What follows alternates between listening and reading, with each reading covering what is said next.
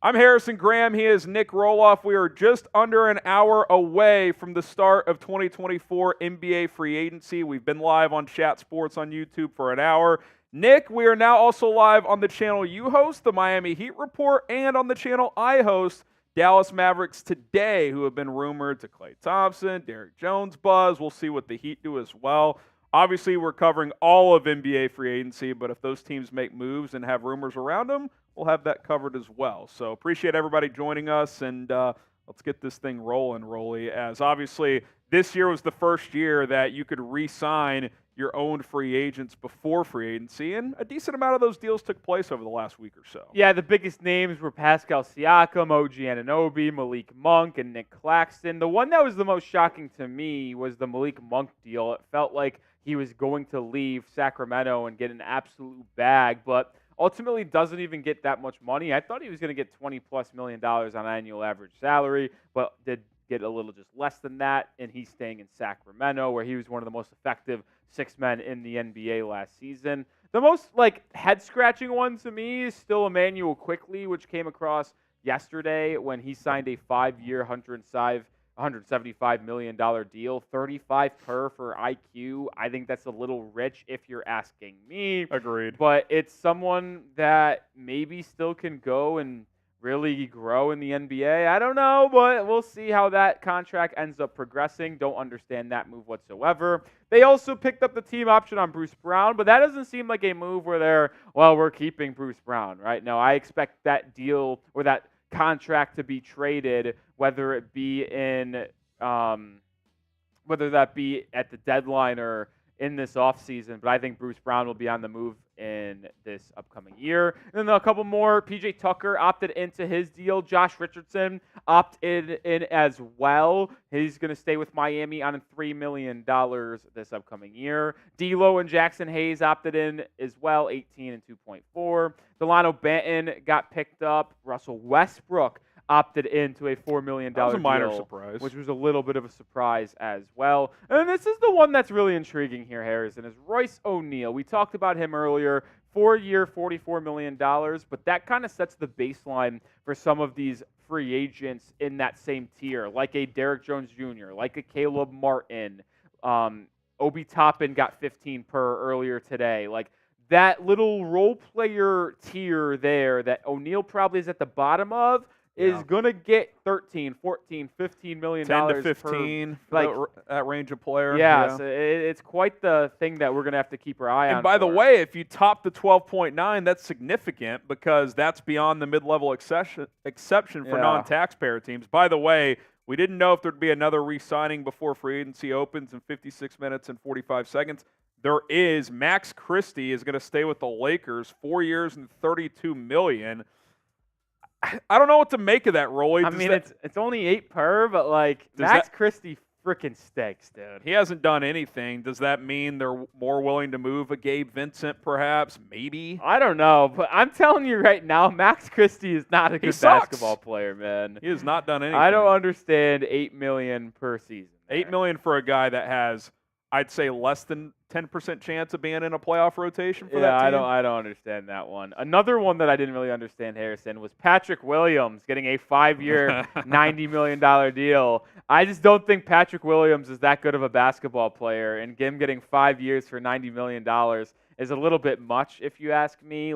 Our Bulls host Patrick Seatman loved the deal, but he's also a fanboy of Patrick Williams.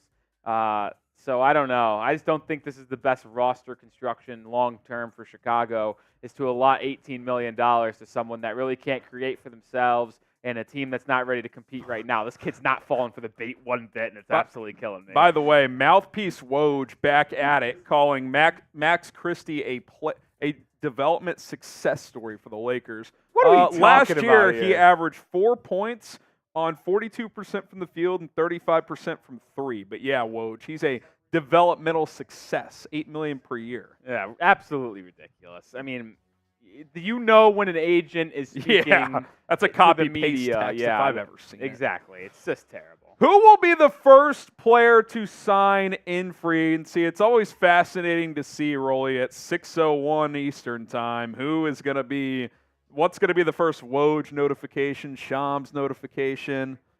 who's tampering, who's going to sign. I kind of like the KCP call, but if the Sixers are truly trying to get him, he probably won't be right off the top. I have changed my tune.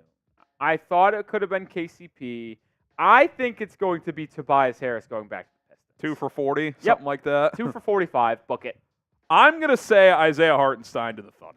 That one feels pretty, I think that happens pretty likely I think that happens pretty early. That looks pretty likely as well. I think that happens pretty early. What do you guys think? Whether you're on our main chat sport channel, Mavericks Today, or the Heat Report, we'll get some shout-outs across the board. I'll get some shout-outs on main real quick. Yeah, shout out to the 111 people watching on the Heat Report. Make sure you hit that thumbs up icon. Only 13 likes. Let's get to 50 likes ASAP. We got Sam Loctera in the building hanging out. Shout out to Sam. Willie's hopping over there. Raziel. By the way, Raziel, Kevin Love is likely going to re-sign with Miami. We'll see if he ends up doing that, but he's not gone for sure. But hit that thumbs up icon. Appreciate everyone. We're going to break down everything Miami does today. Rashard Lee says Pat Bev. I think he actually waits a while. No, yeah, that's going to be one that takes that a long might be time. like a August signing, yeah. potentially. We're going to be talking about Pat Bev for a while, I feel like. Let's see. Klay from basketball. That's a sign and trade situation in all likelihood, so I doubt it. Chris Paul to the Spurs. Have they made an official decision yet? They have not. When do they have? I think they have until 5? Until he's locked in for 30 mil at 6 Eastern? Yeah, it's like 53, I believe. That's when it comes guaranteed. Clock's ticking. Let's see. Get some shout-outs on Mavericks Today. They're saying trade for Jeremy Grant. We'll see if that happens as well. Laura says Paul George DeMar to the Spurs from Rashard Lee. I don't think he's going back to San Antonio.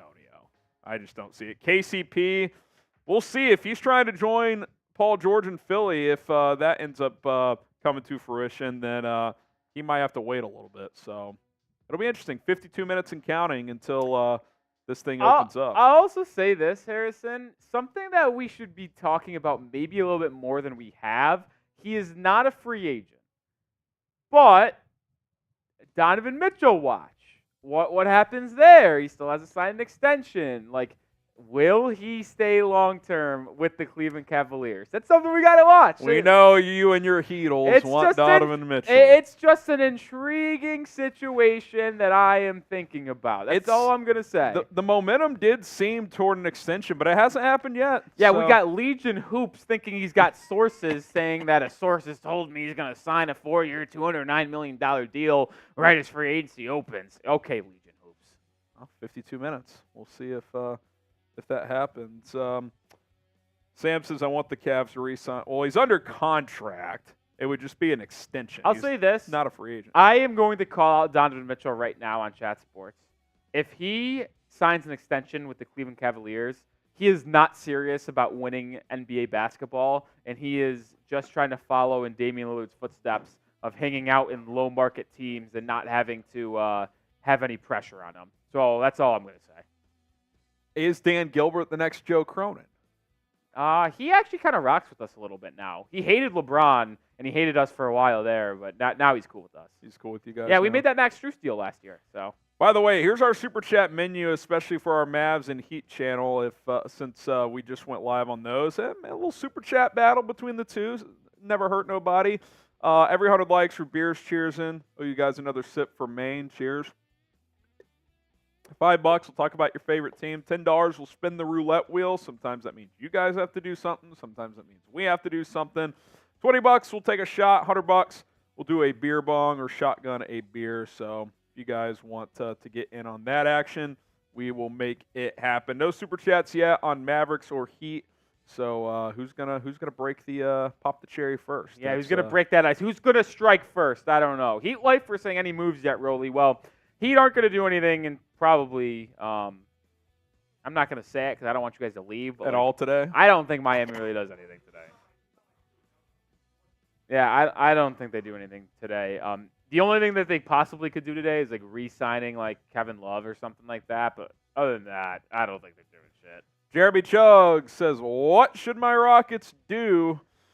I mean, Probably they've positioned themselves to be a big player via trade, but that's kind of quieted down the last couple of days. It kind of feels like they might let a couple of these dominoes fall and then see which potential trade chips are still out there. That's like a very common theme for some of these teams that don't have a lot of cap space that are gonna try to compete. Like honestly, like a Miami, like a Dallas. Like I know Dallas is in the thick of things with Klay, but like would it not make sense to just kind of let the market play out a little bit and then just like, all right, let's see what we have to do here and make moves then. Yeah, if you're Dallas, outside of re-signing Derrick Jones, you're a monitor the trade market type of Exactly. team. You don't have cap space other than the mid-level, which I guess if Jones goes elsewhere, then you could pursue other guys. Naji Marshall's been a rumored target, like plan B there if Derrick Jones goes elsewhere, so that could be a possibility. But yeah, I mean, like there's been some small Jeremy Grant chatter. Obviously, the Klay Thompson sign and trade possibility. Do they get in the mix for another wing player? That could be an option. But yeah, I mean, it kind of feels like Paul George make a decision and then the floodgates open. So we'll see where it goes. So, and then Chugs again. Will Brandon Ingram get traded? I think so. I think so. I don't think you trade for DeJounte Murray. Keep BI with CJ. Like I don't know if that all works. So I bet Ingram gets traded. Does Orlando make sense? For Think Ingram? he fit there? No. Where do you think he goes? Because I don't like the Golden State fit. I know that's been loosely rumored. Honestly, I think BI would be a good fit in Cleveland. Honestly, if they end up keeping Donovan Mitchell and Garland. Maybe that's where Houston pivots. Yeah, maybe send that's where they Jalen Green go. back to the Pelicans, or maybe a third team takes him on or something. Maybe Miami gets interested. I don't honestly love that fit either, but like I know for a fact that the Heat front office has had a good liking of Brandon Ingram in the past. Could they spin the block there? Like I don't know. He feels like a lot of teams plan Bs. Like they're gonna. I think it's more like a plan C. Yeah, or plan C. Yeah. We'll see where it goes. Okay, by the way, the cap numbers have come in. The projection was 141. It's just under that, 140.6 essentially. Luxury tax, first and second aprons in there. So not great for teams already in the first apron and second apron because I know it's minuscule, only like a couple $100,000 to $1 million it all less, counts. but like it does matter. Like for my Miami people out there, like the second apron was projected to be at 190, and it's not. So that's now. Are they in the first or second? We're in the first, so that's about $1 million less that you can spend until you reach past that second apron. So kind of sucks for the teams that are already in the first and second apron. Adam Silver strikes again. Ruin the NBA. This one's CJ McCollum. Oh, we got a super chat on Mavericks today. Shout out to Wasim Khan, who's tuning into Mavs instead of Heat. Well, got $1 on Heat from Heat Lifer too. Shout out to that guy. Wasim says the Bulls are trash. Should they gut and rebuild? It kind of feels like they're doing that finally. So kudos. They should have done it a year ago. But the big question there, Wasim, is A, are they fully done with DeMar? Like, are they just going to let him go? I think they obviously should. And then B, can they unload LaVine? I would not trade him if I had to give up a first, which is, it sounds like they've tried to, and they can't even do that. So I would keep him and hope he plays well early in the season, and then maybe you can trade him. Even if you don't get a lot back, you don't have to ship out a first at the deadline. But yeah, it feels like they're finally going to a youth movement, Wasim, which is probably about a year or two too late. So we'll see how that plays out. And then on the Heat report. Yeah, I put a little pile of poop with a face. Super sticker. Shout out to Heat Lifer. Is that pile of poop with a face what Pat Riley's doing today? I don't know. Doesn't seem too likely. He might be sleeping still. That's all I know. He's awake during the draft. Yeah, he actually, that's the crazy thing. Asking a lot out of him to stay awake during the draft and free agency. The front office is one of the best, if not the best, like front offices in terms of drafting and finding talent. They just don't know how to do anything with it. Oh, Wasim says, Rolly, I wouldn't forget about you, too. What a legend, Wasim, with a $2 Could this be a Wasim super chat battle on Mavericks today in the Heat himself. report? Maybe. But at least put the Heat up early there, so we'll take it. All right, top free agents. Again, the first two are formalities. They're going to be back with their respective teams. LeBron will re-sign with the Lakers. It's just a matter of if he's going to take a max or less, because he's willing to take less, reportedly, if they can add a legitimate piece next to him and Anthony Davis. Tyrese Maxey, he's going to get a max. They're just going to use up their cap space first since they have his bird rights, so that's just a matter of when, not if. But Paul George, that's the domino roll, because I think James Harden and DeMar DeRozan probably both wait that out to see where George signs, how much he gets, and then what destinations become available for Harden and DeRozan. Obviously, Harden, is still very much on the Clippers' radar. Obviously, DeMar could be a plan B for the Clippers if Paul George leaves. So it really does feel like we're on PG watch. There's always one star in free agency that's like, all right, that's the domino. Once he goes, other moves happen. We'll see if how much time Paul George takes. Is this a day one signing, or does he, take a few meetings, sleep on it for a couple days, and then make a decision? I'll say this: the early reports were that he was going to have dinner and meetings Sunday night. So I don't know if he could possibly come up with a decision tonight. Maybe it's tomorrow or Tuesday type thing. Here it is. Shout out to Lotta Ray and Sam.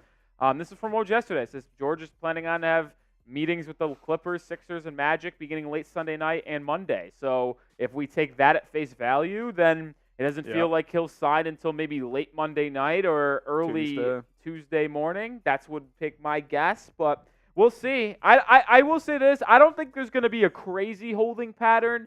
The pattern, like the hold up here to me, could be like on a KCP, but that's really it. I don't know. Like maybe a couple of the Sixers' own guys and Oubre and Nick Batum wait to see what ends up happening. But I don't really see anything crazy changing. The only reason I could see George signing tonight is if one of the three teams buckles and says, okay, we'll give you the max. Because I will say that. And I think Philadelphia probably will. And so he might just be like, you know what, I'm just going to Philadelphia. Well, Paul George, I think they're offering the max regardless, is Philly. And if the Clippers don't, which the report has been they're not willing to, then I think they're out of it. And then it comes down to, does he want to go to Philly or Orlando? Yeah. Because Golden State's out of it now because they pursued him via a trade, which would have required Paul George opting in, but that's dead now. So to me, it's either the Clippers change their mind and decide to offer him a max, which they haven't been willing to do. And if they do, I think he'd actually stay. But again, it comes down to money, I think, at this point for him. So we'll see if how that comes into fruition and where Orlando fits into this. I find it hard to believe he would sign with Orlando, but I did agree with your point earlier. I think the fit would be pretty good. I think it would be the most fun. I think it would be very fun. I've been trying to say for a while, and if you've honestly been watching some of our chat sports like NBA coverage over the past month or so, like anytime we talk about like free agency and like rumors around Paul George, like I am always linking Orlando to PG because I thought it was going to be the best fit, but doesn't seem like the most likely. I'd probably rank them third on the Paul George likely list, but in terms of fit, I think so, man.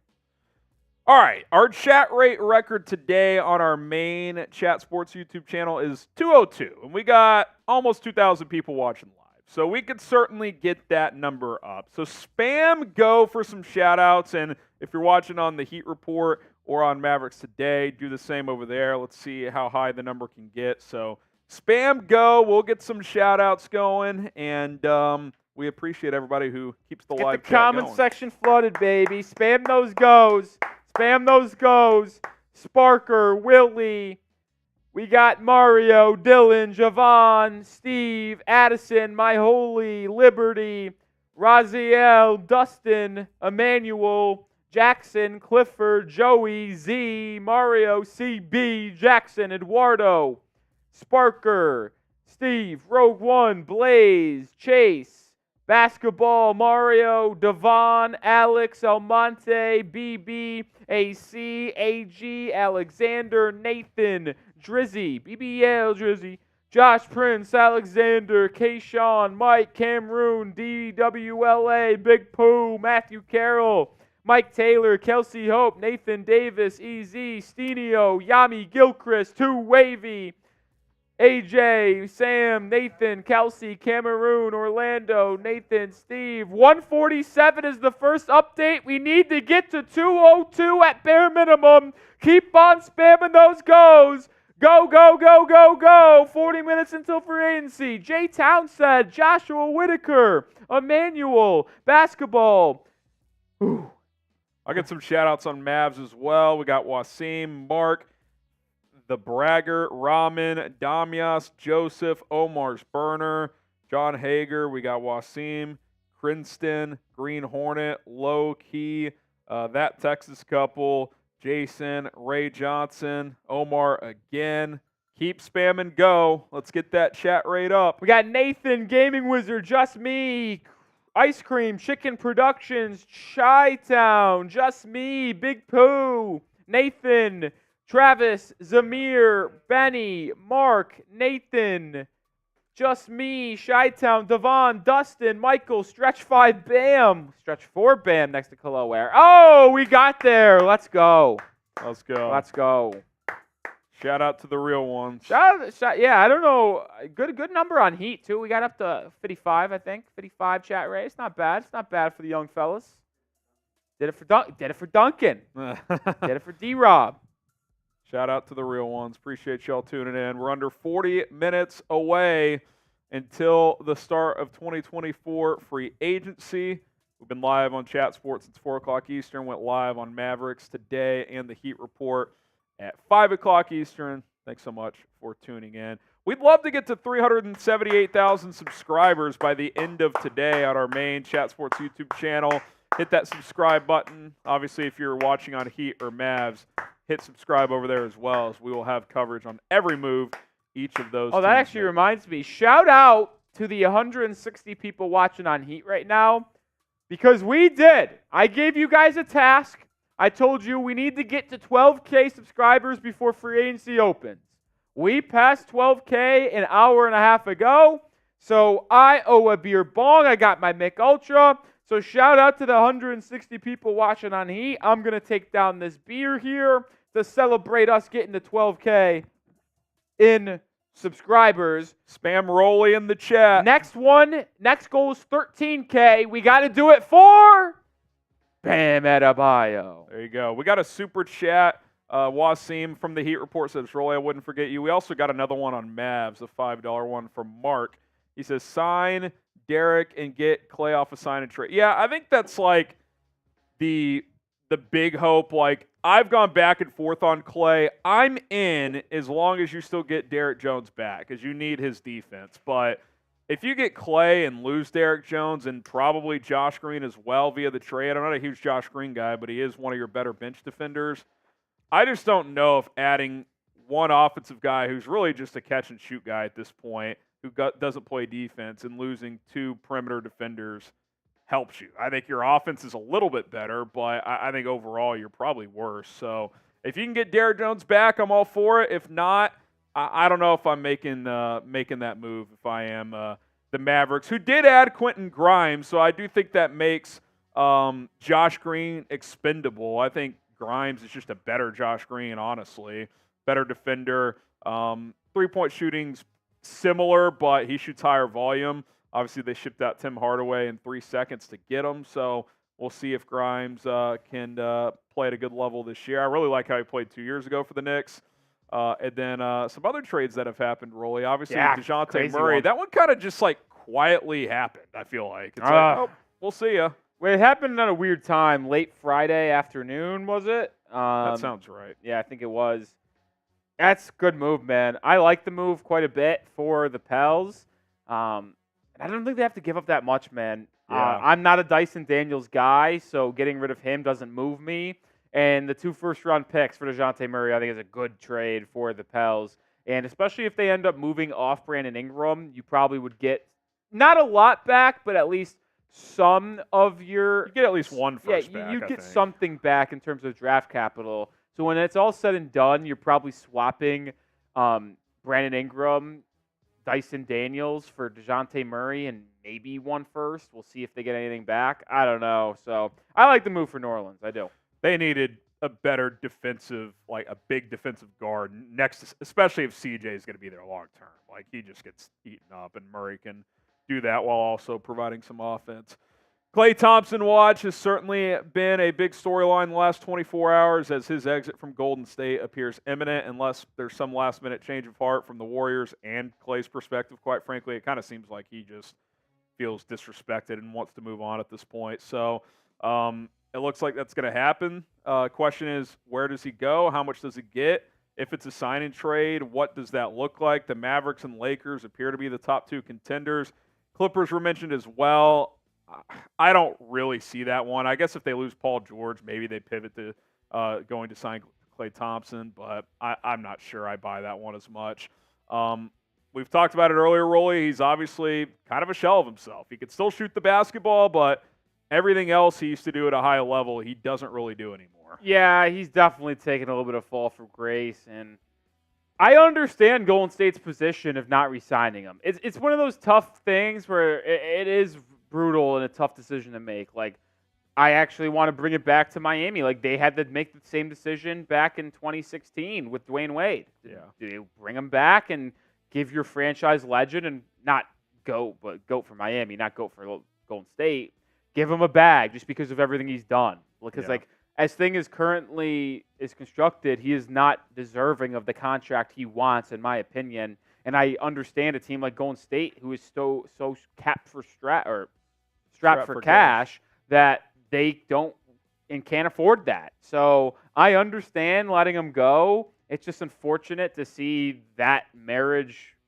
end up ending. It really just goes to show, Rolly, in high-level sports, things rarely end the way you want them to. Like, not often do you have a Kobe stay with the Lakers his whole career. And even then, like, they sucked by the end of it, and he was a shell of himself. Like, not often do you go Joe Montana, win a Super Bowl, and walk away. Like, it's just not, like, it's unrealistic. Like, eventually either a player or the team has to make a tough decision. And in this case, it kind of feels like both, because it sounds like Golden State would take him back at a certain number. There's not a number Klay is looking for. So, looks like he's on the move, and feels like this one, I think out of all the big names on the market, Rolly, this one could be one of the earlier ones. I think Dallas or LA could have him within a couple of hours of free agency opening. That would not surprise me at all. So, No, one side of me either. Cornelius with the super chat says, did you guys hear the report about Michael Jordan's stats getting inflated in the 80s? If so, what are your thoughts? I feel like I saw like some deep Twitter rumor, but I didn't dive deep into it. Yeah, I didn't dive into this either. I know the LeBron fans are out there trying to say that he has more fake depoys and fake defensive stats. I don't know. I didn't look into it that much. I know there was a similar conspiracy with Jaren Jackson Jr. to help him get depoy a couple seasons ago and getting his block numbers up, but I don't know. It's hard for me to really take those things in consideration. I don't know. Yeah, I'd have to see more evidence, Yeah. I guess. I mean, it's one thing that a Twitter thread kind of just emerges from no one connected to the league, but, you know, who knows? Maybe there's more on this. Shout out to Jay Townsend with a $5 super chat in the Heat report. He need to pursue Zach LaVine. What do you think, Nick? Let Tyler go, and you can use LaVine's expiring contract later and go after Fox. So Fox? De'Aaron Fox, Yeah. because there's some Deep rumors. rumblings out there that he doesn't want to sign a long-term deal, and he wants to see the direction of the franchise. Would you take him in Miami? Oh, are you kidding? Yeah, that's Bam's second best friend. It's actually his third. I think it goes Tatum 1, D-Mitch 2, Fox 3. It sucks that Tatum's his best friend, but he is the godfather to Deuce Tatum. All right, different story for a different day. But answering this question, so I am intrigued by adding LaVine, especially if you get a first-round pick out of it. Like, here's the moral of the story. Everyone wants to bring up the contract. Everyone wants to bring up the games missed. Is he a shell of himself? When you think of this, like, it's tough. Would I rather have Tyler Herro or Zach LaVine? I'd rather have Tyler Herro. But if you're also giving me a first-round pick that I can then use in a later deal and just add to my draft assets, well, that changes the perception. The reason why I think it's unlikely, Jay, that Miami ever gets into the sweepstakes for Zach LaVine, just take some, not really a sweepstakes, is because of how the trade would have to be done. Due to the contract situations, Miami would have to either match salary or send more salary back than LaVine's $40 million, and that would require two of Duncan Robinson, Herro, and Rozier. And at what point does it become too much? Like, you're not trading Terry and Tyler for him. You're not trading Terry. Like, are you trading Terry and Duncan? Are you trading Herro and Duncan? I've joked around, like, if that deal gets done, you would have to get 2 first-round picks back because Herro and Duncan for LaVine and 1 first? Like, no. Like, it'd have to be LaVine 2 first for Duncan and Tyler for him even to think about it. I'm just not doing that. Just from a numerical standpoint, LaVine's remaining contract is cap it next year, $43 million. Year after that, $45.9. Player option for the following year, $48.9. Like, if he got back to what he was a couple of years ago, Rolly, that's a lot easier pill to swallow. But it's been kind of a year and a half or so since A, he's been consistently healthy, and B, played at a high level. I don't know. I think the Bulls probably end up sitting on him because they may have to attach 2 1s, and they're trying to rebuild. I don't think they want to do that. Yeah, so. it's just not going to happen. It won't. I think they're hoping he balls out early in the year and they could trade him at the deadline, even if they don't get a lot. I think if the right team came available, like a Detroit, and says, "Yeah, we'll take him. We'll take LaVine for $40 million. Maybe we'll give you a second-round pick or something like that." I don't know, maybe, but I don't know. Wasim with a 2 on the Heat report. Shout to Wasim. Rolly, is the Jimmy Butler trade talk just talk? Yes, Jimmy Butler. I think there was a chance that he got dealt. I gave it a very low chance, but I think there was a 1% chance. I think that is now dead after that report last week that Jimmy Butler will not sign a long-term extension with Miami this offseason, or any team for that matter. He is going to play out this year, likely opt out of his contract next season, and either re-sign with Miami on a max contract, a 2-year max, or leave Miami and sign a 2-year max with someone else. Either way, I don't think Jimmy is going anywhere this season. Now, the real question that Miami is going to have to face is, what if they stink? Like, a realistic question here. What if Miami runs it back and is like the 8th or 9th seed once again halfway through the year? And if they get the sense that Jimmy is going to leave and opt out in free agency, could Miami trade Butler at the deadline? He could be a sneaky midseason trade if they're floating around 500 and he's kind of doing his, I'm not taking the regular season seriously. Now, I don't think that's going to be the case because there's a lot of reports out there that Jimmy Butler is going to try to have a career year to really just hone in and cash in and prove people that he can still do it in the regular season. So we'll see. I don't think he's going to get traded, though. No, not right now. Not right now. Wasim from the Mavericks today, as the Wasim back and forth show continues. He says, is DeMar a better signing than Klay? It depends for fit. I actually don't think it is for Dallas because Dallas's main shortcoming in the NBA Finals was they could not make open threes.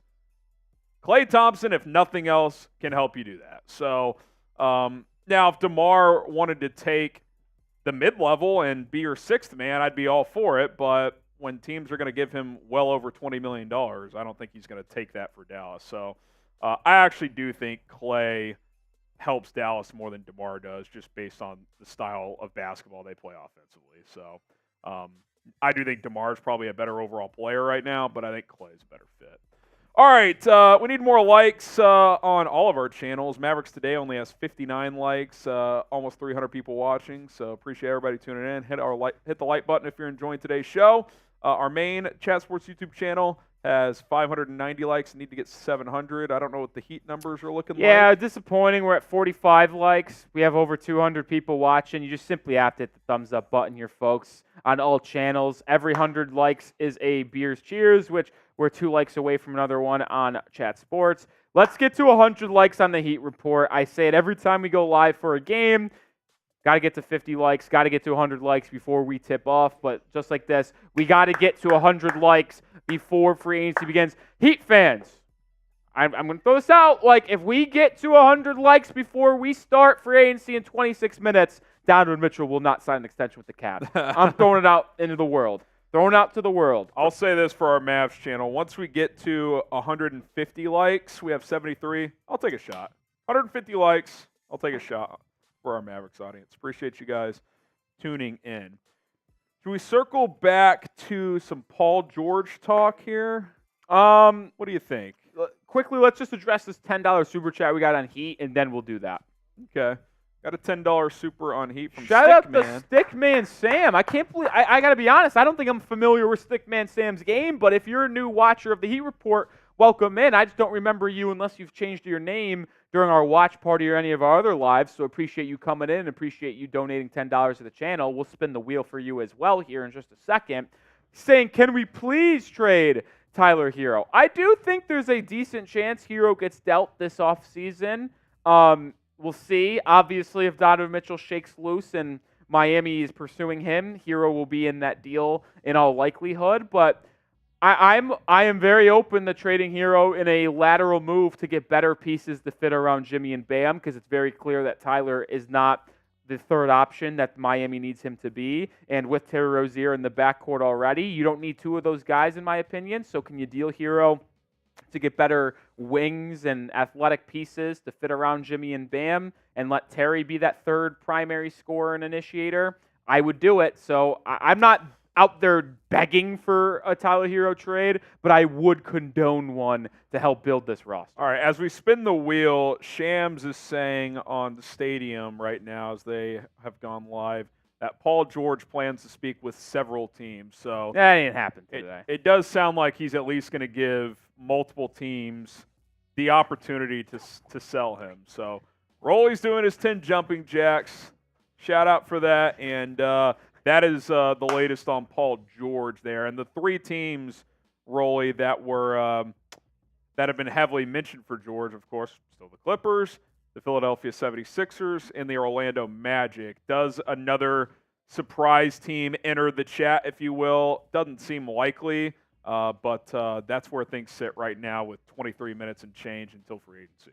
Yeah, and listen, it's the most intriguing conversation in the offseason with Paul George, right? If he ends up going to Philly to join Tyrese Maxey and Joel Embiid, are the 76ers title contenders? I would say yes, and as much as this sucks as us Heat fans, the Sixers would be quite good, man. They would be very, very good with Paul George being their third option, off-ball creator, on-ball creator when Maxey heads to the bench. My goodness. Let us know, are the 76ers title contenders with Paul George? It's also our new live poll on our chat sports, so get your votes down in the comment section as well as in our live poll. We'll give some shout-outs. Funny Lee says yes. Morgan says yes. Dylan and Jules say no.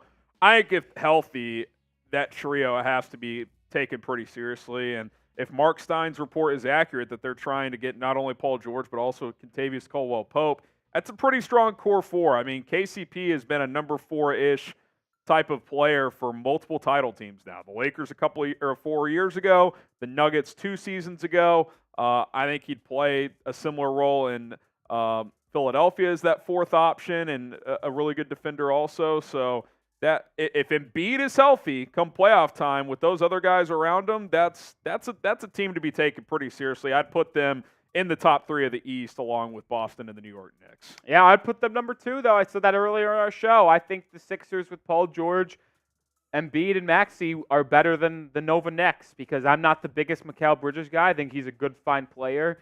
I just don't think he's as good as people think he is. And OG, they got really good wing duo. I'll give them that.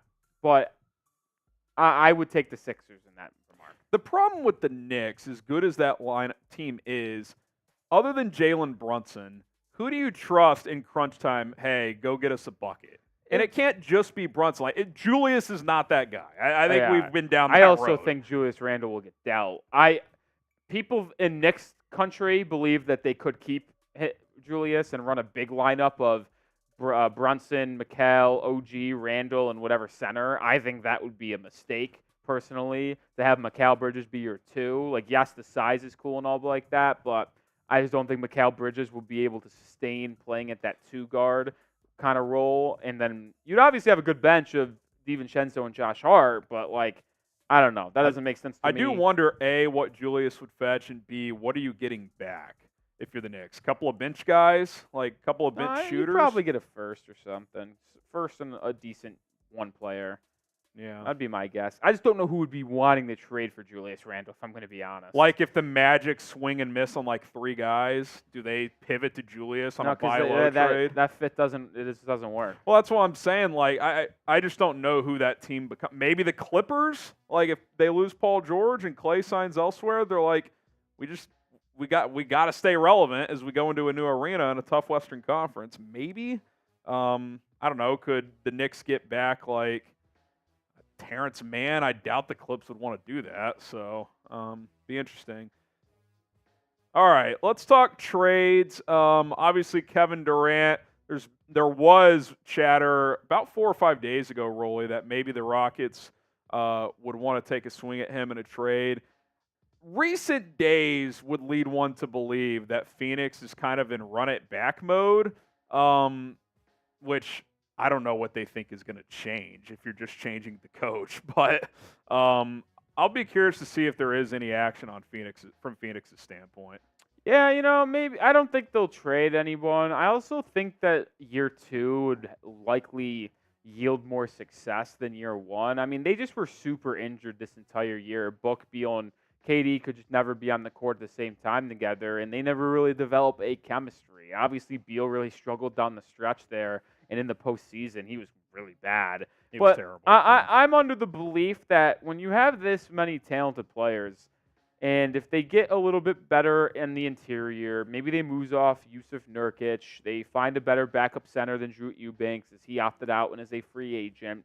So I think there's stuff there. Like, this team can compete, and I really believe that. It's just a matter of they got to gel. They just were not able to do that last year. I think that was the biggest issue. They just didn't know how to play together, and they were never able to figure that out. Like, people forget, like, and I don't want to compare them because they're not dissimilar. But, like, when the Heat formed their big three of Wade, Bosh, and Braun, like, Took time. they struggled during that first regular season for the most part. Like, they were not that good in the first half of the regular season, and then they finally got to start playing together, and they started to turn it on. The Suns just never were able to get the chemistry locked in, and then they tried to mosh posh it together in the postseason, and that's why it didn't work. If they're able to stay healthy this year, I think the Suns are going to be competitive in the Western Conference. Yeah, I think they'll win game. My problem is come playoff time, like, I just don't think they have any reliable bench players, and that concerns me for going multiple playoff series. Like, you're going to have to rely on Durant, Beal, and Book to consistently play 40-plus minutes, so that is a concern. What do we got here?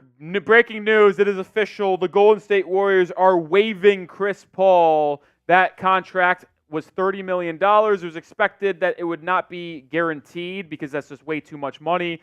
But Chris Paul will now be an unrestricted free agent after being waived by the Warriors. That's an intriguing player right there because even though I think he's washed, I think he's cooked, there's some teams that could use him as their backup point guard and could use him to help run their second unit. You think about the Los Angeles Lakers and getting him with LeBron, as it's always been rumored that the two of them wanted to play together. Banana boat, baby. And here's the thing. At this stage of Chris Paul's career, he is simply not good enough to earn himself a big contract, and he doesn't have that type of impact. Yes, he is still a really good distributor, playmaker, and able to run an offense, but he just can't get paid a lot of money. I would expect his next deal to be relatively cheap and really close to the vet min. So to me, I think there are teams out there that need to fill roster spots for cheap contracts that could go after Chris Paul, Lakers being one of them. Yeah, Lakers feel like a potential obvious one here. The connection to LeBron. Chris Paul is a West Coast guy. The infamous David Stern not allowing the trade way back when. Does he finally play for the purple and gold? And look, Chris Paul is playing for one reason and one reason only at this point in his career. Can he get a championship ring? That is the only thing lacking on his resume. He's going to the Hall of Fame one day. I think for 12 to 15 minutes per game, he could still be a quality backup point guard. I think the Lakers make a lot of sense. There was a lot of Clippers buzz, Rolly, but with Russ opting in, obviously $4 million is not that hard to move. Maybe they move him and bring CP3 back to LA. He can come off their bench, and maybe James Harden becomes the full-time point guard. That would be an option as well.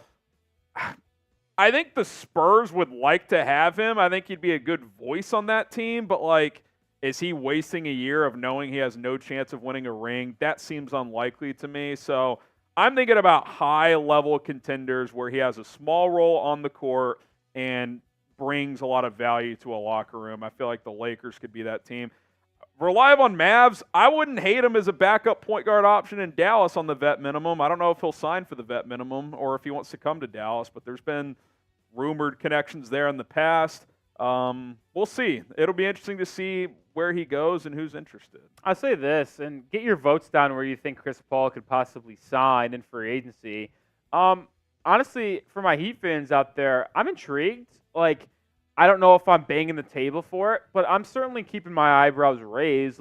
What has the Heat always needed? They've always needed a true point guard to help facilitate in Jimmy and Bam, and they went with that with Kyle Lowry. And listen, that's kind of my fear, is that it would be very similar to a Kyle Lowry type move for Miami in that point guard role. Now, I'll say this. Chris Paul is a way better playmaker than Lowry was. Yeah. Lowry was a better defender and shooter.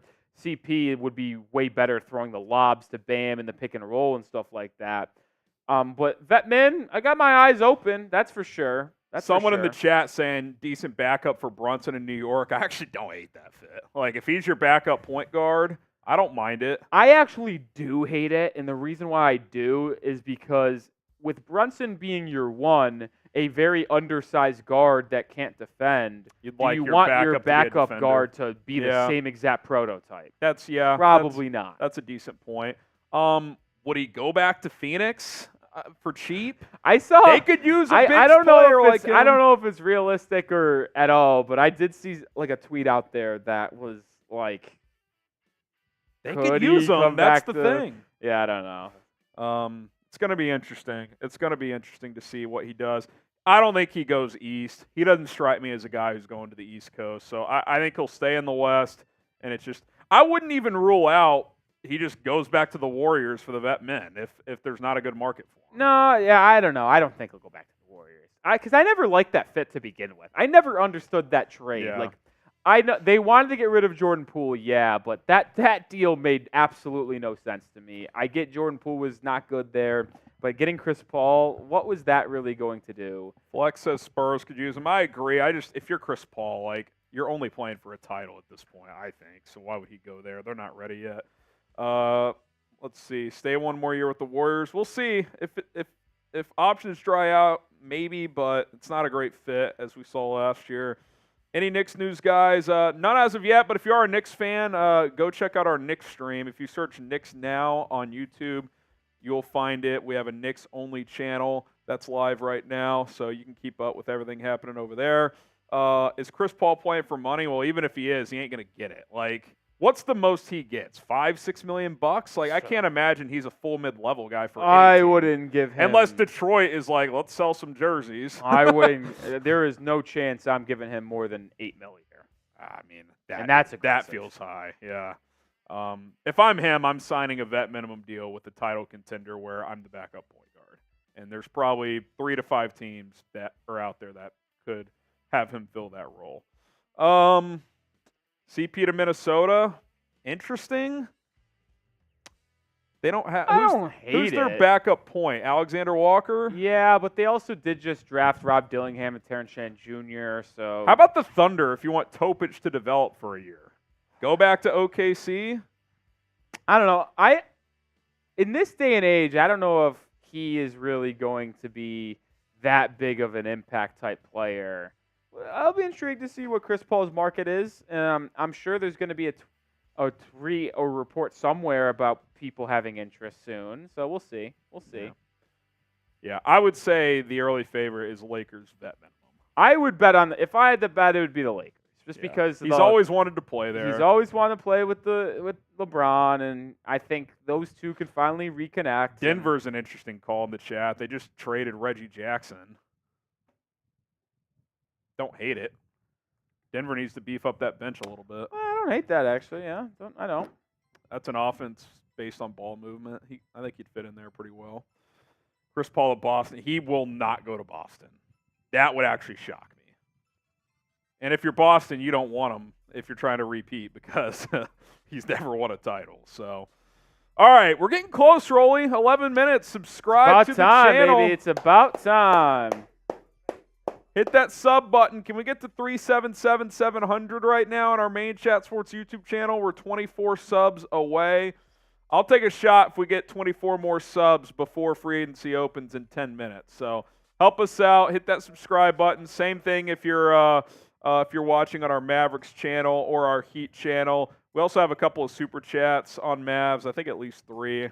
Not sure about Heat, but we'll get to those as well. 21 subs away, so sub-only chat has been activated. Spam me if you want a shout-out, and we'll get some shout-outs, then we'll catch up on some super chats here. So type me in the chat if you want a shout-out. Waiting for some – this guy keeps asking Knicks news. I tried to redirect him to our Knicks stream, but no Knicks news right now. Dylan Jones, we got Casey Prods, we got Justin, Joey, Haikulo, CBN, B-Ball Legend, Lime Cakes, Megan, My Holy King typing me. 6 subs away, 5 away. Come on. We got Grover, Megan Birch. John says, Daddy me. Whoa. Adam says me. Ballin says me. 3 subs away. Let's get to 377. Come on, let's get there, baby. QR says me. Oh, James Harden back to the Clippers. Oh, baby. It was numbers? It was 2 for 70. 35 a year. That sounds about right. It was always going to happen. He was always going back. Alex says me. Omar's Burner says me. There we go. We got there. Shout out to the real ones. It was an obvious move.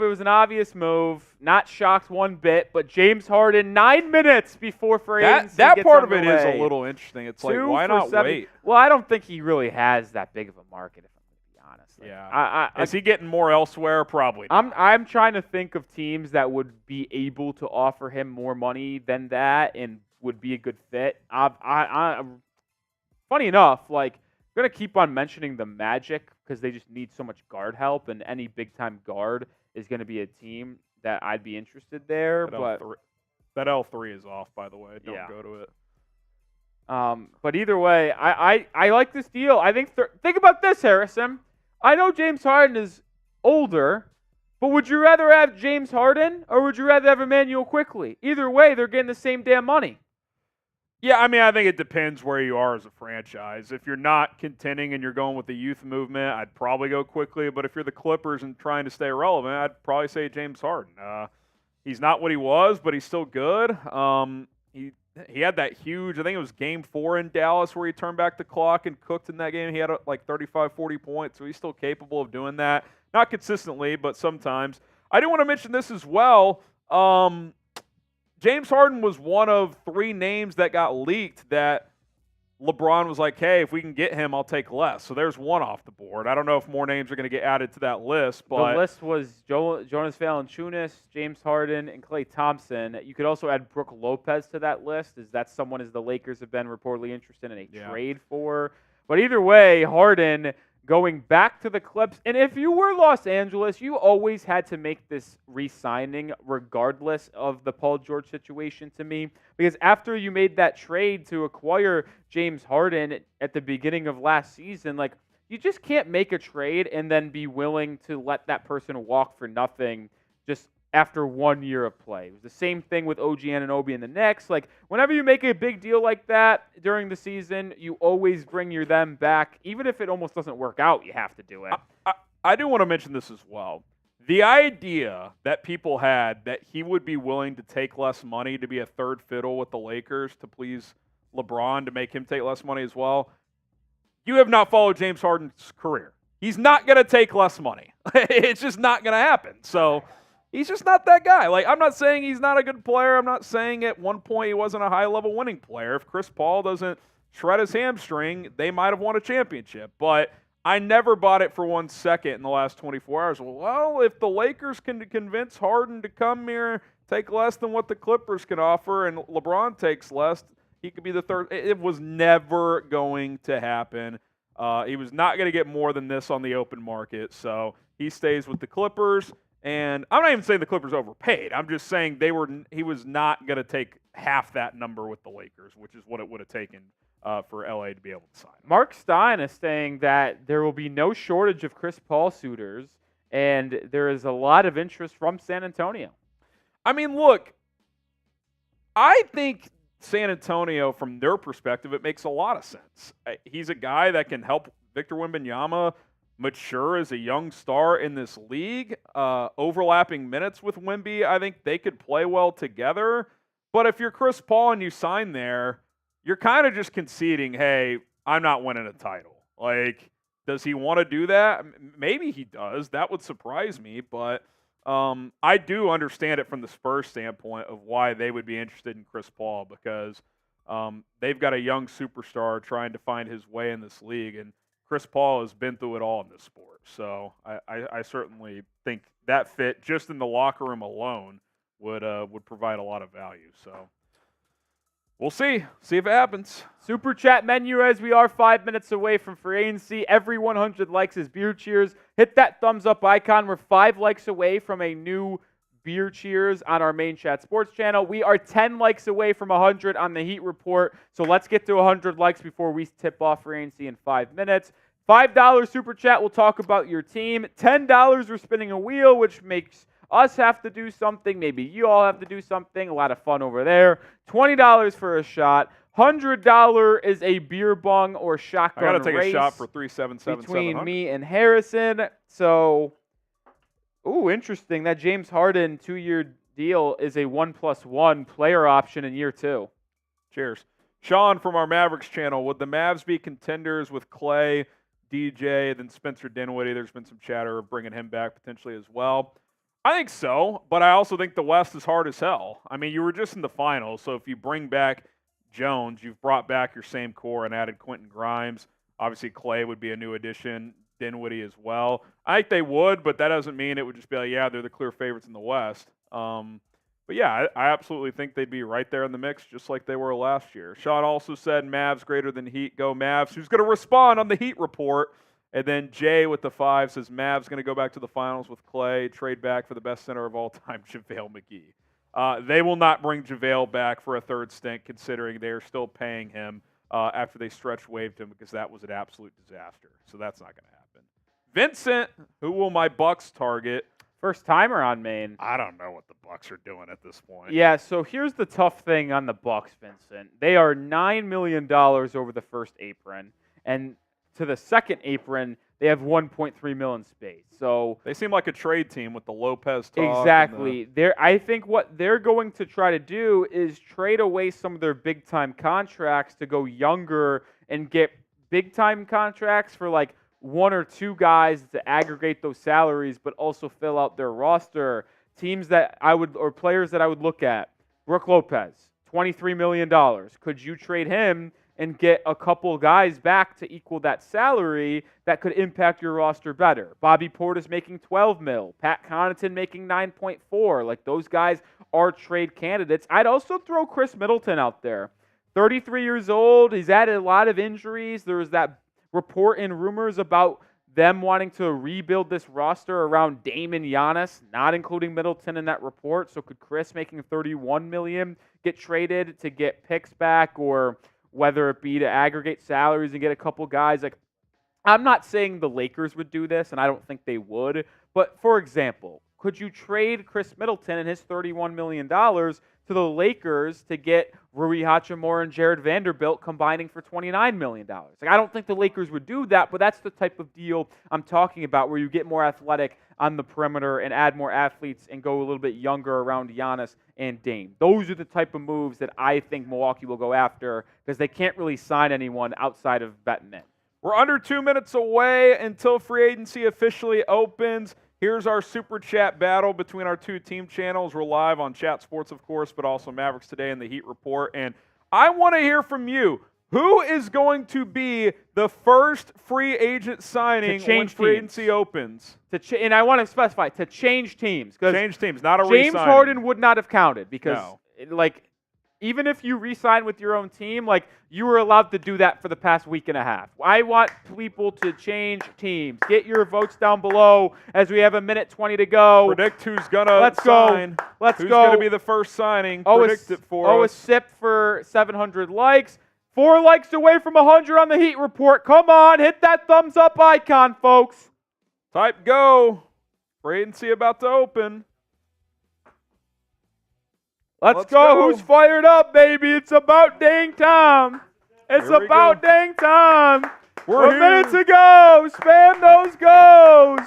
Spam those goes. We got Joey, Quez, PG, JJ, Dylan, Firefighter, Jacob, Quack, Dylan, KCP, Jamo, Quez, Dylan, CB, Reggie. Get those goes in. Also on Mavericks Today, the Texas couple, Wasim, Aaron, Jason, Omar, Alex, Sam, King J, Noah. Rolly, if you got any Heat reports, yeah, we got Willie, Michael, Oh My, Grayson, Loveless, IMAX, Jay Townsend, Samson, Raziel, Josh, Frederick, Keep on spamming those goes. Let's go, baby. Josh, Fat Boy, Tyler, Ram AK, Tenari. Let's get it, baby. Free agency is about to Five, get underway. 3, 2, 1. 2024 NBA free agency is officially open. James Harden, just minutes before it opened, Relly has re-signed on a 2-year, $70 million deal with the Los Angeles Clippers. Kind of felt like he was always heading back there. There was that report that maybe the Lakers can convince him to take less and come here. Didn't even get the chance as he has re-signed with the Clippers. Another re-signing, by the way, just coming in. Luke Kornet. Luke Kornet back to the Celtics on a 1-year deal. Why wait until free agency? That is objectively hilarious. Whoa, interesting. Klay Thompson departing with the Warriors, and the sides will begin to work through a sign-and-trade. Now, that was expected, as it would have to be a sign-and-trade with Dallas and Lakers, but that kind of just really hammers home that's going to be one of those two. Yeah, the report yesterday was that he does not want to go to the East, so that kind of eliminated Philadelphia and Orlando as potential destinations. I think it's the Mavericks or the Lakers. That's where he's going to end up. Feels like a two-horse race, yeah. Clippers are a distant third if Paul George lands elsewhere, but L.A., the connection there is him and LeBron are tight. His dad played for the Lakers. Doesn't have to move far. He's already living in Northern California. The Mavericks feel like if they can get a guy who can hit wide open threes consistently like Klay Thompson can, they feel like that's a good fit. So I think it's one of those two teams, and we'll see what a sign and trade package looks like and what he will make on a new contract, presumably. And I think it has to be a 3-year deal, by the way, any sign and trade. You got to give him at least 3 years. I think I read that. We'll see. I cannot confirm if that is the case. I believe it is, though. Luke Kornet. Still not technically the first because this is a re-signing, so we still have not had someone change teams yet. Have fun with that cut, Smitty. Yeah, Luke Kornet back, which I'm a little shocked at, if I'm going to be honest. I feel like there could have been a team out there to give Luke Kornet a little bit of a bigger role because with Kristaps, I will say Porzingis not going to be ready for the beginning of the regular season in Boston, so Luke Kornet will be the backup center to start the year with Al Horford being the starter in all likelihood. But I wonder if this is like under the biannual or something like that. When fully healthy, Luke Kornet's their third guy and doesn't get a lot of PT, so I'm just a little bit shocked. I feel like there was a team out there willing to give him a backup center spot. So this question still applies. Who will be the first player to sign with a new team? New team. Who will that be? A lot of re-signings have happened before free agency. So no one signing Kornet at 602. Oh, Kevin Love back to Miami. Kevin Love is back to Miami, so we still have not gotten our first signing, but this is not shocking. A 2-year, $8 million plus deal to return to the Miami Heat. That's interesting. There's your news of the day. Didn't expect it to be 2-8, but Kevin Love is back. If you're excited for the move in our Heat chat, spam those 42s for K-Love. There you go. Spam your 42s for K-Love. Kevin Love back to Miami, 2 years, $8 million. So he returns. What's his role? Just one of your backup bigs. 15 minutes a game. Yeah, so I think he'll go back to his standard power forward role, I'd have to assume. He'll also help mentor Kel'el Ware, who the Heat just drafted. I like K-Love. He's a good leader. He's a good mentor for the Heat, in that locker room. He's kind of taken over that Udonis Haslem role, if you will. So Love returning back to Miami, it was always going to make sense. It always felt like that was going to happen. Now, the question I'm going to have, and we'll have to wait here, us Heat fans, is this another 1+1 player option? Because that's what it was as K-Love opted out of a $4 million deal for this upcoming year. What are the details of this? Is it saving Miami a little bit of money this upcoming season? That is the question that I want to know, and we'll have to get more contract details in here. I will be on the lookout. But either way, K-Love returning to Miami on a 2-year, $8+ million deal, very intriguing. Nick Roloff here in a few moments, once we iron out a couple of things, he's going to go film a Heat-centric video. Are you going to do this live elsewhere, or are you just going to do a quick VOD? No, I'll just do a VOD. So Relly's going to hop off here in a minute and go film a video about this. We're still going to be live here on the Heat Report. Relly will be back here in a little bit. Am I going to go solo, or is Seep's going to hop in here? Okay, I'll be solo as we await for more moves to happen. Still no new signings yet to a new team. We're 5 minutes in. Yeah. Did the NBA actually prevent tampering? Well, we'll see. Oh, yeah. man. Right. You're going to take me off? All right. Alrighty, there you go. So for my 454 people watching the Heat Report, I am going to hop off here because we're on our main channel and as well, and I don't want to have them listen to 8-10 minutes of Kevin Love talk because they probably don't want to hear that. So I am going to hop off. I'm going to film an 8-10 minute video on Kevin Love signing with the Miami Heat. Holy shit, I think Klay just came in. Oh. Klay Thompson Sorry. plans to have discussions with the Mavericks, Lakers, Clippers, and 76ers. So Okay. the reports were he wants to stay west, but he is going to talk to Philly. Mavs, Lakers, Clippers, and Sixers. So yeah, so I'm going to be back in about 10, 12 minutes, so don't go anywhere, Heat fans. We will continue our live coverage of NBA free agency and everything Miami does. I'm just going to film a quick VOD to go put out on the channel so you guys can watch that as well later. So stay tuned with us. I'll be back in 10, 12 minutes, but I'm going to go film that video to put on the channel. All right, there he goes. Nick Roloff will be back 10, 15, 20 minutes. Who will be the first external signing? It's only been re-signings so far. We'll get to the Klay talk here in just a moment, but I'll get some shout-outs here. And I will say this, with Relly hopping off and doing that Heat, Mavs fans, do you want Klay? Yes or no? Let me know in the chat. I'll get some shout-outs on that as well.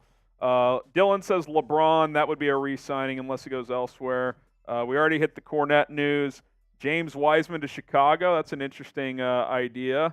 Tobias Harris, we'll see if he's a possibility. Hartenstein, Marvell says free agency is pointless, yet you're still here.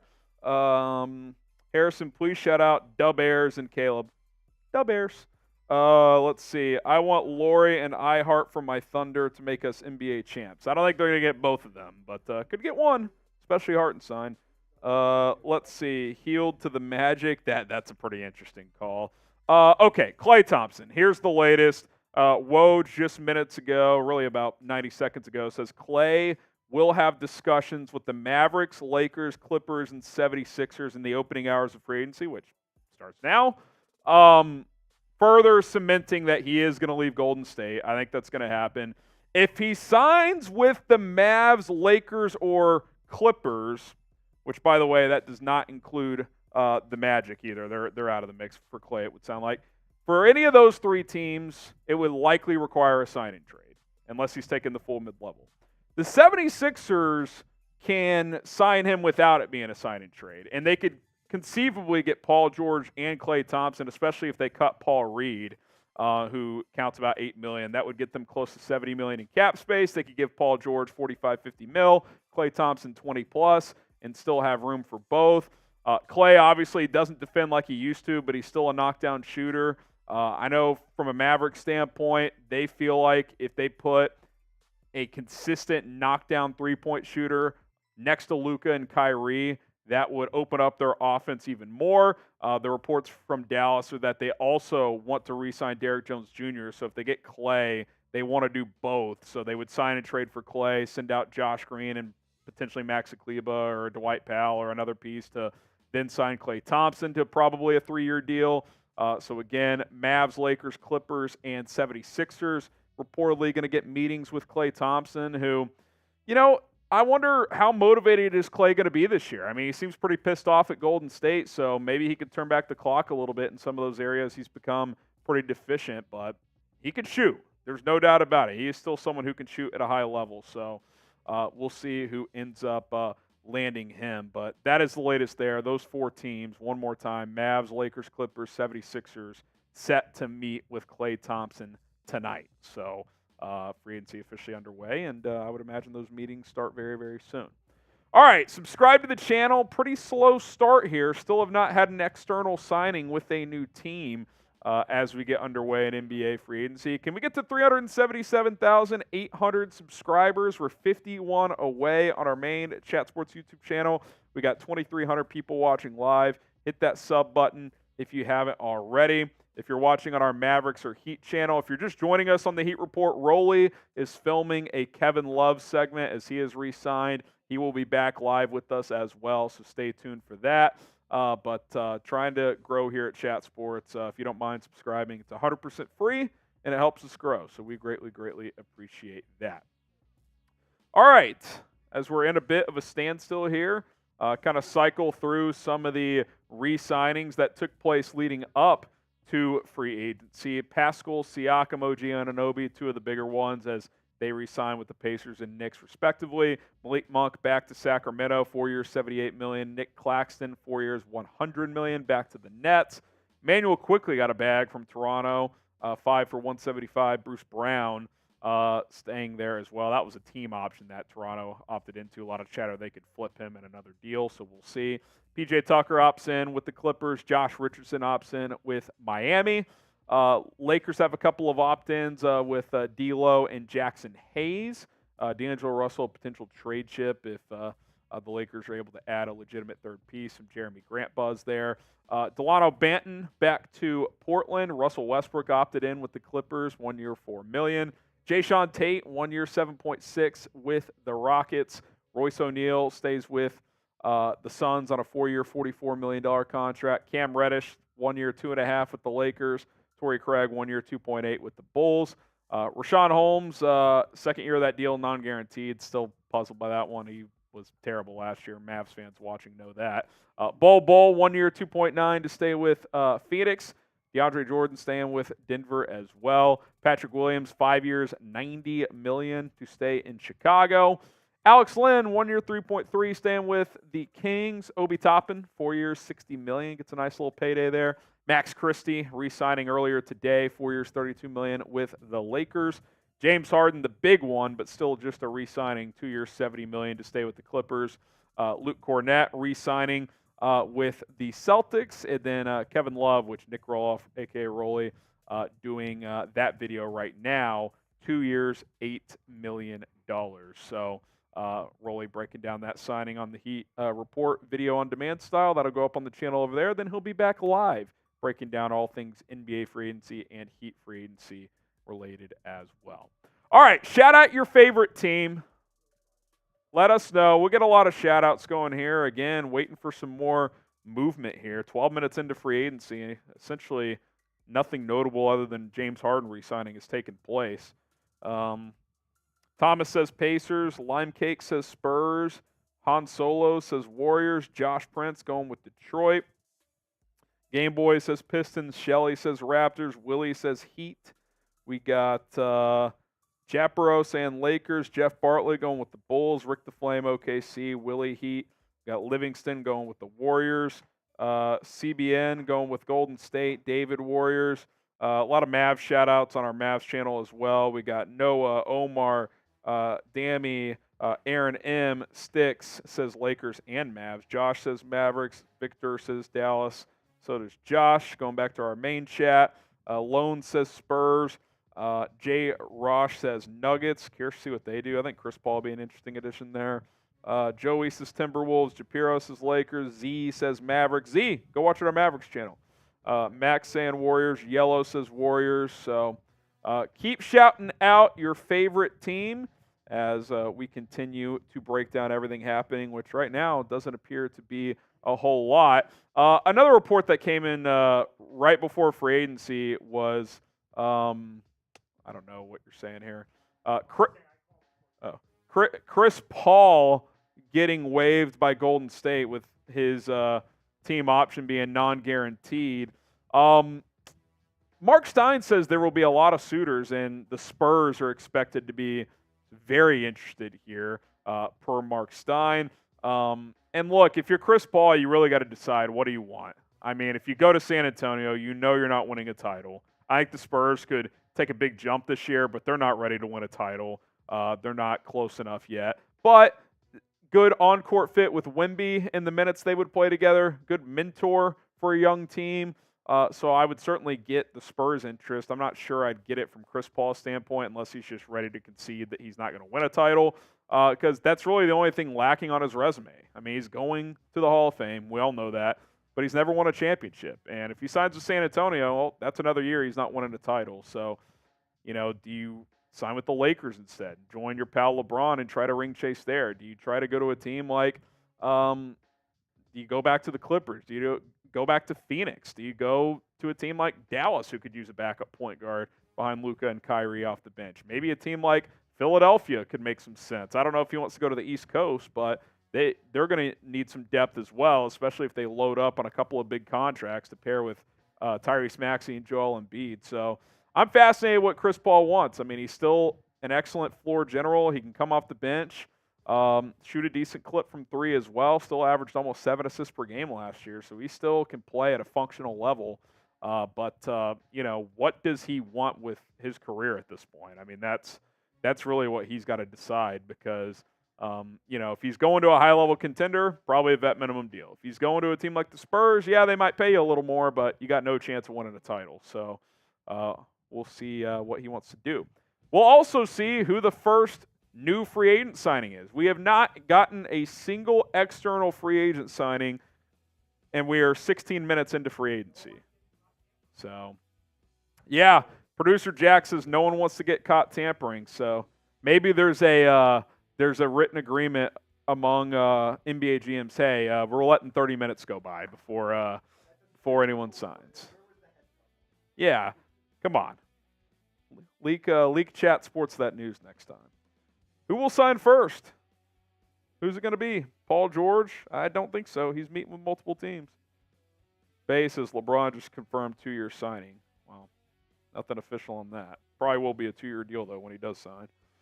DeMar DeRozan to the Lakers, question mark? He'd have to take a lot less than what his market's going to be. Or it would have to be some kind of sign-in trade. Got a super chat coming in on Maine. Curry back to the Mavs. Noah, I don't think Seth Curry is going to have a fourth stint in Dallas. I think that ship has sailed, finally. Jay says, look at super chat, please. Okay. That was on our Mavericks channel, he was saying that. So we'll catch up on that as well. Here is our super chat menu if you guys want to donate. Every 100 likes for beers, cheers in. $5, we'll talk about your favorite team. $10, we'll spin the roulette wheel. $20, shot time. $100, beer bong or shotgun a beer. So those are our items today. Jacob the Saint from Maine says, what can that Orlando do? Monk out, Klay out, D'Lo out, PG unlikely. It's a good question. I mean, do you pivot to like the next tier of player? Like, do you look into a Brandon Ingram trade? I don't think he's that valuable, but do you sign Tobias Harris to a 1-year deal to give you some offense and positional versatility? I don't think DeMar is a great fit, but do you consider signing him? Would he even go there? Do they wait and see if Donovan Mitchell's made available via trade? So, if you're Orlando, you got to stay patient. You have a good young core. You're coming off a good year. But, yeah, obviously they want to add around Franz Wagner and Paolo Banchero. Jay with the 5 says, for Mavericks today, he says, would you trade Maxey, Hardy, and a 2025 first for Klay and Kuminga? Yeah, if you got both, but I don't think Golden State's giving you Kuminga for 1 first-round pick, Maxi Kleber and Jaden Hardy. I just don't see it. And would you do it? And if Jones doesn't re-sign, would you think that means Omax is ready? I mean, if Jones doesn't re-sign, I think that means that a team just offered more than the mid-level, and there's nothing Dallas could do. I don't think it has anything to do with Omax. I hope he's ready. I have some hope he can be in the rotation next year, but I don't think you can operate, if you're the Mavericks, expecting him to be a high-level rotation guy. Like, I think you have to assume that anything he gives you in year 2 is bonus. Kind of like what Jones did last year. When they signed him, they did not expect him to play the role he did. So you never know, but there's certainly some development that's still needed there. Our Super Chat menu between Mavericks today and the Heat Report is a tight one, 23-20 in favor of the Mavs. Appreciate all donations, and helping us grow here. Do have a minor piece of news. The Jazz are waiving center Omer Yurtseven. So there's that. Here's our updated top free agents available. Again, LeBron and Maxey, they're not going anywhere. It's just a matter of when those re-signings happen. We know Maxey's getting the max, but Philly's going to use their cap space first to get external guys like potentially a Paul George who's third on that list, maybe a DeMar DeRozan or Klay Thompson as well are in the mix there. Reports around Kentavious Caldwell-Pope to Philly have been out there also. Isaiah Hartenstein, been a lot of buzz of him going to Oklahoma City. I just mentioned KCP. There's been some Dallas chatter, Philadelphia now, Orlando. That's another guy Orlando could target for whoever asked me that a minute ago. Kelly Oubre, Tyus Jones, Caleb Martin, it kind of thins out from there. You're talking about fringe starters, backup types, Miles Bridges, what is his market considering his off-the-court history? Tobias Harris, decent stats, but not really a player that leads to winning. Derrick Jones, obviously the Mavs would like to bring him back. Jonas Valanciunas been chatter with the Lakers. That could be a possibility. And then you got Gary Trent in there as well. For Mavs, for people watching on our Mavs channel, Bobby Marks has this note that the Mavericks have a $16.1 million trade exception created from the Tim Hardaway Jr. trade. The Lakers and Clippers would be $12.8 million non-tax mid-level. This is for Klay Thompson, unless they commit to a sign-and trade. So again, if the Lakers or Clippers want to get him, it has to be a sign-and trade. I guess the Mavericks can absorb him in a trade with that $16.1 million. So if Klay is willing to take 3 for $48, $16 a year, that could work. 76ers could have $14 million if Paul George signs a max with them. So that's interesting. That would get, to me, from a financial perspective, that gives the Mavs an advantage if they want to try to acquire him via a sign-and trade. Although I guess with the trade exception, some kind of transaction would have to take place, so you'd have to send something back. But we'll see what happens there. I mean, the Mavs seem pretty intent on trying to get Klay. The report was that they would rather have, if it came down to it, they'd rather have Klay than Derrick Jones. I don't know if I agree with that, but the goal is to have both. They want to sign and trade for Klay or somehow sign Klay or do a small trade with that exception to get him and then re-sign Jones under the 12.8, 12.9 mid-level exception. And then you kind of just run back the rest of your team, right? I mean, you got Quentin Grimes, you shipped out Tim Hardaway, and the rest of your team's back. So obviously you'd have to wait and see who would potentially go to Golden State in a sign-and trade for Klay Thompson. You would imagine Josh Green would be a strong candidate there, but you also got Quentin Grimes, who's kind of just a natural replacement for Josh Green. So that kind of works from a roster construction standpoint. So Klay Thompson meeting with 4 teams, the Mavs, Lakers, Clippers, and Sixers. Paul George taking meetings as well with teams. So it's going to be interesting. Maybe the reason we're starting slow here is teams are waiting to see where those two guys or players are waiting to see where those two guys end up. If you're DeMar DeRozan, do you sign now or do you wait for Paul George? You probably wait for Paul George to see what your market is. So keep those things in mind as we progress here. Almost 25 minutes into free agency. No external signing yet. This is wild. Appreciate everybody tuning in. This is our Super Chat menu as we'll get to a Chris Paul tweet here in a second as well. Next Super Chat gets a wheel spin, so it doesn't matter how much it is, doesn't matter what channel it comes from. It could be $1, could be $10, could be more, doesn't matter. Next Super Chat, we're spinning the wheel for you. $20, we'll take shots. $100, we'll do a beer bong or shotgun a beer. So any amount of a Super Chat, we will spin the roulette wheel for you guys. So we'll make that happen for you. All right, we got this as well, that the Bulls offered Zach LaVine to the Warriors for a package that included Andrew Wiggins and Chris Paul. The Warriors declined and just released Chris Paul instead.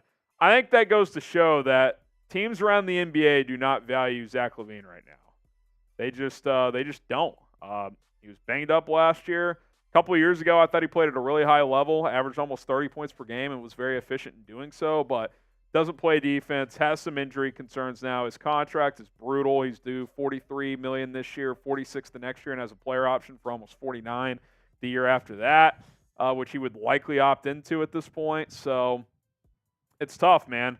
It's tough. Like, what do you do if you're the Bulls? Like, I think you just have to keep him, and you hope he plays well to start this season, and maybe you trade him at the trade deadline because the way he played last year when he was on the court wasn't that inspiring. So I don't think teams are very interested in Zach LaVine at this point in time. Teams aren't interested in signing anyone at this point in time. Nick Roloff is about to be back, and when he gets back and settled, I'm going to hop off for a sec as things are a little slow. Noah Turner with the $1, so that's a wheel spin. The next super chat got a wheel spin, so we will do that. So let's spin the wheel here for Noah. Shout out to Noah. Shout out to Noah. All right. It is Beers Cheers. Cheers, Noah. Appreciate you watching as Nick Roloff is about to return. He is ready to go. Rolly, if you want to talk to the live audience more about Kevin Love, you can do that. Well, first of all, I want to shout out to all the Heat fans still out there. Like, I was expecting a little bit of dip in audience since I was gone for about 10 minutes. They love me. Yeah, I'm sure that's it. I see a lot of where's Rolly. Rolly is back. Appreciate everyone for staying tuned. But obviously, Kevin Love re-signing a 2-year deal with Miami. The most interesting note of that, which you'll see on our VOD, which is going out in just a second, is that this is a 2-year deal straight up. Last season, Kevin Love re-signed with the Miami Heat on a 1+1, where it was a 1 year plus a player option, which Kevin Love obviously opted out of, which made him a free agent. But Kevin Love is a straight up 2-year deal. So Love is on this Heat roster for the next 2 seasons, which is a little bit of an intriguing note as well. But either way, Love is back. And in other news, Omer Yurtseven got waived by the Utah Jazz. All those Omer fans from in Miami, they were in the gutter. Yeah, how about this, though? Still nobody has changed teams. It's been 26 minutes, and no one has signed with a different team? What are we doing here? What are we doing? This is no fun. This is no fun. Oh. Seeps, is that true? The Warriors declined Wiggins and Paul for LaVine? Wow, LaVine's value is in the gutter. I don't know if I've ever seen a player go from an asset at least viewed in a positive light to this far in the other direction is crazy. I'll also say this for the 500 Heat fans still watching. Donovan Mitchell still has yet to sign his extension. Just going to point that out there. All right, let's talk some James Harden, though, because right before free agency did open, he signed 2 years on a $70 million deal to return to the Clippers. And this makes a lot of sense, right? Like, the Clippers need James Harden back, especially with the Paul George situation up in the air. And no matter what you think about James Harden, right, like, he is a really good point guard at this point in his career. Simply one of the best playmakers, averaging almost 10 assists a game in the last 4 seasons. He obviously missed it this past year, but he's been really good. And I thought he showed some nice things during the postseason. There's always going to be that question of James Harden, not a playoff player, is a playoff player, like whatever you want to say about him. I like what he's done in his career as of late to take that next step. And he can win you a ball game, man. Think about his last season with the 76ers. Like, he was the reason why that series with the Celtics in the second round went 7 games, because he went absolutely nuclear and a couple dropping 40-piece tenders. Like, he was really good. So I think there's still a pretty solid player out there, or in him, I should say, with James Harden.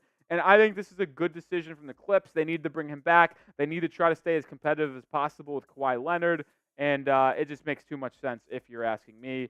So he is returning to the Clips on a 2-year, $70 million deal with $35 per season. Little update here with Isaiah Hartenstein. With cap space teams like Orlando focused on wings and Utah focused on current roster decisions, and Knicks working to unhard cap, the Thunder are in Oregon set to meet with Isaiah Hartenstein. So the Oklahoma City Thunder are meeting with Isaiah Hartenstein, and that is something that makes a lot of sense for them to get together. But speaking about the Clippers, Paul George is obviously the biggest domino to fall in free agency, as he is expected to take meetings with the Clips, Magic, and 76ers. Let me ask you, we've talked about the fit with Philly. Will the Clippers re-sign Paul George? That is a question that we have to ask. Type Y for yes or type N for no. It's also our new live poll on our stream. So let us know what you think on Paul George. Is he going to return to LA? Will the Clippers end up offering him the bag and get him to return to create that little trio of Harden, PG, and Kawhi Leonard once again? I'd be intrigued for sure. I'm as stunned. I know you guys have been saying this behind the scenes, but no team switching yet. They might be dodging the tampering. They're not slick. You know, I really appreciate lawnmower balls in the chat of the Heat Report just constantly spamming different good players to Miami. We got Steph Curry to Miami. We got De'Aaron Fox to Miami. We got Brandon Ingram to Miami. And now we got Zach LaVine to Miami. Just like going right down the line. You know, I appreciate what you're doing down in the chat. I do that. All right, DJ Noel with a $5 super chat. Mavs need a forward. I'm thinking Butler or Lauri Markkanen could help the Mavs. If Cavs keep Mitchell, they should trade for Rudy. Bring that comes to back. Well, I'll tell you one thing. Jimmy Butler's not getting traded. Damn sure ain't going to the Dallas Mavericks. I don't think Lauri Markkanen is going to be traded either. Yeah, so DJ, appreciate the super chat, but I just do not forecast any of those players being dealt. Now, Rudy Gobert, that's interesting because the Timberwolves have one of the highest cap numbers in the NBA and need to shed some salary. Oh, Seeps, I'm sorry for not putting a headlight in there, but that looks good to me. All right. Yeah, sorry. Yeah, no Mavs. All right, you want a shout out on today's show? Retweet our pinned tweet. Jack Lutter is going to send the tweet into the live chat. If you retweet that, oh, interesting. Kelly Iko says Nicholas Batum will not be returning to the 76ers. So interesting little role player out there available. Oh, interesting role player, I should say. Let's give some shout outs to people retweeting our pinned tweet though. Let's see. You want a shout out? I'm looking. Well, we got some real ones who have already retweeted it, like Matt Riche, VR3 Pendleton, upcoming actor, CB, Joey Peets. Shout out to all the real ones retweeting our pinned tweet. I'm still looking to see new ones. I'm still looking to see some new ones. Oh, we got a couple. Oh, we got a lot coming in. We got Jesse Stewart. We got I Am a Big L. We got Chris V. Who else is giving some retweets? We got Official the Blue Devil. Let's go. Let's go. Continue to show some love. We got Coy Nguyen. Nguyen? I think it's Nguyen. Shout out to y'all. Shout out to y'all. Shout out to y'all. All right. Who is going to be the first player to sign? That question still can be asked, which is kind of wild. It's just flat out wild that we can still talk about which player is going to be the first to sign with a new team. It's crazy to say that. Here are some of the biggest moves to happen before free agency. Pascal Siakam, OG Anunoby, they all return to their team. So does Malik Monk and Nick Claxton. A little bit of shocker there from Malik Monk. Next page here, Emmanuel Quickley got a shocking 5-year, $175 million deal with $35 million per, which is kind of crazy to me that you would be that much money because I don't think IQ is worth $35 per season, but it is what it is. Bruce Brown, 1 year, $23 million team option picked up. PJ Tucker and Jay Rich all opt in to their contracts. D'Angelo Russell and Jackson Hayes opt in. Delano Banton got his option picked up. It was as a team option from Portland. Real quick, fun fact about Delano Banton. We did this in our, I was just, doing our research here, getting ready for free agency. The most random stat that you could possibly imagine. Okay, Delano Banton started the season with Boston. Okay. Did nothing, as you probably would expect. Yep. Gets traded to Portland. Yep. In 30 games with Portland, 16.7 points per game and almost 5 rebounds and almost 4 assists. Yeah, I'm pretty sure he was a jack. I think there was a game up there that Delano Banton went like 0-15 from 3. That's just incredible. I don't know if that's true or not, but I think it happened. What's more impressive, that or Malachi Flynn's 50-point game?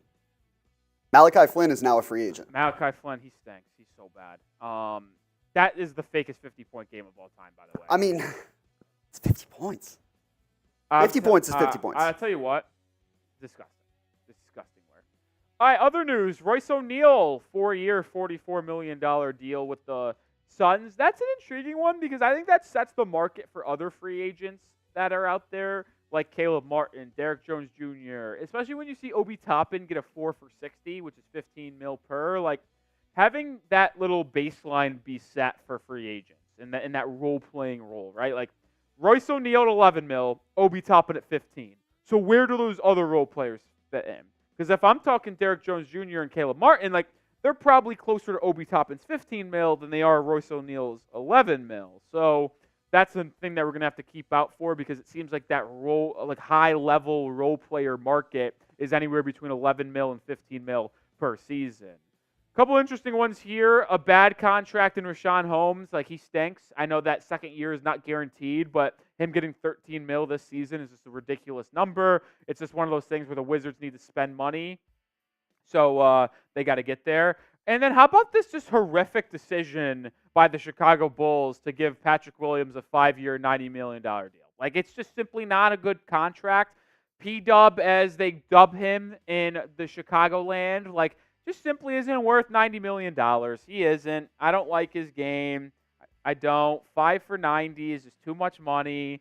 Patrick Williams, he can't create for himself. He's just a product of his environment. I know Chicago fans are going to say, no DeRozan, no Zach LaVine. P-Dub's going to have an expanded role. My ass. This guy stinks. He can defend a little bit, sure. He just isn't that good. He just isn't that good. Probably two of the biggest moves today. Max Christie going back to the Lakers on a 4-year, $32 million deal. And then James Harden, 2 for $70. J Hard, I expected him to re-sign with the Clippers. I did, and it didn't surprise me at the money he received from Los Angeles. But I'll be honest, I think it was a good move because they need to do it. They do. And especially with the possibility of losing Paul George, you couldn't lose Harden and PG. So they end up re-signing Harden on a $35 million deal. So, yeah, I'm cool with that. Other two news that happened. The only two signings that happened after free agency technically opened, Luke Cornett, Kevin Love. Nothing crazy there, if we're going to be honest. Nothing crazy. I see I made a lot of people mad about the Patrick Williams comments. A lot of people mad. I'll be honest. Like, Raging says stop saying that it's casual. Can you tell me why he deserves $18 million per season?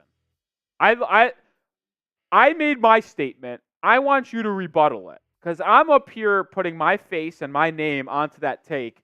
You're Raging Oracle or not. So can you tell me why he deserves $18 million in the comment section? And don't just say he's a 3-and-D forward at 22 years old, because that's not a reason. Give me a real reason down below if you're really about that life. Other news / rumors. We kind of mentioned it on air. I don't know why Shams brought up Orlando, Utah, and the crew, but I think we got a signing. No? Oh, okay. I just saw Coop's message, and then I just saw on cue, and I just assumed someone signed. Okay. Still nothing yet. So the Thunder are meeting with Isaiah Hartenstein in Eugene, Oregon. So we'll see there. It makes a lot of sense that those two would come together here because Hartenstein does a lot of things that Oklahoma City needs. Thunder just need more size along Chet Holmgren. And Chet was great in his first season of playing, but he needs to put on weight. And I don't know if he could handle being the workload of a true center against other centers like a Gafford, like that are big-bodied, super physical, having. All right, so I like bringing in Hartenstein if you can, moving Chet to the 4 because he can space the floor, and you got two big men there. You move Jalen Williams to the 3, SGA at the 1, and then you fill in Caruso or Lou Dort at the 2, and the other one's the 6-man, and I think it's a really good number here. Let's get to 1,000 likes, folks. We are 134 likes away from getting to a stack. Let's go. I'm taking a sip of my beer every 100 likes, so let's get to a stack, and I'll take 2 sips of my beer. Oh, Sam Brown's offering up a shot. I'm going to lace it with peanut butter. They said I can't say that because he's allergic to peanut butter. So can you not have peanut butter whiskey? Does that count? Okay, interesting. I didn't know how they made the peanut butter, so. Oh, did you? Oh, that'd be tough.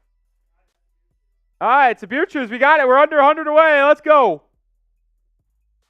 I have $5 super chat on the Heat Report. Let's go, Jay Townsend. Let's go, Jay. All right. Hold on. Raging Oracle is trying to tell me about that life. He didn't get the memo. He's just spamming the contract details of Patrick Williams. That's not explaining to me why he deserves $18 million a season. It's not explaining it. I just need more. I mean, you're giving me the contract details. Cool. Like, I'd like to know why he deserves $18 million. I feel like what my goal here has worked. I've gotten people riled up in the chat, and I've gotten these two people riled up out here, and I have successfully gotten it done. Oh, no shit. Wow. We got some news, folks. We got some rumors. Jake Fisher, Russell Westbrook opted into his $4 million contract, but the Clippers are now working to trade him. So I don't know why Russ just didn't opt out, unless he thought he wasn't going to get $4 million plus. But either way, Russell Westbrook is technically, I guess, available for trade. Excuse me. Interesting to see who would pick up the phone to try to trade him. Also, I don't know what he would cost in a trade. Like, ooh. Heat fans, thought for you. Heat fans, I have a thought for you. Josh Richardson opted in, makes $3 million. Would you trade Josh Richardson and Orlando Robinson for Russell Westbrook? Would you do it? Where would you do it? Would you trade Jay Rich and Orlando Robinson for Russell Westbrook? Loveless says yes. Oh My says yes. Aiden says no. Andy says yes. Oh My Chromosome says yes. MX says no. Francisco, yes. Tyman, yes. I see a lot of yeses, couple no's, but majority of yeses. Where will Russell Westbrook play next season? Let me know. That is tough. That's a tongue twister. Not going to lie. Yeah. Where will Russell Westbrook play next season? Give me your predictions down below. I'm seeing more no's. I'm going to change this to the live poll. I'm curious. I'm seeing a lot of OKCs. I'm seeing some Pistons. I'm seeing the Suns in our chat. Would you trade Jay Rich, Orlando Robinson for Russell Westbrook? It's our live poll. Go vote in it on our Heat channel for the 450 people watching. Let me know. Let me know. All right, we got Michael's Budget saying Suns. Bron says the Harlem Globetrotters. Clayton says in his backyard. Alexander says Utah. Rick says China. XD says Warriors. Sam says the Suns. Russell Westbrook KD reunion? Hello. Sandwich says Dallas. Firefighter says Cavs. Logan says Thunder. That'd be fun. Honestly, that'd be fun. I don't know if it works, but it'd be fun. Another $5 super chat from DJ Noah. We also did get a 5 on Heat, just saying. Okay. Bulls should do a sign and trade with DeRozan. 3-team deal with the Lakers and Hornets. Bulls get LaMelo Ball. Is that supposed to be Anthony Davis? L. Ball and Davis and M. Bridges? Lakers get DeRozan and Nick Richards? Yeah, what do the Hornets get? And how are the Bulls netting Anthony Davis, LiAngelo Ball, and Miles Bridges for Nick DeRozan? This is that DJ. I just not gonna happen, kid. Jay Townsend with a $5 super chat. Nick, I think the Heat should take another shot at bringing Kelly Oubre to Miami. He'd be a great fit. I think he would be a great fit, Jay. Problem is, because of how well he played this past season for the 76ers, he is going to get at least probably 10, 13 mil. So he is absolutely going to be too expensive for Miami. So unfortunately, Jay, Kelly Oubre is not going to happen to the Heat. Super Chat battle is in full display, though. The Heat Report and Mavericks today are going at it. The Heat Report lead by $1. Let's extend our lead. We're up 25-24. Let's get a lead. $5. We get you on screen for any super chat. $5 we talk about your team. $10 we spin the wheel. $20 is a shot.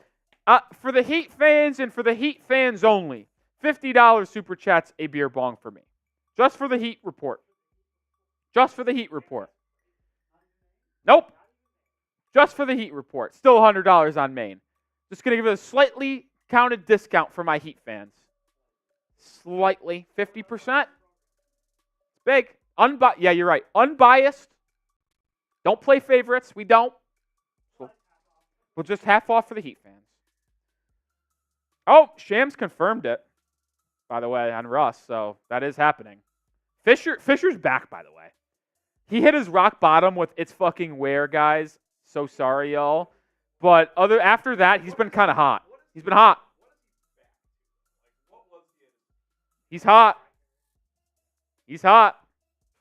That's all I know. All right, I'm back. By the way, I don't know who Sean Cunningham is, but he's a Sacramento-based reporter.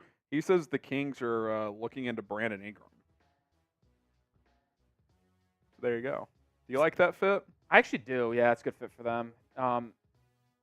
Sean Cunningham. They do need wing scoring because when you think about where they need to improve, they need defensive help. Now, BI doesn't do that, but if you're going to look for an offensive guy, it makes sense on the wings because you can play Keegan at the 2 potentially. Secondary playmaker for Fox. Yeah, Keegan at the 2 because I don't think you're trading Keegan. Now, maybe Keegan could be a 4 or you just move BI to the 4, so bonus at the 5. I don't know. We'll see. That's an intriguing fit. That's for sure. Yeah, Mavs fans, I'm back. Appreciate you hanging with us. Pretty quiet so far. The main Mavs news is Klay Thompson is visiting with Dallas, both LA teams, and the Sixers. So that's kind of it right now. No chatter on Derrick Jones just yet. Okay, we're going to play our favorite game. Shout out your favorite team, and we'll talk about the first. Sham saying the Nuggets could be interested in trading for Russ. That's a death sentence. Well, they do need a backup point guard after Reggie Jackson. I'd rather just sign CP3 if I was them, but we'll see. All right, shout out your favorite team. Rolly, you get some shout outs, and then in like 20 seconds, I'll look at the chat, and the first one I see, Hold on, let me read this real quick. You want to flip rolls there?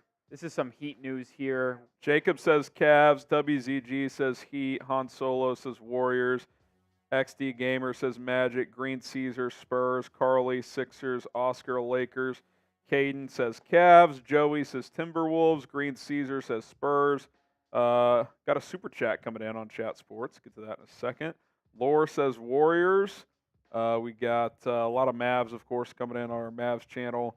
Noah, Samuel, E. Braggart. Marcus says, why no interest from the Mavs for BI? Because you already have two ball-dominant guys in Luka and Kyrie, and BI is not that effective off ball, so I don't like that fit. All right, yeah, I'm sorry, I'm back now. I just had to read some salary cap news for Miami after that. Anything worth passing along to yeah, the Heat just report? a little update on where they are after the signing of Kevin Love in terms of like tax money and stuff like that. So the Heat now have 11 players under their roster, and they're $1.1 million under the first apron, $12 million under the second apron. So they have to still sign 3 people at bare minimum. They have to sign 3 people, and those can't take more than $12 million unless you want to go in the second apron. So they could technically, as we talk about the potential return of Haywood Highsmith, like you could sign Haywood on a deal that is $7 million against the cap, and then 2 vet mins and stay under the second apron, technically. But I would not be too optimistic on that. By the way, I just tweeted this out. No free agent signings 48.9 minutes in. Talk about overcompensating for tampering. Yeah. Is it that, or is it this that the new apron stuff is just so tough? Like, Might play a role, but not a single. There's not even like a vet min guy. Like nothing. but like, Zero. but here's my thing: is like, why would any player sign on the vet min? Why would they early? any other year? It happens every year. Well, why wouldn't they just wait? If you're gonna be a vet min guy regardless, you might as well wait. For a 0 external signings, almost an hour in, that feels like a league wide. No, I'm not saying it's ridiculous, but Yeah, this is brutal. all right, let's do this game one more time. Shout out your favorite team. Oh, we haven't picked the team originally. All right, spam your team, and we'll do in about 30 seconds. All right, keep Spam your spamming. teams.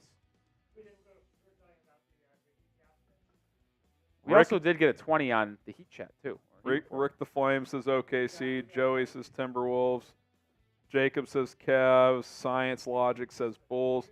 M Max says Brooklyn.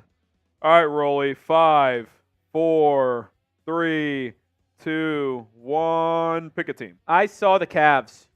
All right, Donovan Mitchell watch. Cavs is the first team that I saw, and that's really it. Like, they took Jalen Tyson in the first round of the NBA draft. I like that pick at 20. I think that's a good one. But, like, that's the biggest thing is, what are they doing with Donovan Mitchell? Is he signing long-term? Is he not? Because if he doesn't sign in, a long-term deal, like, then what are we doing?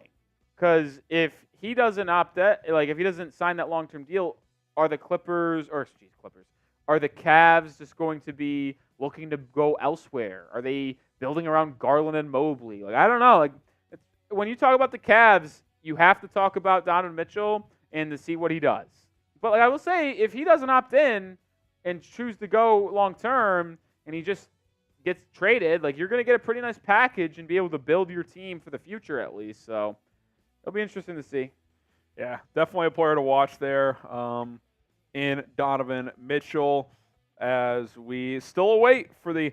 By the way, I'm saying this right here, right now. If we get an external signing exactly at 7 o'clock Eastern time, it is the most obvious fake we're letting an hour go by thing of all time. If we get a Woj, Shams, whoever tweet exactly at 7 Eastern, it's the most calculated thing I've ever seen. No one's fooling me, buddy. Jay, we're going to get your super chat on screen in a second. Don't you worry, Jay. Yeah, keep shouting out your favorite team. We'll pick a team in a second, but let's catch up on these super chats in the meantime. Catch up on these super chats. I said we're going to come back. Keep shouting out your team. I'll get one in a second. Let's get them. Then we'll pick a team. Shout out to Jay Townsend for the $20 super chat on the Heat. This is for the Heat, Nick. Go Heat. Jay, you're a legend. You put us up by now $21 in our super chat battle against Mavericks today. I also owe a shot. Yeah, if you want to cast. Do you have a shot glass? No, Sam, can you grab me a shot glass if you have a second? Shout out Jay. I'll take that shot in a second, Jay. Rick the Flame says Oklahoma City. He was shouting out his favorite team. We got to talk about the Thunder because that's a super chat. $5. We'll talk about your favorite team. Oscar says, let's go. Jonah says, Mavs trade Green first and a pal to Atlanta for DeAndre Hunter.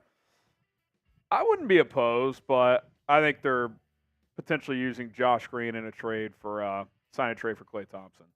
All right, Thunder, Rolly. Had a busy draft, drafted 3 guys in the top 40.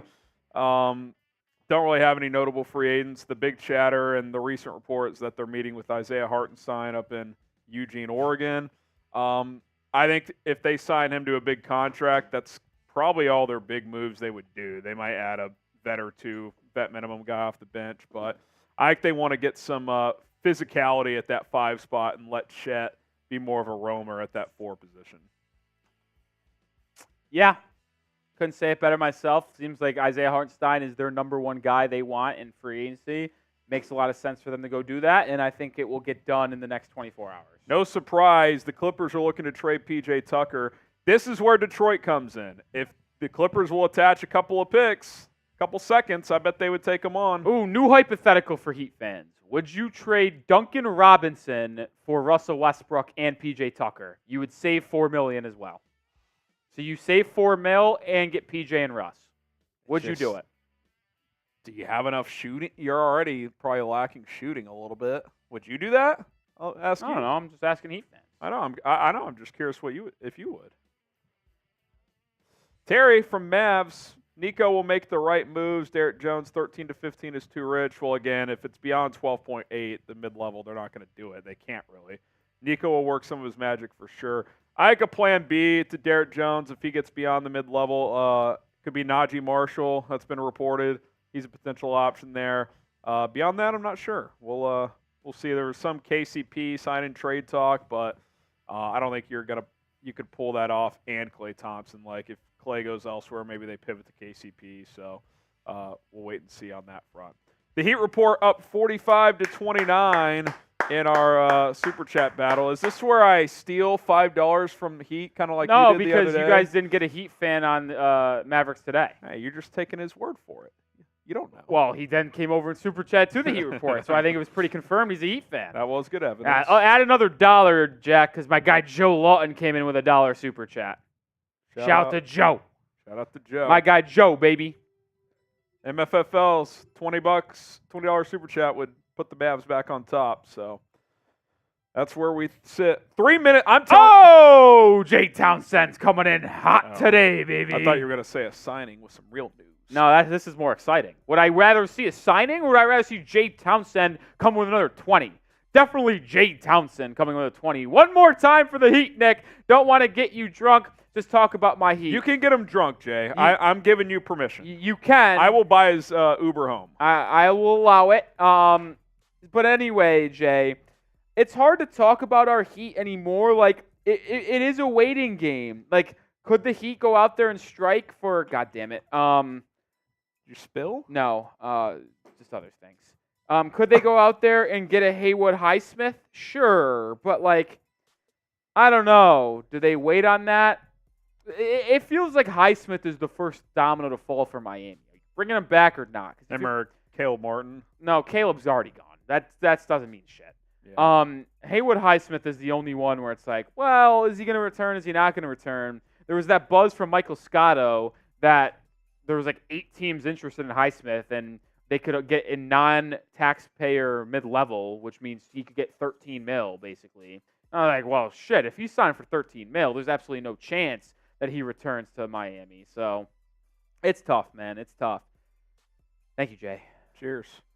All right, you look at some of the top free agents here, which, by the way, 2 minutes away from 7 o'clock Eastern. My prediction, before 7:05, we will get an external signing, but it will be after 7 o'clock. Because this is a clear, calculated hour to not do external signings. LeBron and Maxey, they're not going anywhere. Those are just formalities. Paul George meeting with a few teams today. The Sixers, the Clippers, and not the Lakers. Who's the third team? Is it the Magic? Magic are the third team. No chatter on DeMar yet. I think he's kind of we're going to wait and see what Paul George does first. Klay Thompson meeting with the Mavs, Clippers, Lakers, and Sixers. That's the latest on him. Isaiah Hartenstein currently meeting with the Thunder. Kentavious Caldwell-Pope, the reports leading into free agency were that the Mavs could be interested in a sign and trade. Today, the reports are that the Sixers could try to combo him with Paul George in Philadelphia. I think the Magic could be in play there as well. Kelly Oubre, Tyus Jones, Caleb Martin, Rolly, as you kind of get into that next tier level of free agent. Yeah, and we'll see what Caleb ends up getting. Haven't really seen a lot of people or a lot of reports or rumors on what teams could be interested in Caleb Martin, but he's expected to get close to 12, 13 mil a season. Just curious to see which team it ends up giving. Tobias Harris, interesting note here, Harrison. I just saw a little report from Keith Pompey, who covers the Sixers, that the Jazz, the Spurs, the Pistons, and there was one more team I'm forgetting, could be interested in his services. So wonder if Tobias Harris ends up going back to Detroit or ends up going to a team like San Antonio, which would be interesting. It'd be kind of gross, but interesting. Oh, it's the Mavericks. Thank you. Oh, shit, the Mavs. And Tobias? Yeah, that's what Keith Pompey said. I guess I wouldn't hate it for the mid-level, but I think, who would you rather have in a vacuum, Derrick Jones or Tobias Harris? Oh, Tobias is a better basketball player. He is, but I think Jones is a better defender. You're asking for in a vacuum, it's Tobias Harris. If the money's equal, I'd probably agree. Sure, DJJ was good for y'all last year, but I watched Derrick Jones Jr. get dared to shoot the basketball. He was terrible in the finals. As much as Tobias Harris has got his struggles in the postseason, you're not going to dare him to shoot the ball. Yeah, no. Derrick Jones Jr. got dared. I hear you. Yeah, Jones lost some confidence. That is one thing I'm worried about Jones just in general is this is really the only year of his career where he's kind of had a complete, consistent season. Is he going to build upon this or could he regress? I mean, I think playing next to Luka helps him because he gets better looks on those catch and shoots. But, yeah, we'll see. We'll see what happens there. I wonder what Buddy Hield gets. I mean, his stock had to have fallen a lot after his play with Philadelphia. His stock went down for sure. Probably a mid-level guy, 10 to 13? I think it could be less than 10. Does he have to sign a 1 year kind of he doesn't defend. It might be a Kelly Oubre type thing from last year where he signed super cheap on a 1 year deal, like you mentioned, tries to rebuild and has to try to rebuild the stock. Yeah, could happen. Could happen. I wonder if a team like Detroit would give him 2 for $40, and he's like, screw it, I'll take the money. Christ, $20 for Buddy Hield? What are we doing? $20 would be very cheap. Cool. All right, we're less than 200 subs away from our next milestone. We still got 1,700 live, even though literally nothing has happened. Oh, who called it? They waited an hour. This is the most calculated thing. Wait, no. Yeah, I was going to say. Oh, fake news Sammy over there. Yeah. Re-signing. The Celtics have been the most active team in free agency. Queta. Neemias Queta, yeah. Neemias Queta. There you go. Oh, man. All right, hit that sub button. Oh, we got a $50 super chat on the Heat or on Mavericks today to take a lead over the Heat report. He should have to leave. He should have to leave. Why? You said the Heat report. Oh, sorry. I got excited. Hey, what do you want me to say? Oh, man. I'd get excited for Rolly. He wouldn't get excited for me, but I would get excited. All right, let's get to 378 tonight. We're 182 away. Come show love on our main Chat Sports YouTube channel. Let's get to Alex Mitz. He says, Mavs on top. I'll tell you what, Alex, I got about half of this left. I'll chug the rest of it. Shout out to Alex. Are you guys on top now? We got $79 in super All right, chats. we're at 72. We're battling. We're battling here. 79-72. Stickman Sam. Cheers to Alex. Shout out to Stickman Sam. Cody Zeller. Oh, God, don't get me started about Cody Zeller. His 5-minute stretches in the NBA Finals is the reason why we lost those series. I mean, we lost in 5 games, but, I'm telling you, his plus-minus and his, 10-minute stretches were, minus 15. They were so bad. That was, the one game the Mavs lost to the Timberwolves when Lively was out. They lost that game in 3.5 minutes of Dwight Powell having to play. It's unbelievable. They literally did. I actually saw someone put up a poll of who has been the worst center to back up Bam Adebayo between Cody Zeller, Dwayne Dedmon, Thomas Bryant. Most of the people voted for Dwayne Dedmon, but I voted for Cody Zeller. You think Bryant was better than Zeller? Thomas Bryant was he just didn't play enough to be better or worse. He was just irrelevant. Oh, a signing!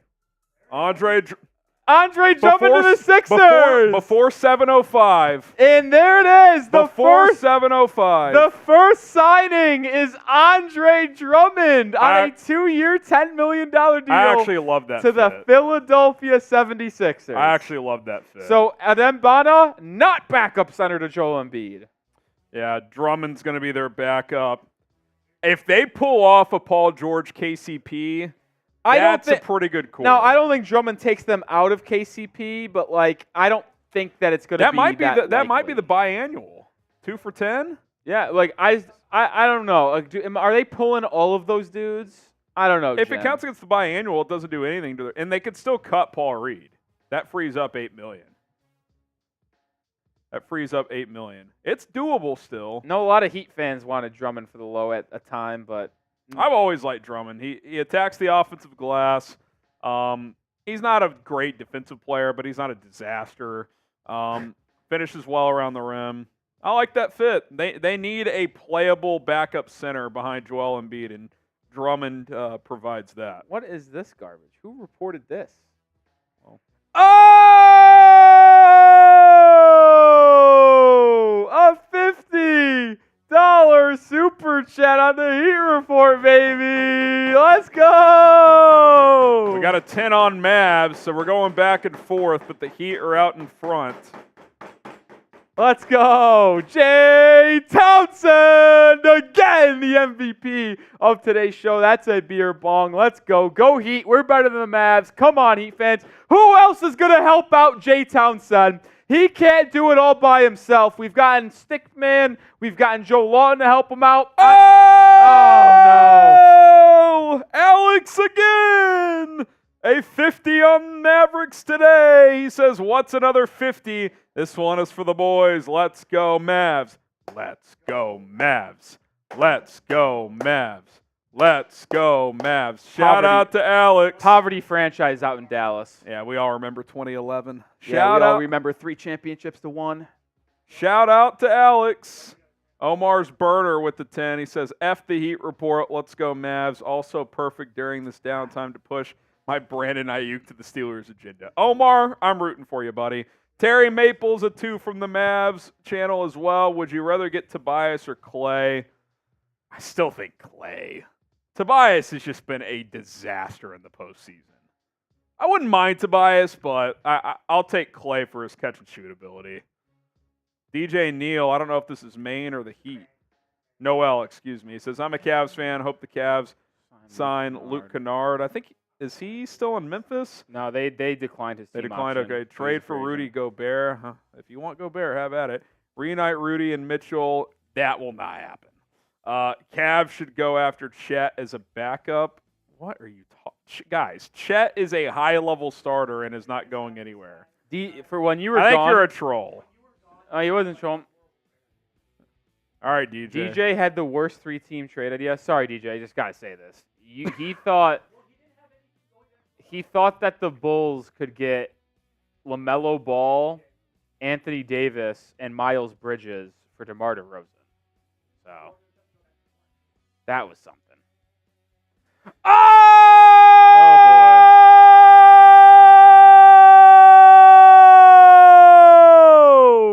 Jay Townsend, a $100 super chat. I am not worthy of Jay. I am not worthy. Oh, man. Oh, my goodness. Oh, man. I'm going to have to go back and look at the largest super chats on the Heat Report.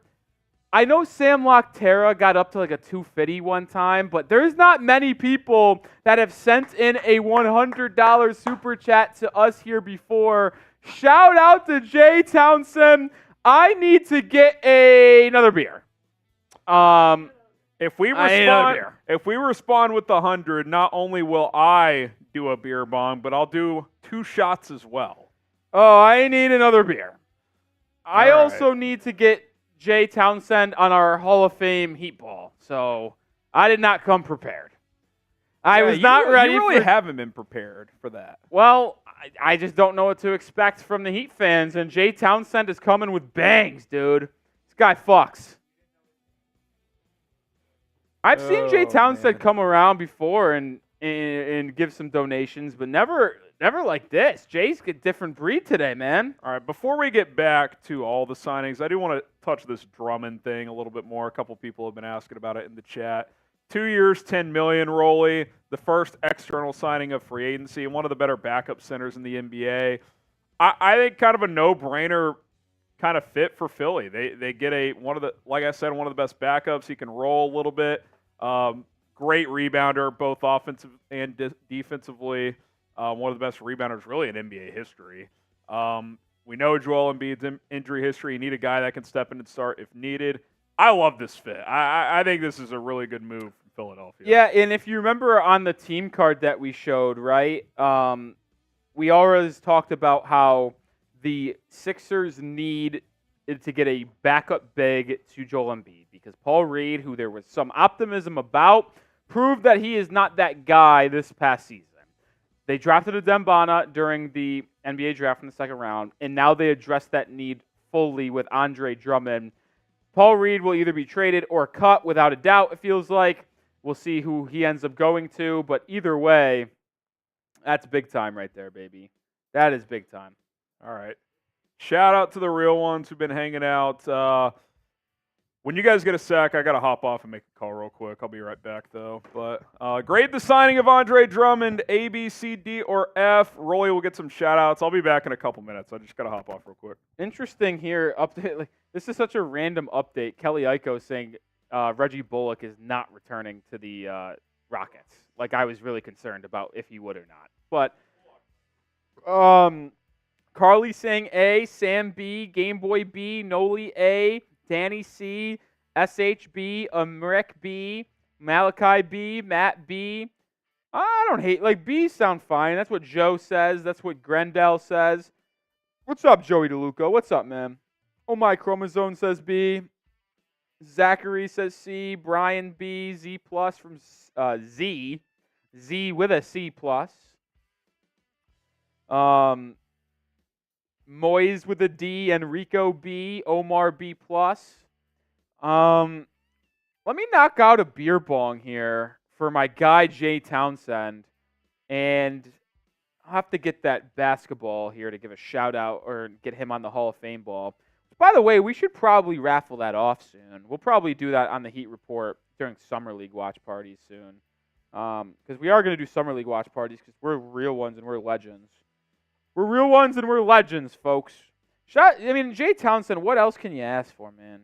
He's the man amongst boys, and he's putting the Heat Report on top. There's nothing else you can ask for. Alfonso says no Heat signings yet. Kevin Love signed a 2-year deal to come back to the team. 2-year deal. Shout out to him. Shout out to Jay Townsend. Beer bong for you.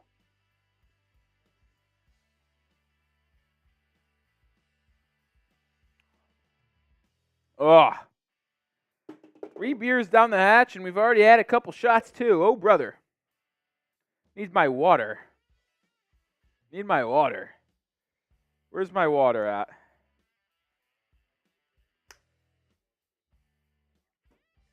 All right. Raging, yeah, I'm going to need an Uber today. That's for sure. Danny A-, Joey A-, Yup A, Freddie B, Jonah B+.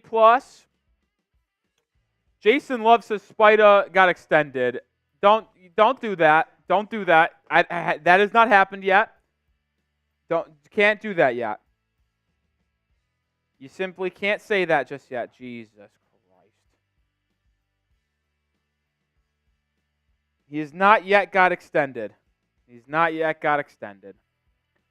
All right. We're going to run through some of what has already happened here in terms of free agency. Pascal, OG, Malik, Nick, Claxton all re-signing. All right. These are so old that we don't really need to talk about these. We've talked about Emmanuel Quickley enough today, so we don't have to focus on that. I will say with Bruce Brown's team option of $23 million that got picked up, I think that he will end up being traded. That kind of feels like a lock. We'll see if he ends up getting dealt or not in this offseason, but on an expiring deal with a team like Toronto that isn't really ready to compete, I don't think there would be any reason for them to hold on to that expiring contract. So Bruce Brown will be on a different squad this upcoming season, whether it be in free agency, this offseason, or during the middle of the year. PJ Tucker opted in, but he is likely to get traded. Seems like the Clippers are working on a trade with him, $11.5 million. Intriguing number there. Moving on here with the next group of four, Russell Westbrook also likely going to be dealt. Denver Nuggets showcasing the most intrigue in Russell Westbrook. At least that's what it showed in some reports. We'll see where he ends up going. But I was surprised when he opted in, and I guess it makes sense now that they're working on a trade. Russell Westbrook, wonder where he'll end up. We've talked about Royce O'Neal quite a bit. I'm actually kind of stunned that Cam Reddish opted into his $2.5 million player option. I don't know why he would have done that. He didn't have a role last year, and I don't think he'll have a role this year, so I don't really understand why Cam Reddish opted in. I thought he could have got a vet min deal or something similar to that $2.5 million to get a different place and have a different. No. Oh. No, this is just some news. It's not a signing. Oh, I just saw the first one. Or the second one. That's wild. Kevin Porter Jr. just signed with the Clippers. Thought this dude was out of the league. Oh, God. This free agency sucks. How long do we go until we just say this is terrible? Kevin Porter Jr. is back in the league. Wild. All right, moving on to the next group here. We've talked about Patrick Williams enough. I'm not going to do it again. Yeah, we're going to go. How about Obi Toppin getting 4 for $60? That's kind of wild. 15 mil per for Obi Toppin. I was kind of unsure of what he was going to get. I thought there was a legit possibility where he was going to get like, I don't know, 8 mil per year. Like, he did pretty well for Indiana last year, but does he move the needle? Is he worth 15 mil per? I'm not sure, Jim. But either way, Obi, he had a good year, shot 40% from 3. Good for him. Some of the deals today, Luke Cornett back to the Celtics. Same with Neemias Queta. Kevin Love, 2-year, 8 mil. And then the first signing that a player switched teams.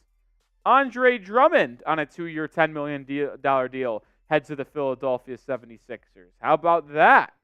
That's a stunner. And then the most recent deal, Kevin Porter Jr., who is out of the league. He previously reached a plea agreement of a third-degree reckless assault misdemeanor in January.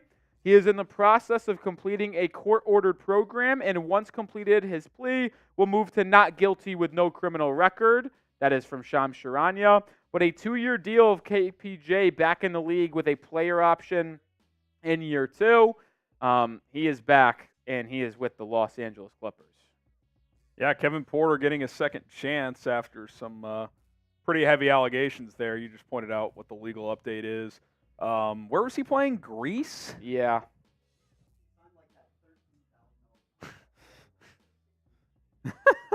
There you go. Certainly talented, but the Rockets moved on from him pretty quickly. Did we hit this 100 on Mavs, by the way? Alex Mitz. I stepped out, so I think Mavs has taken the lead yet again here as we go back and forth. Checkmate, baby. So I got to do a beer bong now. Oh, I actually did think we got a 20. I don't think we touched on Heat 2 as well. What are you up to? We're at 242. Oh, it's 242 to 241. Y'all are up $1. Mavs is? Mavs is 241 on my screen. Mm-hmm. All right, well, we're up by $1 in our Super Chat battle. Shout out to Alex. This has been a battle. Yeah, I didn't expect this one. It's been a battle. Alex, I owe you this beer bong, and I think I said I'd do 2 shots as well. Can I get that? Yeah.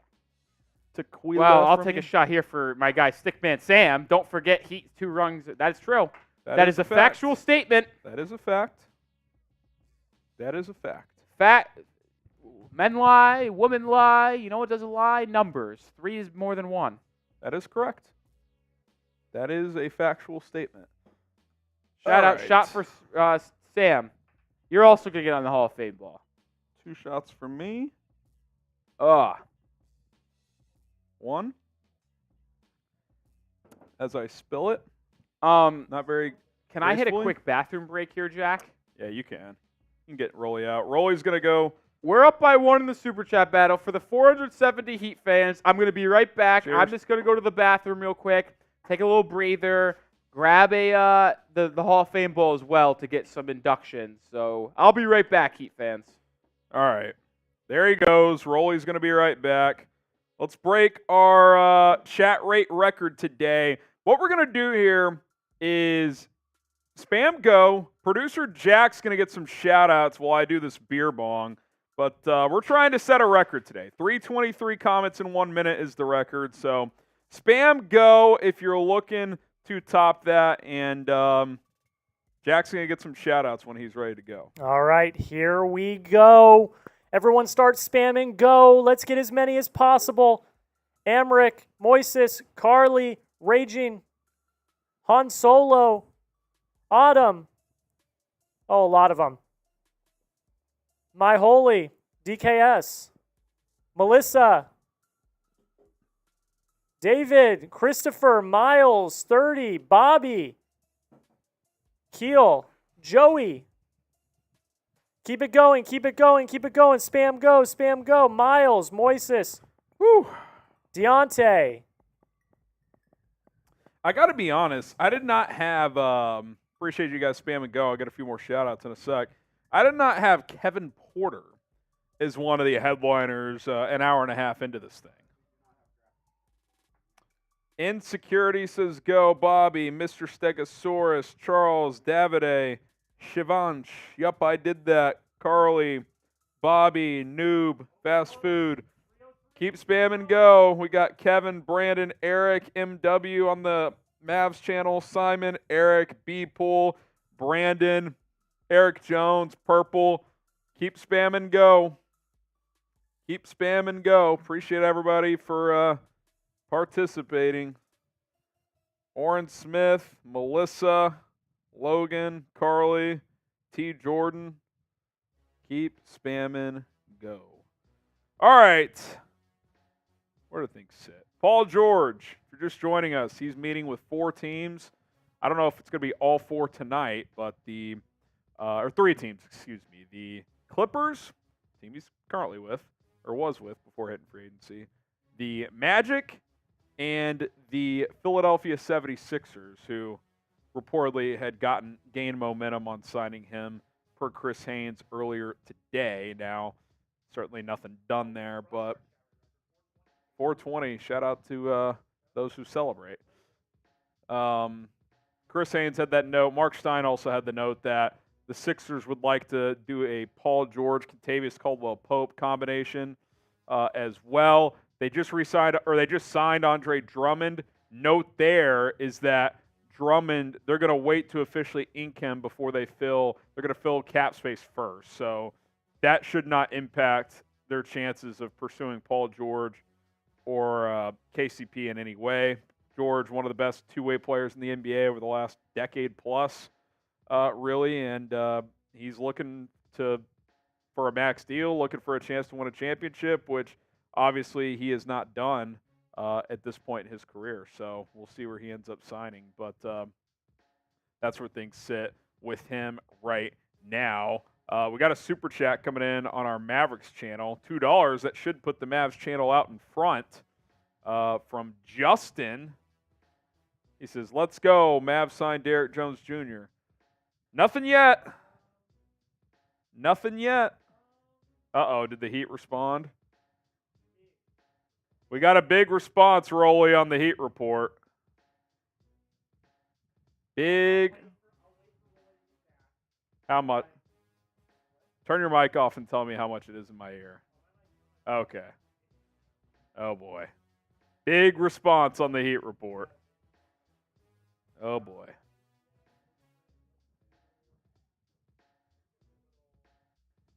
Big response on the Heat report. We're going to wait for Rolly to to respond to that. He's finishing up out there. But by the way, Andre Drummond tweeted, "I'm in the mood for a Philly cheesesteak." That's kind of funny. Let's go Heat. Let's go Heat. There he goes. We're 158 subs away from 378,000. Hit that sub button. Let's go. Free coverage during NBA free agency. We're live on our Mavs channel and Heat channel as well. Subscribe over there if you haven't already. Show some love. Show some love. Trying to get to 378 on our main channel before the night ends. Rolly's going to come back momentarily and show love to a big super chat.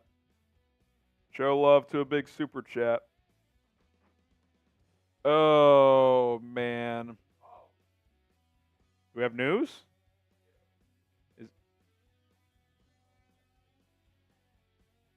Jeff Siegel? All right, let's get this first. Oh!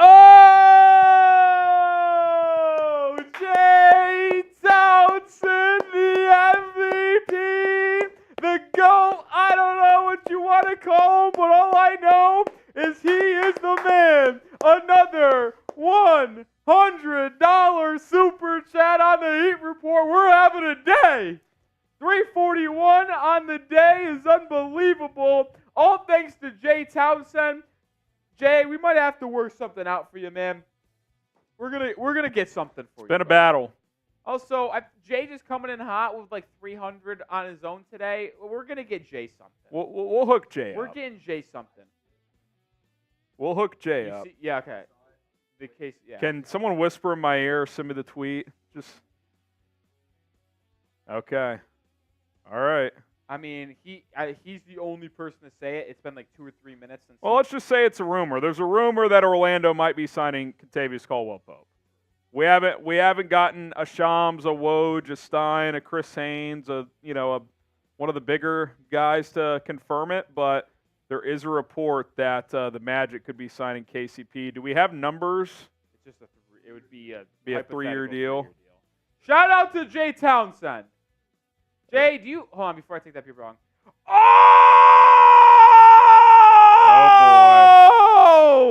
boy! Holy shit! Emmanuel Urbina, a $200 super chat. Holy shit! They're going nuclear on the Heat Oh Report. my God! Like, are we gonna set a record? What's the record on Heat? The record on the Heat Report for super chats in a live stream is no, it was Smitty who was with me. KCP 660. 3 for 66, 22 a year. Okay. That's not horrible if you're jumping in front. If you're Orlando, there was reports it could be 25 a year. But shout out Emmanuel. I mean, I owe 2 beer bongs. I'm just getting plastered. Let's party. Here. You're here. The Heat have taken I don't want to say insurmountable lead, but a healthy lead at this point. 3 for 66. Let's talk KCP as Rolly mentally and physically recovers over there. Yeah, I got another one coming too. In the end, we were it was close to the first external deal. Kentavious Caldwell-Pope as he cashes in, probably for the last time on a big contract. 3 for 66 with the Magic. Look, Orlando needed defense and shooting. KCP provides that. It's probably an overpay, but when you're Orlando, that's probably what you got to do. And that's what they've done. So now, what's the starting 5 here for Orlando? Who's running point? I think they're going to have to make a decision there because they've got a lot of different guards. Suggs, they maybe. Got Suggs, they got. And you're going to play through Anthony's Banchero and probably Wagner a lot, obviously. So the question is, do they start what's the development of Anthony Black too? They're picking the top 10. They still have what's his name too, the UNC kid, right? Or is he gone? Cole Anthony. Yeah, Cole he's Anthony. He's definitely not starting. He's not going to start though. But the starting lineup, they're also rumored to be looking for a trade partner or teams checked in on Wendell Carter. But either way, their 3 is KCP, Franz, Paolo, Wendell at the 5 right now. What if they just went for broke and tried to trade for Brandon Ingram? He's like your Just point. don't like that fit. Like, that's a terrible fit. I don't know how you could do that unless you're playing Franz at the 1. He's a good playmaker. Well, I think Ingram would control the ball for the most part, right? that's a disaster. You can't do that. All right, another beer bong down the hatch. Oh Christ! What? I'm struggling here, but like the GOAT or slash like the LeBron / D Wade of the Heat report just showed up to the chat. Jesus Batista just entered the building. Jesus. Yeah, Jesus. Fuck. Jesus, you should come hang out on Mavericks today since I got your name right. Absolutely not. Jesus.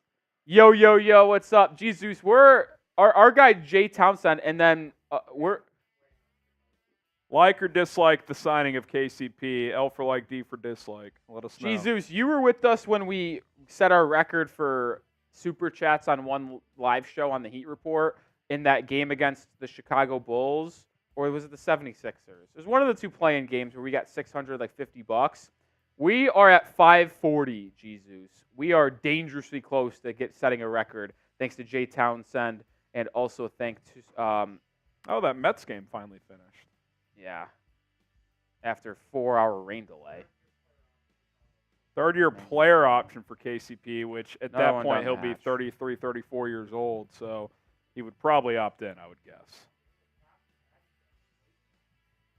I mean, I get it. If you're a Magic fan, you'd probably rather have, which, by the way, this takes them out of the Klay sweepstakes, I would assume.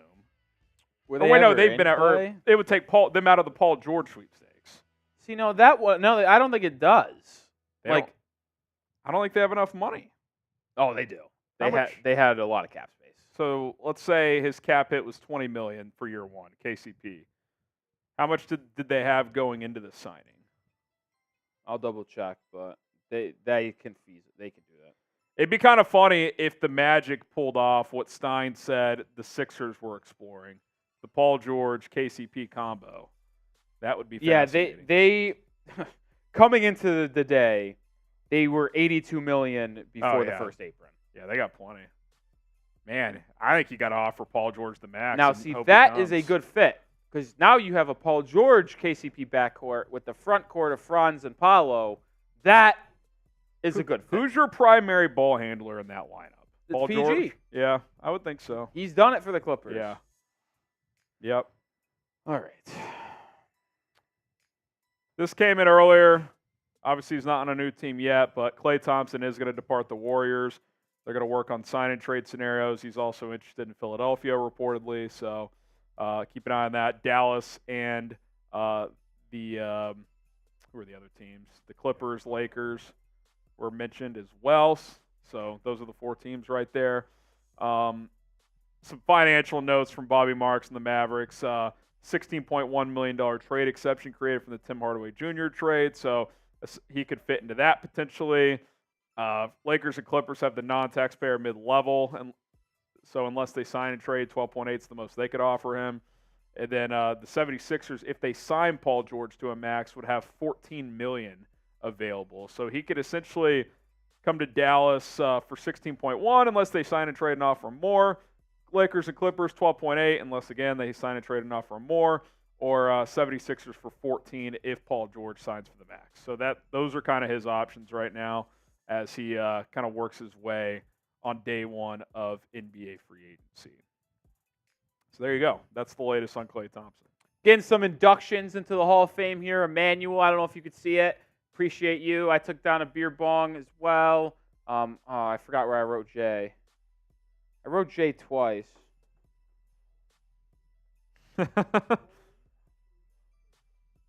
Rolly's spinning over there. I forget where I put J. There's a lot of names on here. It's hard to keep track. Carabo says overpay for KCP. Again, I don't disagree, but when you have $80 million in cap and you're a smaller market team like Orlando, you kind of just J-Town, baby. kind of what you have to do, man. J-Town, baby. Kind of what you have to do. All right. shit. All right, $50 on Heat. Man, it's rolling over there. Retweet our pinned tweet to spread awareness of this stream, as even though things have been slow, we are here for a while. Give us a follow at Chat Sports and retweet our pinned tweet. Link will go in the live chat if you want to show us some love. So be sure to do that. We appreciate it. Helps get more NBA fans in here.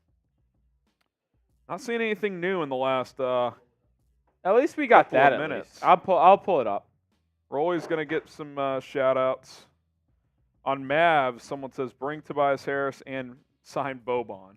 I wouldn't mind if Boban's the new Markieff Morris, just the 15th man that is Luka drinking buddies with. We got what a fudge, Sean Carter. See if we got anybody else. Retweet for a shout-out. See if we got anyone else. Sean Carter, what a fudge, Coy, Official, Chris V, LJ, Jesse Stewart, Matt, Thea, Actor, Felix Martinez says, go Power Rangers. Scotty, Luka Doncic Stan account, RY2K, Scotty Too Hottie. Scotty Too Hottie. Scotty Too Hottie. We need a new report, man. We need we need something. Who's going to be the next player that signs with the team? What do you guys think? Scotty Mamba, shout out to you for the retweet. Who's going to be the next player? Ooh, 1,000 likes. Cheers. Taking another sip, even though I'm not on screen. Appreciate it. Sam, could you potentially fill up my water, please? These are the top free agents available. Not much changes here. I mean, James Harden re-signed earlier with the Clippers, but it seems like we're on Paul George and Klay Thompson watch as they explore their options. Isaiah Hartenstein is meeting with the Thunder as we speak. I think I saw a report when I was off screen, by the way, that the Knicks were looking to get under the first apron, potentially. So maybe they're still trying to re-sign Hartenstein. We'll see there. You got next tier of guys, Kelly Oubre, Tyus Jones, Caleb Martin. You get to the Tobias Harrises and the Derrick Jones of the world. Obviously, the Mavs interested in re-signing him. Jonas Valanciunas, there's been chatter potentially that he could go to the Lakers. Gary Trent, Buddy Hield, a couple of guys that are out there as well.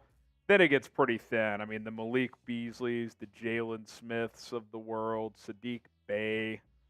You know, you're kind of getting down the list a little bit here. I'm actually shocked that Mo Wagner is a free agent. He had an $8 million team option, thanks, Sam.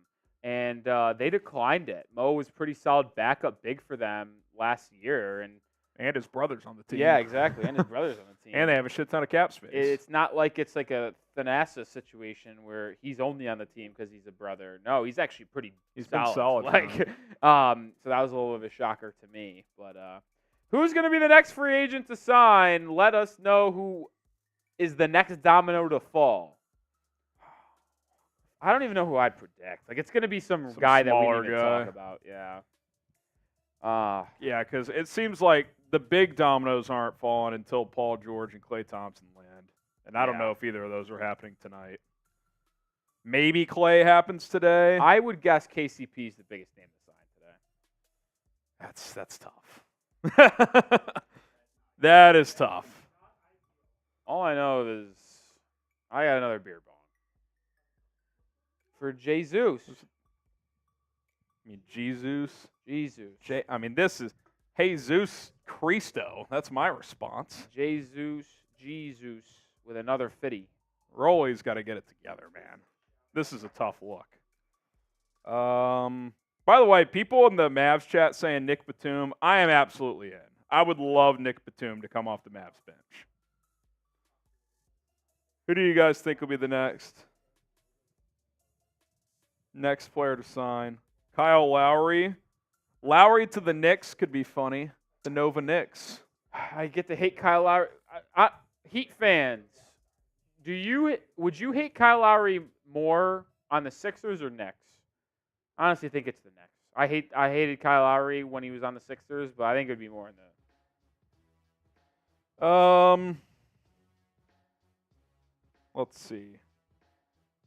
Bulls sign Jordan and Pippen. If only, right, Gil? Every team is waiting on PG. Feels that way, and if that's the case, probably going to be a slow night because I think it's less. I'll say 30% chance Paul George is on a new team by tonight. I think he's at least going to take a night to sleep on it. Jesus. $50 super chat. Jesus. He says it's Jesus in English. Rolly, you got it right all along. So what is Jesus? Is that... See, that's what I'm saying. Like, because in Spanish, it's Jesus. So what is Jesus? I'm telling you, I vividly remember during a watch party this season, he told me it was Jesus. So what is Jesus then? I'm asking. I don't know. That's what he said the other day. You were there for it. I know. I'm asking him again. Jesus. What's Jesus? The other day he said it was Jesus.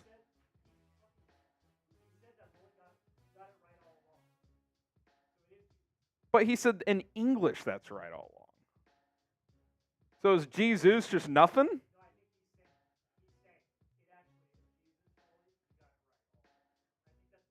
So he just trolled us for a full round of the draft?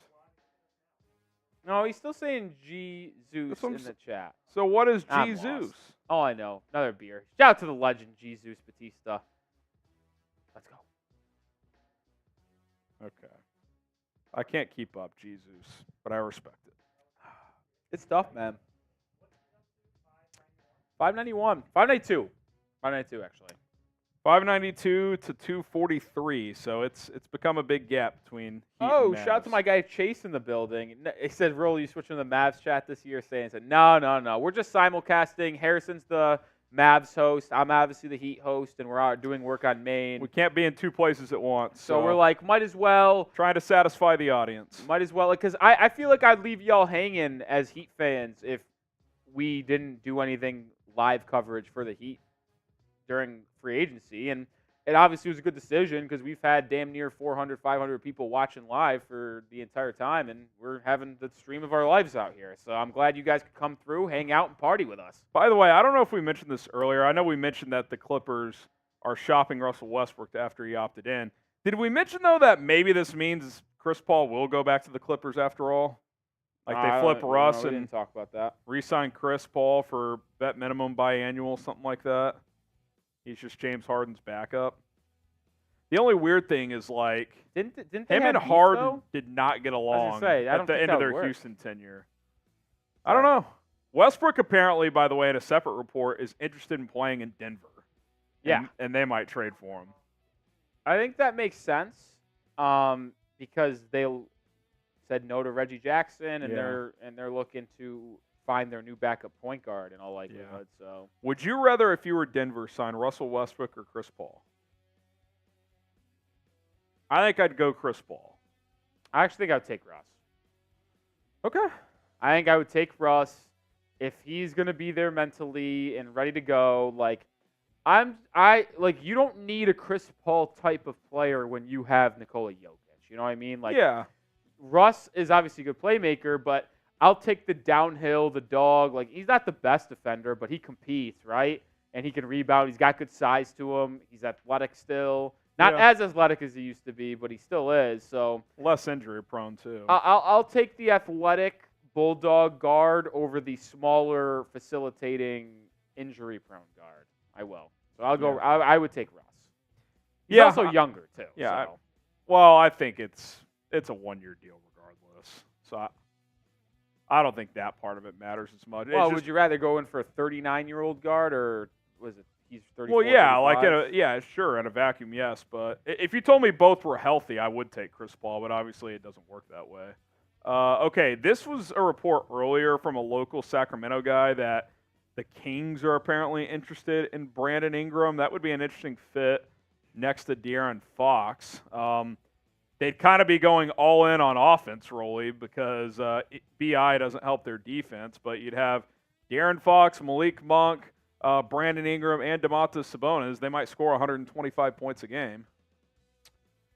Yeah, it's an intriguing fit. Are you trusting Sabonis to stay at the 5? I don't know. Like, if I am trusting Sabonis, They're not going to to be a stop 5 anybody with that lineup. And that's the issue. They need more defense. They don't need offense. So, I don't know. He's one of the, like, if you're talking specifically for Brandon Ingram, I like the fit in Sacramento for him personally. But as a team like the Kings are trying to get to the next level in the NBA hierarchy, Yeah, I don't think that helps. I don't think that really moves them into a good direction. Yeah, I feel like they're like in that play-in mix right now, and I think a BI trade, they're still in that play-in. Yeah, mix. I still think they're going to be 7 or 7 to 6 10. seed. Yeah, like I don't think that changes much. Like, I don't know, like DeJounte Murray would have been better for them. Like, get more of a defensive guard that can still score. Yeah, I don't know. I feel like we'll see how it works in New Orleans. I like the swing that the Pels are doing there with DeJounte, but I think DeJounte is a better point guard. He played a little off ball with Trae Young. Yeah, but that didn't work. He's better with the ball in his hands. So would you want to do that again in like Sacramento with Fox and? Probably not. I just meant from a defensive standpoint, someone who can actually play defense, because no one in that starting five. I'm going to be honest. If I was Sacramento, I would have rather done the KCP contract than the Malik Monk contract. I agree. If I was Sacramento, so Yeah. I'm actually not sure why they didn't try to explore that. Yeah. All right, like this video, help us out, and if you don't want to get jinxed, you want your team in the playoffs, hit that like button. So go ahead and help us out. Got 218 likes on our Mavs channel, over 1,000 on our main stream. What do we got on Heat? Likes? Yep. 226. 226 to 218, so the team channels are close in the likes. So, Too Cool says KCP went to Orlando. Yep, that happened about 20 minutes ago. 20 minutes ago. And that's kind of been the headliner today, unless you want to count, I guess, James Harden back to the Clippers. I mean, when we're talking pure free agency, it's really just KCP. Like, Drummond to the Drummond's Sixers. cool, but It's like a minor move. it's a backup center move. Like, that's not not a needle mover. changing my thoughts of who the best teams in the East are, right? No. Like, or in the NBA, it's just like KCP does a little bit. Like, does it move the Magic into the top, like, teams to win a title? No, but it gets them closer. What were to they, that the 5 seed? Yeah, but It was kind of a fluky. fraudulent 4 or 5 seed with a lot of injuries. to They're Miami and somewhere. Philly. If they do nothing else notable, where do you think they are? 5 through 8 in the Yeah, East? they'll be 5 through 8. Because you obviously got Boston and New York. Let's say they're the top 2. Even if Philly misses on Paul George and he like goes back to Los Angeles and KCP goes to as is on the Magic, like I still think a fully healthy Sixers team is a top 4 team in the East. Well, let's explore that a little bit. Since we're in a kind of a standstill, let's say the Sixers miss on Paul George. What do they pivot to? I think they go to DeRozan. Okay. That's what I would think they would do. Yeah. Because they need a wing scorer still. Yeah, and they got to spend that money. Yeah, I think you're right. And if they get one of those two guys, even if it is DeRozan, I think they're at least the top 4 in the East. I don't know if I would support it like crazy, but maybe they go to DeRozan, Klay Thompson combination. If Paul George makes up his mind tonight or early tomorrow, DeRozan for 30, Klay for 20, something like that. Makes sense to me. Yeah, I mean, you would have so if you get both, let's say they got both of them. Do they both start? You Yeah. go Maxey at the 1, DeMar at the 2, Klay at the 3, or it really doesn't matter. 2, it'd be 3. the other way around. But Either way. And then whoever at the 4 and Embiid at the 5. I don't know who'd play 4 for him. they'd probably Maybe bring back Batum's. Kelly Oubre. Yeah, maybe Oubre comes back. Batum apparently is not returning. That's right. He's Philly. not coming back. So I'd probably lean Kelly Oubre as their 4, unless they go more traditional big man. But I doubt that. So Yeah, that'll be interesting. If they miss on Paul George, I would guess you're right. DeMar's the next pivot. And he'd probably go there because they can offer him more than any other team could at that point. or they just pivot and go trade for Brandon Ingram. Yeah, that's also an option. So Would you rather go DeRozan or trade for BI? I'd trade for BI Yeah. because I think this is as low as his value will ever be. Pelicans don't really have leverage either because everybody knows they want to trade him now. And he's got 1 year left on his deal. Yeah. So you can trade to it and extend him. And, yeah, I don't think it's going to cost that much. And I also like BI because he could space the floor a little bit better than DeMar can. Yeah, So it's true. DeRozan's a better closer and a better fourth quarter scorer, but I think I'll take the talent of BI at this point over DeRozan. Yeah, and playing around Maxey and Embiid could potentially help BI too, just from a efficiency standpoint. All right, shout out your favorite team. We'll get some shout outs in the comments, and here in 30, 45 seconds, we'll pick one to talk about. So shout out your favorite team in the chat. We're almost 2 hours into free agency as things have gotten slow. I don't even know. Do we consider doing like a tracker cut up to this point to the KCP signing? Track 4 signings? Well, I think you would do the re-signings. There's just not shit going on, man. I don't think we do two like winners and losers at this point. No chance. No Stevie, chance. Unless something else. I think at this point, if we do anything tonight, just whatever tracker. I guess we could just wait till the end of the night and do a tracker cut. Dennis Schroeder for sixth man for the Mavs. Schroeder will never be a Mav because him and Dirk don't like each other, and as long as Dirk has any voice at all in that organization, it won't happen. The Tim trade exception, yep, $16.1 million. All right, I haven't looked at the main chat in a while. 3, 2, 1, Timberwolves. This actually is a fun team we have to talk about. Yeah, we haven't talked much about the T-Wolves. I kind of loosely threw out there earlier. I wonder if Chris Paul is a backup point guard there. I know they have Nickeil Alexander-Walker. I wonder if that would be a potential fit. Well, the reason why this is an intriguing team is because they are so far over the cap where they just need to shed money. Like, they have the most money allotted for this upcoming season, and I don't think it's feasible to continue this where they're at. Like, I don't know what the percentages is, but I think there's a good chance that one of Cat and Rudy Gobert gets traded. Like, yeah, you've been on that. You said that during the draft as well. I'm a little skeptical. They made the conference finals. I just wonder if they want to run it back another year and see if Ant can take that next step and see if they can make this work. But to your point, like, how big of a tax bill does Minnesota ownership want to pay? And they've kind of been in between ownership too. Like, is that A-Rod group buying the team? That's still up in the air. So they have $278 million allotted to their cap this year. yeah, it's a huge number. Just absolutely ridiculous. I also don't know how this makes sense because, what is this? Evan Turner cap hold. What the hell? Confusing. Evan Turner, 27 mil. What? I don't know. Either way, like, they are way over the cap, and I think it's possible that one of those two guys get dealt, but they need secondary playmaking and shooting. They already got it through the draft, though, and Rob Dillingham and Terrence Shannon Jr. They had an excellent draft. So yeah, if at least one of those guys can contribute for them this year, that's a huge win. So I actually do like what they did through the draft, and I'm liking where they're at. They just need to maybe shed a little bit more salary. Yeah, and even if they do run it back with the two bigs this year, like, if it doesn't work, then after this next year, they're going to have to pick either Cat or Gobert. Yeah. So we'll see which one they would be more likely to pick. All right, we'll play the game one more time. Keep shouting out your favorite team. We'll pick a new one here in a few moments. I told you, Adam Silver ruined the NBA. No one wants to listen. By the way, Bobby Marks is saying the Magic have $30 million in projected cap space.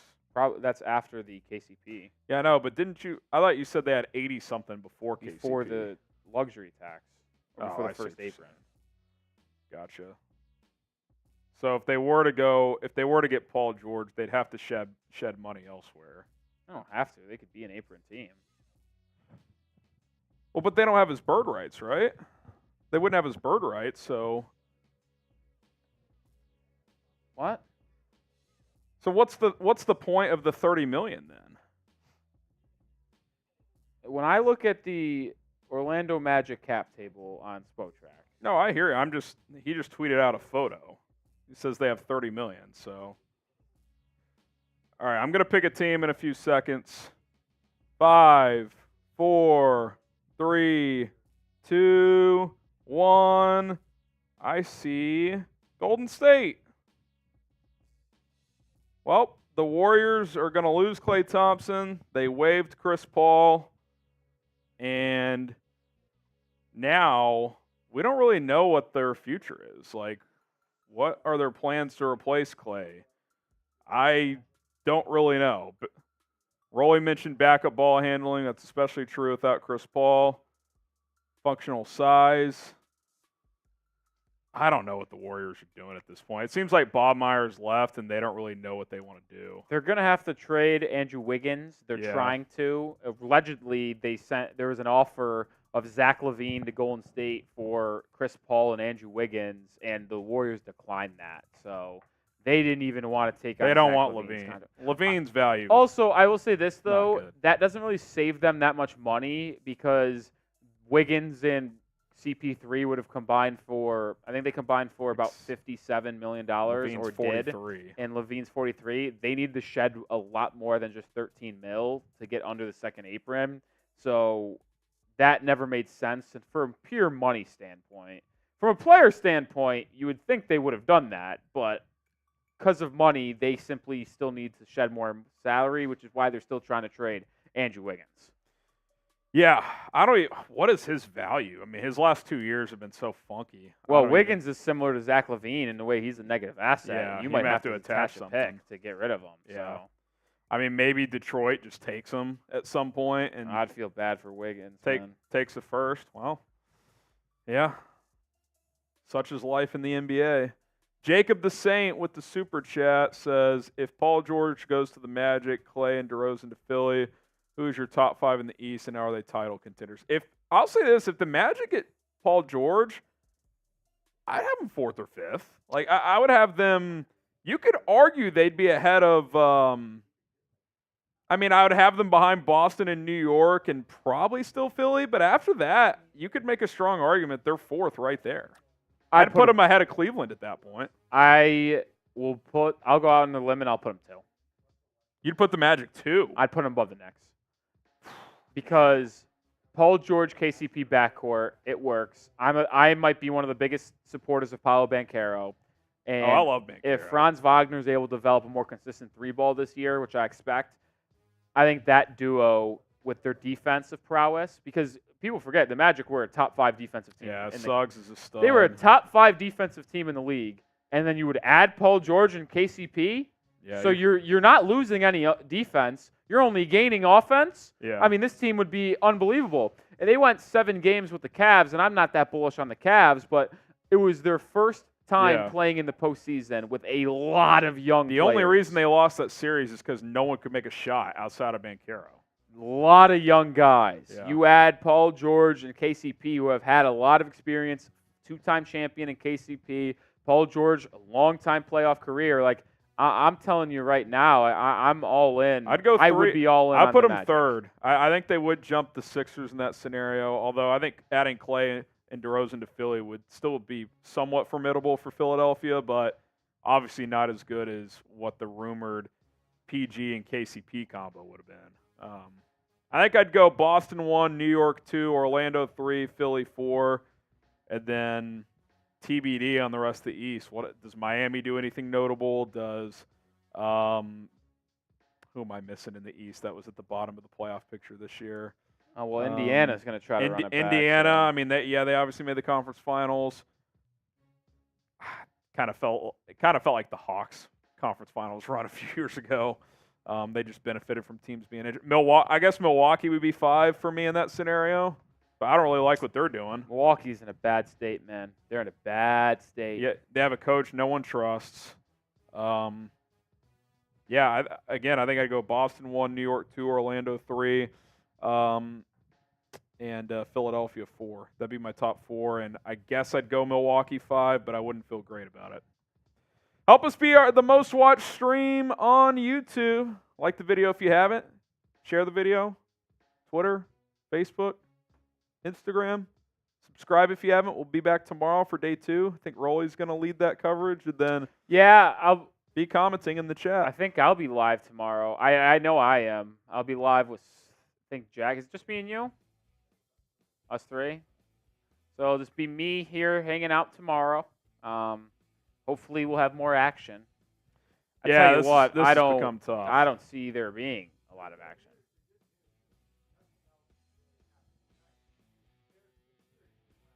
Yeah, That'd be nice. I'll say this though, in terms of action, like if maybe Paul George makes a decision tomorrow, but if Paul George doesn't make a decision, I don't know if we're gonna have that much fun tomorrow. Yeah. How about this? We'll make this a question for the audience too. Who is on a new team sooner, Paul George or Klay Thompson? Paul George or Klay Thompson? Which gets resolved first? I would probably say Klay. I kind of think so too, because I think most people are waiting for Paul, but Klay's market / impact on a team, I don't think directly correlates with Paul unless they're communicating about potentially teaming up together. I think that would be the one exception. I think Klay signs in the next 18 hours. I don't know if I could say the same for Paul George.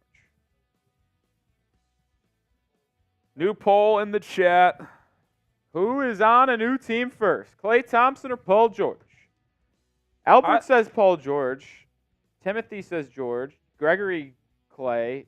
Paul Klay PG from Timothy Panthers Gathan Reaper. Because I think the difference too, Rolly, like if you're Paul George, you know high money is going to be there regardless. Like if you're Klay and you're just like dragging this out, like you might get stuck in a situation where you just have to take the mid-level. So like if he finds an $18, $20 million per deal on the table, whether it's a sign and trade or signing with Philly or whatever, Orlando, like you might just have to take it, like and just go. So Paul George is getting 40 plus regardless. So it's kind of what I think. Fireboy says Klay. So does Ethan, Megan. T-Dog says Paul George. Jacob says Klay to the Mavs. We'll see. I think it's Mavs or Lakers for Klay. Mavs or Lakers for Klay. And then for PG, there's still 3 teams out there. I think the Magic are still in play. Maybe, honestly. Magic, Sixers, and Clippers. I could go out on the limb here, and this is just pure speculation, that the Magic made it a point to get KCP done first. To help pitch Paul George. When they have that meeting with Paul George, listen, you and KCP in the backcourt, he fits really well alongside you. You're in a more ball handling role, working with Paolo and company. Like I think that might be more of a help to the sales pitch to get the Paul pitch. George. If you're Orlando too, to Paul George is, hey, we're kind of running. You're going to be the primary ball handler. Like Philadelphia can't say that. Like, it's going to be Maxey. I mean, Paul George would be 3rd in shot attempts on the Clippers without it, or on the Sixers without a doubt. I think he'd probably be 2 on the Magic. So. Yeah, and he would have the ball in his hands more. That Anthony Irwin guy, I know that was 3 hours ago he said this, said that the Lakers are a pretty distant second to Dallas in the Klay Thompson race. That was the chatter a couple days ago, and then yesterday people thought the Lakers closed the gap, and then today again it was multiple people saying Dallas is the favorite. So, I mean, I'll say this too. If Klay doesn't go to the Lakers, how quickly does LeBron just say, all right, screw it, I'm taking the max? I think he's going to take the max regardless. I think I never bought he's going to take way less. He might take a little less if they got Klay or if they get Klay, they're going to figure out what's the most money LeBron can take, and then he'll just take that. Yeah. He's not taking min. No. What I will say is I am stunned that they haven't just, in terms of the Sixers, fully extending or just re-signing, I should say, Maxey. Like Maxey's eligible like for a 5-year, $200+ $1 million contract, and he's a restricted free agent. Like he's not going anywhere. But it's like I'm just surprised they just haven't just like said. Well, they have to use the cap space first. That's why. Someone broke that down earlier. Like Drummond's not even going to sign either until they fill out all this cap because I think he's going to be a biannual guy. Like they got to use the cap on external guys since they have the bird rights to Maxey. So then they'll just be a heavy tax team. So like they want to get Paul George or Klay or whoever, and then they'll just sign Maxey after that. He knows what he's getting, so he's just waiting. Well.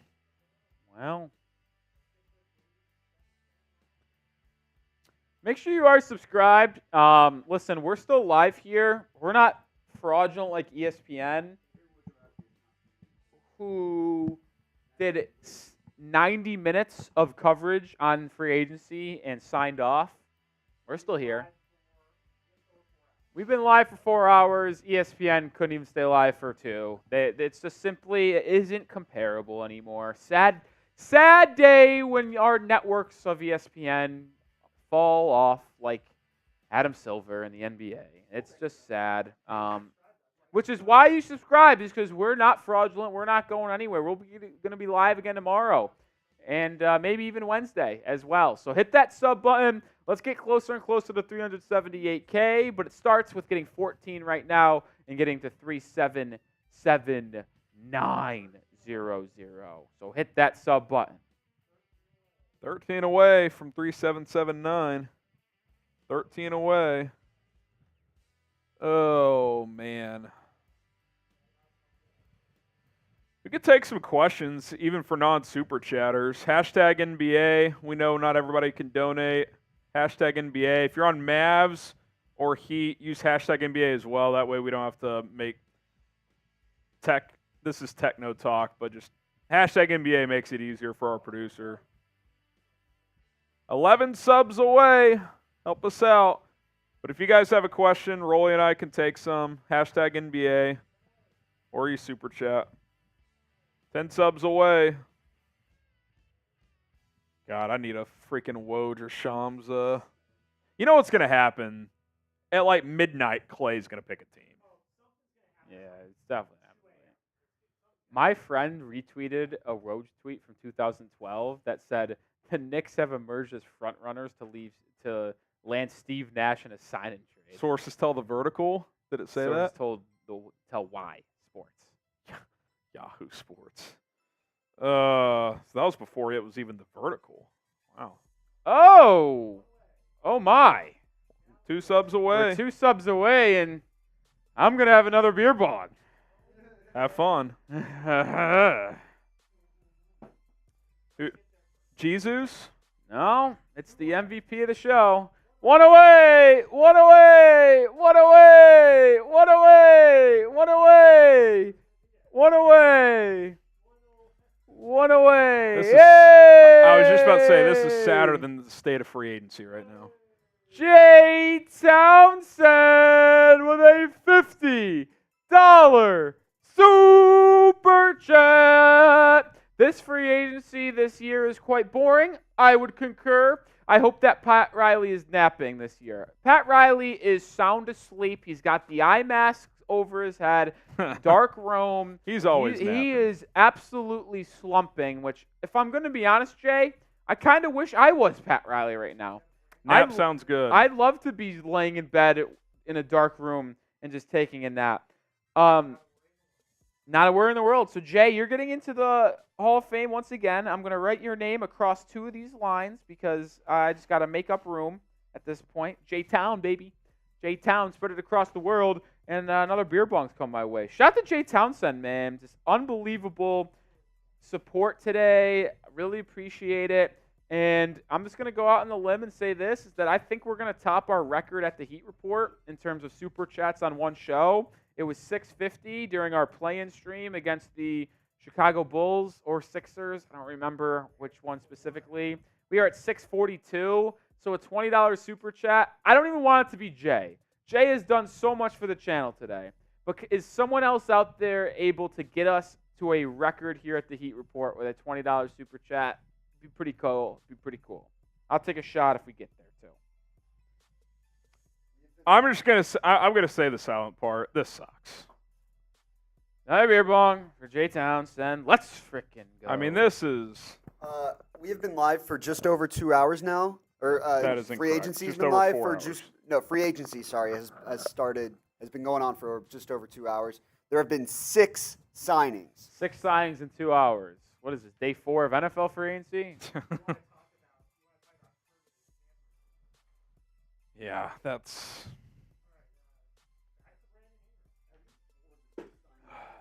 How long do you think these? How long do you think these meetings last? Like Paul George. What classifies as a meeting these days? Like a 10-minute phone call, Zoom, a Zoom, dinner like and drinks. No, I don't think That's pretty much. I don't dead. think dinner and drinks happen like that anymore, unless it's like a big time player. Like maybe Paul George is getting wined and dined. I mean, he said he was meeting with teams in LA, but maybe that's just where he's at, and he's just zooming people. That's what I'm saying. I don't know. Are GMs really flying across the country to meet with these people in person? Like, what is happening? Aren't the Thunder up in Oregon with Hartenstein?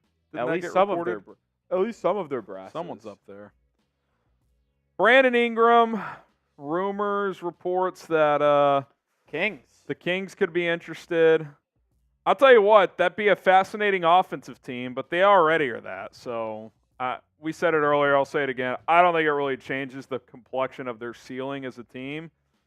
They might score more points, but they're probably going to give up more points. So it'd be fun, be a good league pass team, but I don't think BI is a top 2 on a title contender. I think he's a number 3. No, I'd agree. He's a 3. And the issue, though, is, like, with the money, and I get it, they're still going to continue to go up, but, like, when you think about money, like, he's going to want 45, 50 mil, and, like, he simply can't get paid that in this new CBA as a third option. So, yeah.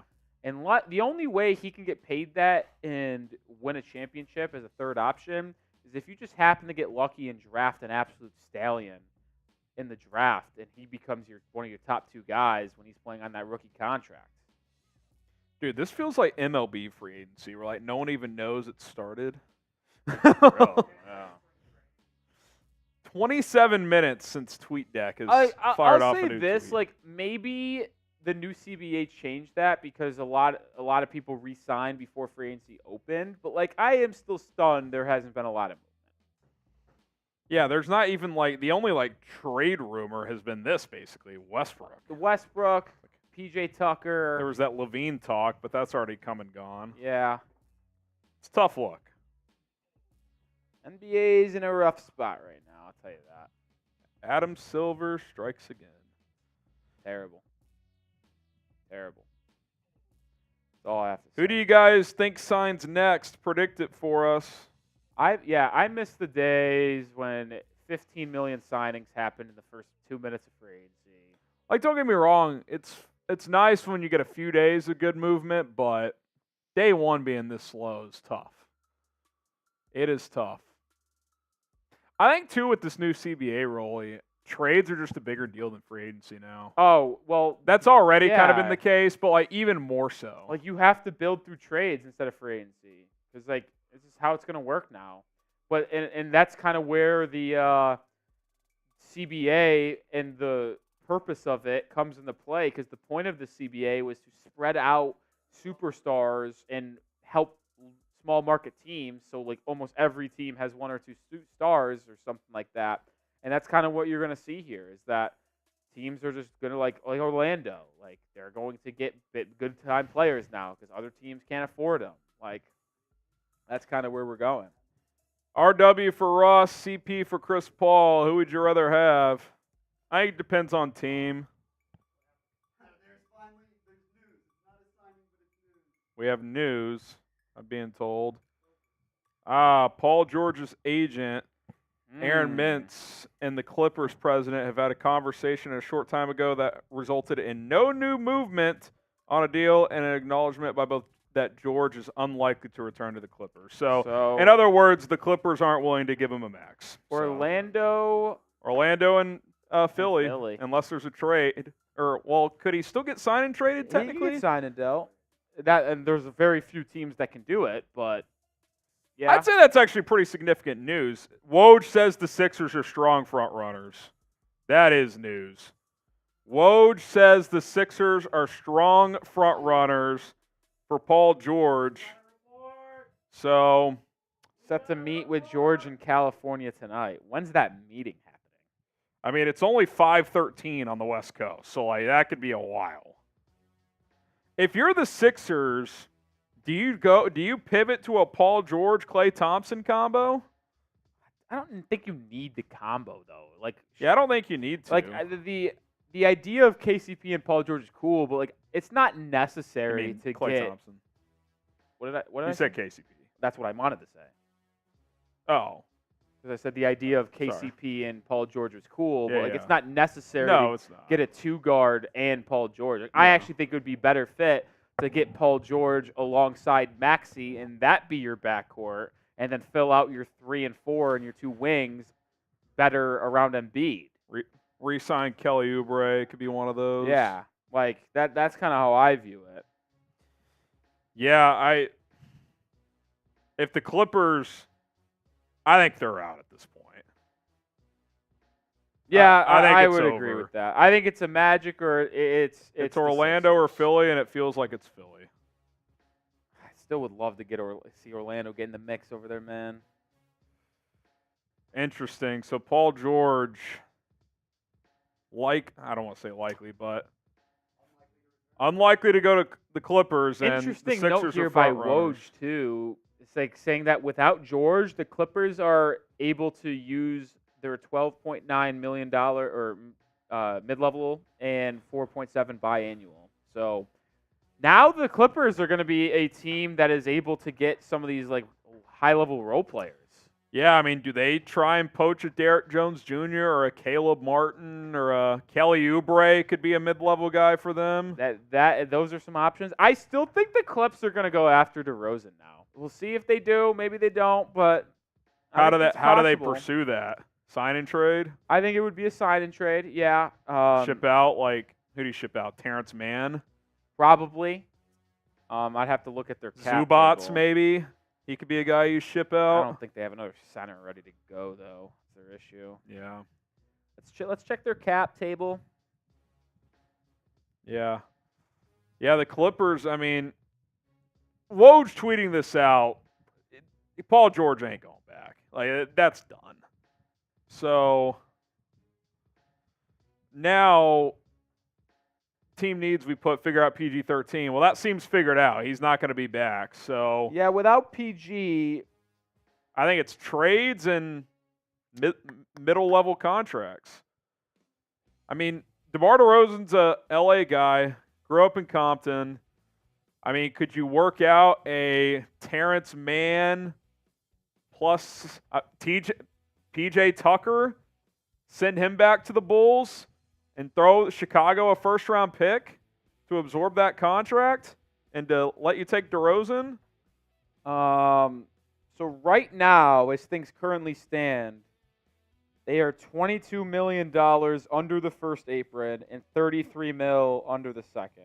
So they would definitely be able to do a sign trade. What does Terrence Mann make per year? 11. And then So what PJ Tucker's 11. What it would likely be if they wanted to really go in on that is a sign and trade if you use a $30 million deal for DeRozan. It depends on how much the deal is. It would be a combination of Norman Powell and PJ Tucker. Norm Powell, PJ Tucker for DeRozan? Because it's $19 million for Norman Powell, $11 million for PJ Tucker. If you're the Bulls, you think they'd have to attach a pick to that? I don't know if I want Norm Powell if I'm Chicago. No, if anyone, maybe the Clips would have to attach. That's what I'm saying. second. I think the Clips would have to attach the pick to take on that Tucker deal and Norm Powell. It's also possibly. I don't think you have to complete. I could be wrong, and maybe I am. I don't think you have to exactly match salary. It has to in a be within sign and trade. 10%. So, like, if it's $30 million one way, it would have to be 33 or 27 the other way. It's got to be within 10%. So, unless one of the team taking on more money has cap space, but to Woj's point, they don't. So, yeah. Well, The conclusion is that Paul George is leaving LA, barring something unforeseen. So, the most important news of the day, though, is Jay Townsend. is Jay Townsend did it again, and the record is broken. We are not worthy, Jay Townsend. My goodness. Jay, first of all, let me read the super chat. $20. Nick, I want you to break the record. We did it. Miami, this is for you. We'll wake up Pat Riley and sign some free agents. That's going to make us relevant again. So, Jay, I actually have a little point on this, and I was going to probably save this for my video tomorrow on the channel, which I'll say now. Share it to the 380 real ones still watching.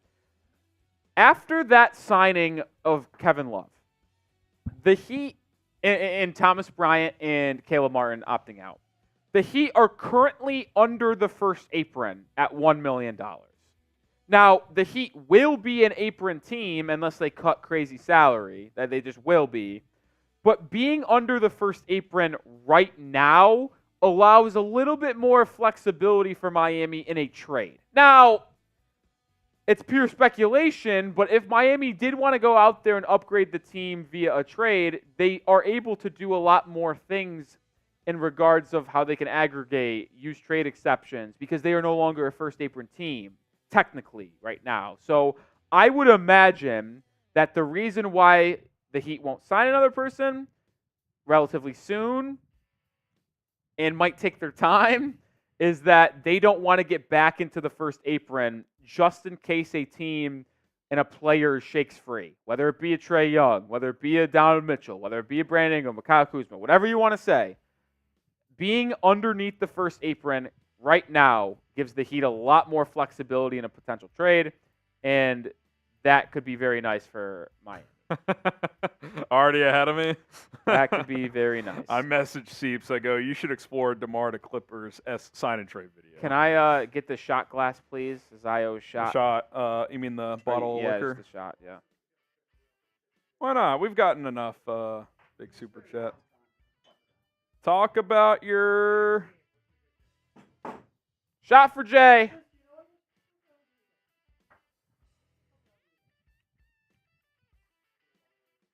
Oh, Jay, I want to ask you a question. Jay, do you follow me on Twitter/Instagram? I'll be looking in the chat. You don't have to super chat your answer. Let me know if you follow me on Twitter or Instagram. Beers, cheers. Cheers, everyone. I know it's been slow, but thanks for hanging with us. I'm out again. $5 from Stickman Sam. Tell you what, Stickman's just a glue guy. Yeah, he's a glue. You know, the funny thing about Stickman Sam, I said this earlier, I've never seen him super chat before until today. So I don't think this is someone new, which I appreciate. Love it. Been a glue guy today. And he said, let me add to that record real quick. Let's Cade go. Cunningham, 5 years, $226 million max extension. Yeah, I mean, that's just, obvious. I mean, he's been fantastic in Detroit. Just has. Tom Lale with the 5 on Mavericks. Y'all been balling out too. Heat kind of ran away here, but 250 on Mavs. You guys are real ones. Appreciate it. Appreciate it. Yeah. Shocker. Twitter is collapsing again. Jay says you follow me on both. All right, Jay. Hit up Rolly. He's gonna hook Rolly. you up. I'm hooking you up, brother. We're gonna hook you up. Cade Cunningham, 5-year rookie max. When someone goes nuts like Jay Townsend did on today's show, I gotta show some love back. We appreciate it. So hit me up. We're gonna work on getting something. So DM me and we'll get in the communication. If you love the NBA, like the video. We're 15 likes away from 1,100 on our main Chat Sports stream. We're 12 away from 250 on Mavericks today, so let's get to 250 over there. And then whatever the next milestone is for Heat, let's make that happen as well. So say this. I don't want to ask for more super chats. I just want to point out, though, we are at a very bad number. Is it 666? That would be the number. That is awkward. What was the record, 650? Yep. Nice. Cade Cunningham, kind of a no-brainer, Rolly. Obviously, Detroit's been a mess, but when you have a good, young, talented player, you keep them. That's what they're doing. So they lock him in, and now the chatter around Detroit has been adding draft assets, draft picks. So I do wonder if they're a team that would take on a P.J. Tucker contract, would take on a Zach LaVine contract, just, to add more draft capital. So we'll see how they move forward from here. But obviously, Cade Cunningham's their franchise player right now. Whether or not he can be at number one on a contending team remains to be seen, but he's clearly their best player right now. Yeah, I mean, it's hard to say you like the deal, you don't like the deal when he's that good. You're paying him whatever the max is, and he's worth the max. He just has been that good. So, if I was a Pistons fan, I'm not moved. I would be actually ecstatic that you locked up your best player, Cade Cunningham, the next 5 seasons. And it's not even the next 5 years. This is an extension that's not even going to kick in for I think another 2. How long is the initial He's rookie contracts? 4 4, years? so it'll kick in after this upcoming Yeah, I was going to say year. he's got 1 more year left because he was drafted in 2021. He's completed 3 seasons.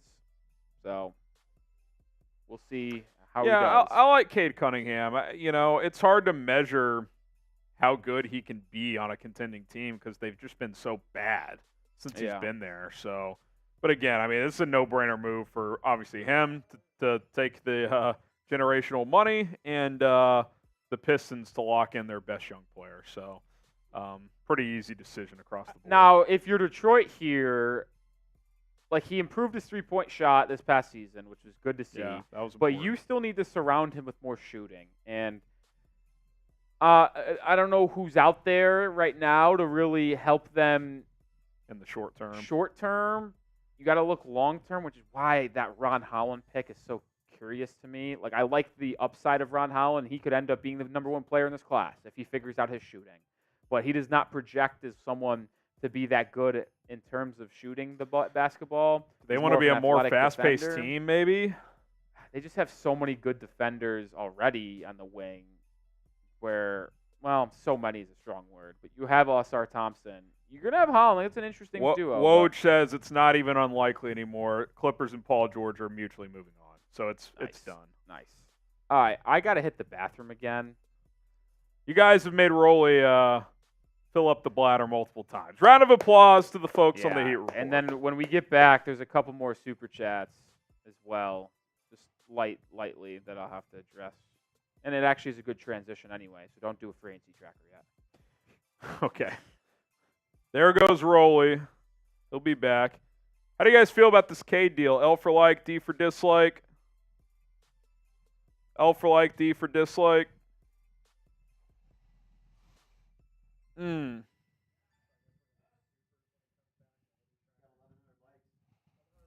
likes. Cheers.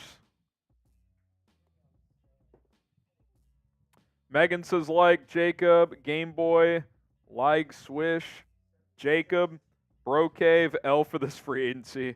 Yeah, it's been tough, man. There's no doubt about it. At least we're getting some Paul George movement. We know he's not going back to the Clippers. So, there's that. Glad Detroit's keeping Cade.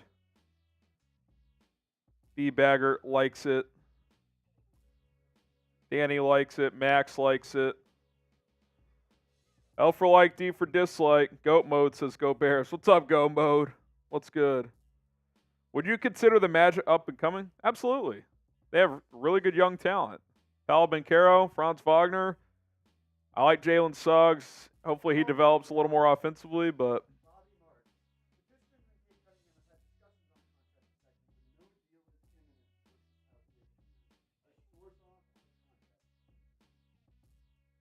Mark within ESPN.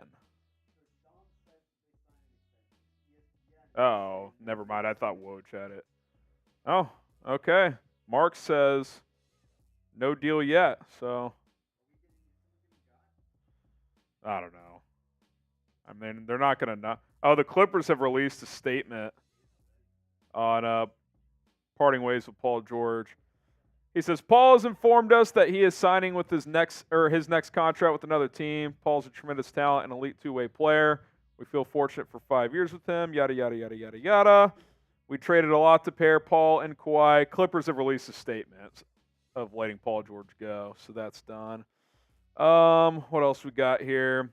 We negotiated for months with Paul and his representatives on a contract that would make sense for both sides, and we were left far apart. The gap was significant. We understand and respect Paul's decision to look elsewhere for his next contract. We explored an opt-in and trade scenario, but it would have left us in a very similar position under the new CBA with very little asset value to justify the restrictions. We'll miss Paul at the same time. We're excited about new opportunities. Kawhi is an all-NBA player. Blah, blah, blah. T-Lu's the best coach in the league. Yada, yada. Yeah, I mean, I think Paul George is sitting there saying, you max extend Kawhi Leonard, who's never available, and you won't do the same for me. Why would I stay? So, a new report coming in from The Athletic saying that Paul George, who? Oh, Eric Gordon. Classic Morey guy. Paul George could choose Philly tonight, apparently. Intriguing report there. I mean, guy isn't the most credible guy, I'll be honest. And I'm not familiar with his work. he's got like 19K followers, so it's like he got a little bit of following there, but nothing crazy. But Eric Gordon is a Philadelphia 76er. That is the more important note as of now, at least. Yeah. Probably a vet min, I would assume. I'll tell you what, if they get Paul George, I like the other two signings. Eric Gordon can be a bench scorer, shooter type, and of course, Andre Drummond is the backup center. They're going for it. Sixers are going for it. That they are. Another Daryl Morey guy. So, Chase Sr., he's going to have I don't think he's going home anytime soon. He's going to have to play this have out. a long day. He is Have going fun, to have Chase. a long day. I actually identified Eric Gordon as a cheap target for Miami, to be honest. Coming off the bench, could have he done a little scoring? He can shoot. He can handle the rock a little bit.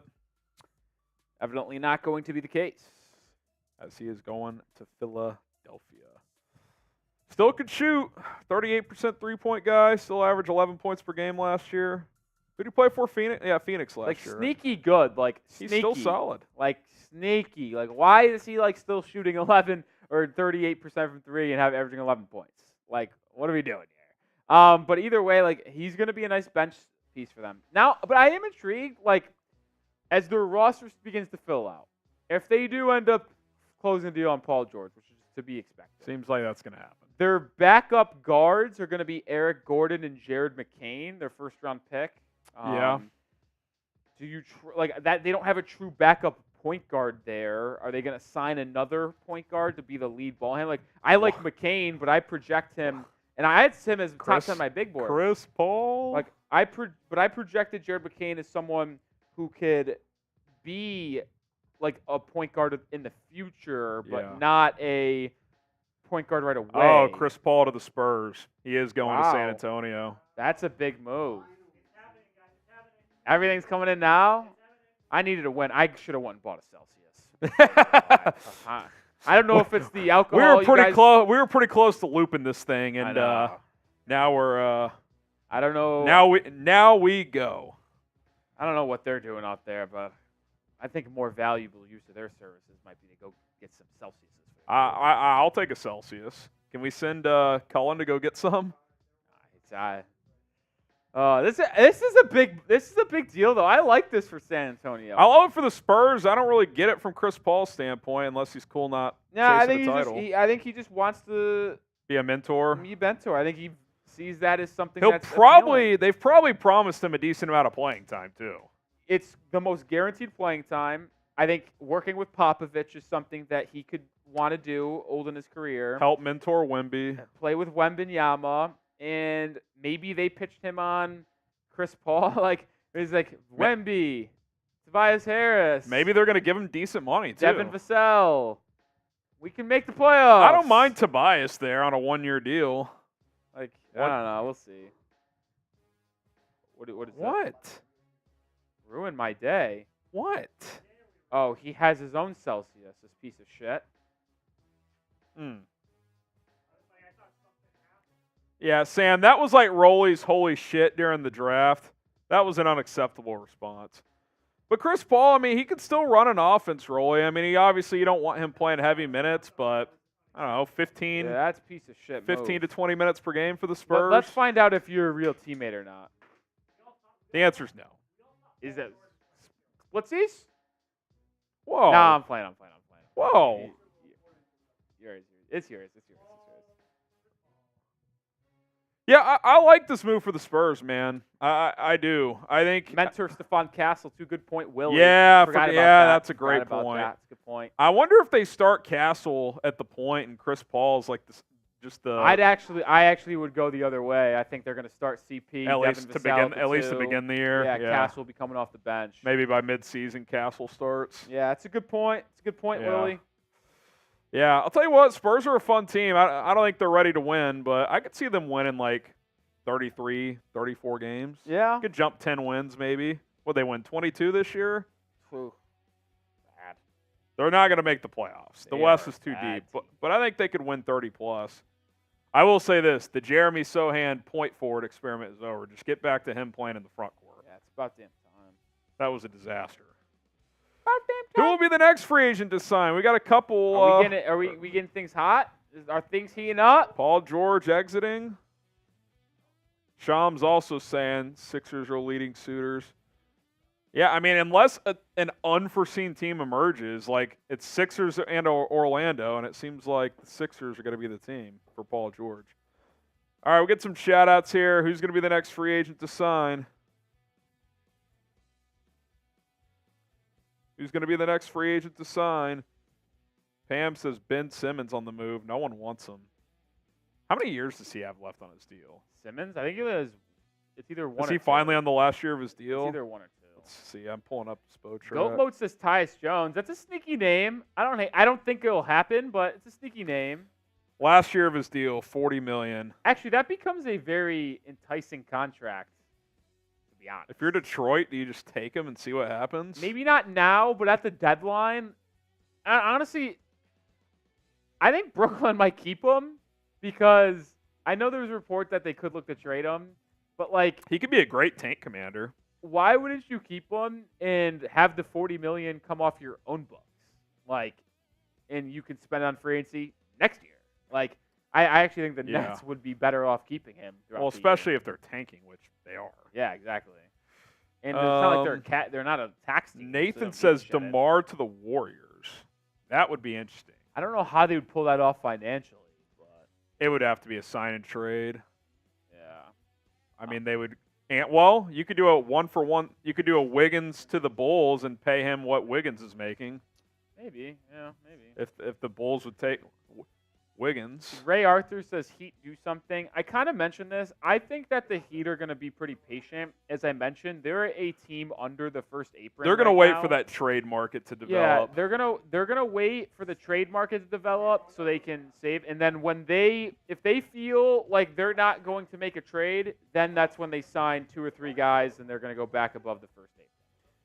Yeah, I mean, I feel like Miami, and obviously you're the host, but just from an outsider's perspective, I'm waiting for the trade market to develop. Does D-Mitch sign the max? Does he not?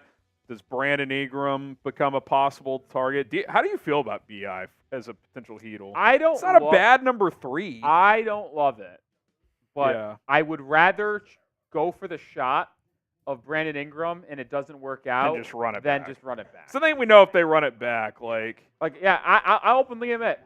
Some people are going to say, so you'd make a move just to make a move? Yes. when because Jimmy's we know, 35. we know yes. the current core cannot win a title together. Why would we run it back? Yeah, exactly. So even though it might go hilariously wrong, like I'm willing to take the shot at Brandon Ingram. Yeah. You don't want to be the team that never takes a swing. Like Exactly. It's kind of like the Thunder. Like eventually they need to move some of these picks. Yeah. Thomas, this isn't breaking. This happened Yeah. a while ago, but it is kind of funny. And look, I think it's dumb the Cavs fired Bickerstaff, but I don't know, like you just fired a guy you just hired a guy last year who got fired from another team that made the playoffs in Monty Williams, and you're doing the same thing. Like Yeah. I think it's funny how these like middle tier teams they do this. They fire their coach and they fire just to hire a guy who got fired. Like it's the same thing. Pass around the coaches, man. Isaac Harbin. Yeah, shout out to Isaac for the $1 super chat on the Heat report. That got us out of that bad number. And then Robert Smith with a $2 super chat, which is our perfect segue into can you go over the signings so far? Yeah, we're going to go over the signings, and that got us to a very nice $669.96. Why don't you recycle Dang. through the signings and I hop off for a few minutes and I'll be back. Rolly's going to go through the signings. I'll be back. All right. Well, these happened a while ago, but Pascal Siakam, OG Anunoby, Malik Monk, and Nick Claxton all re-signed with their teams prior to free agency opening. Emmanuel Quickley got a 5-year, $175 million bag, which was kind of crazy a couple days ago, but that's what he got. Bruce Brown, team option, was picked up. PJ Tucker opted into his player option. So did Josh Richardson.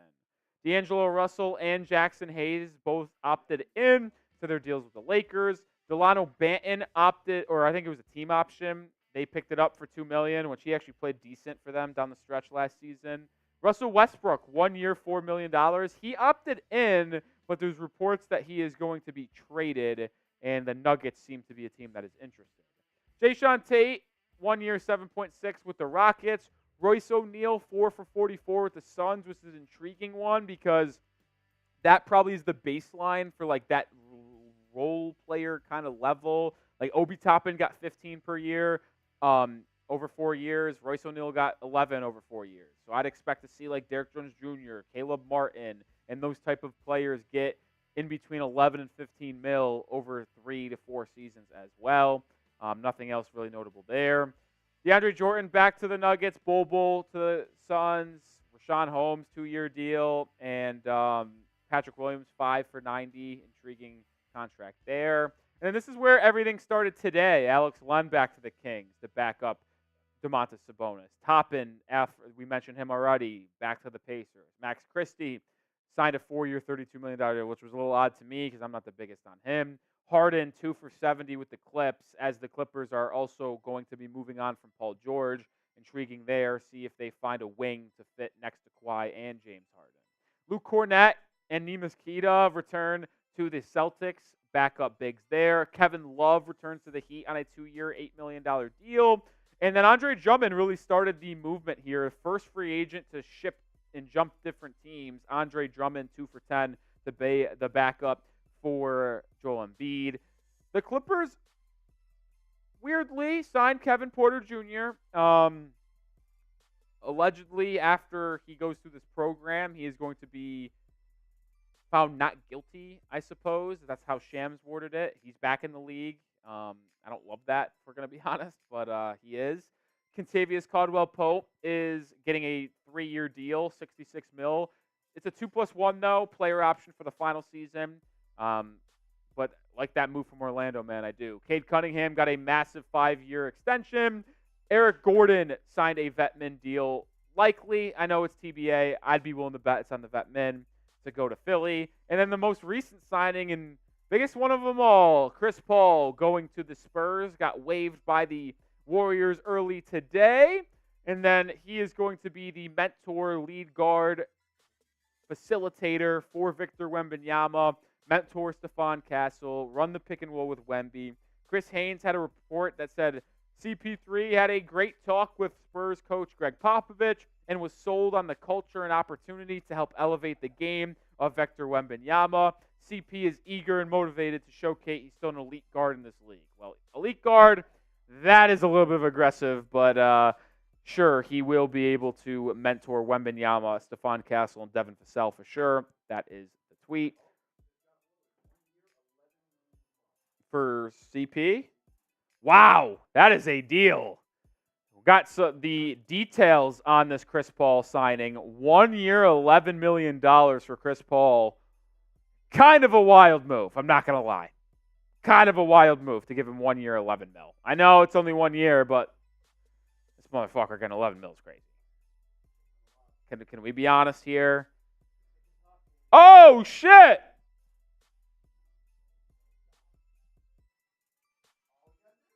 News! And this is a random-ass signing. This is as random as it gets. Jonas Valanciunas, 3 years, $30 million to the Washington Wizards. What? The Washington Wizards? Are we serious? Valanciunas to the Wizards on $10 million a year? Now, full transparency, I actually like this move for Washington quite a bit.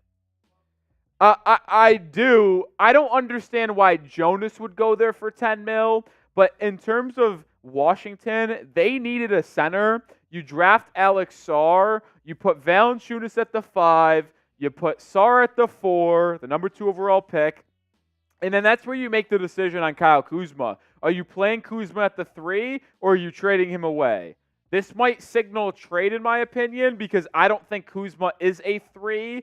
He played a little bit in his early days with the the Lakers, but I think he is someone that could be dealt because he's more well fit as a 4 in my book.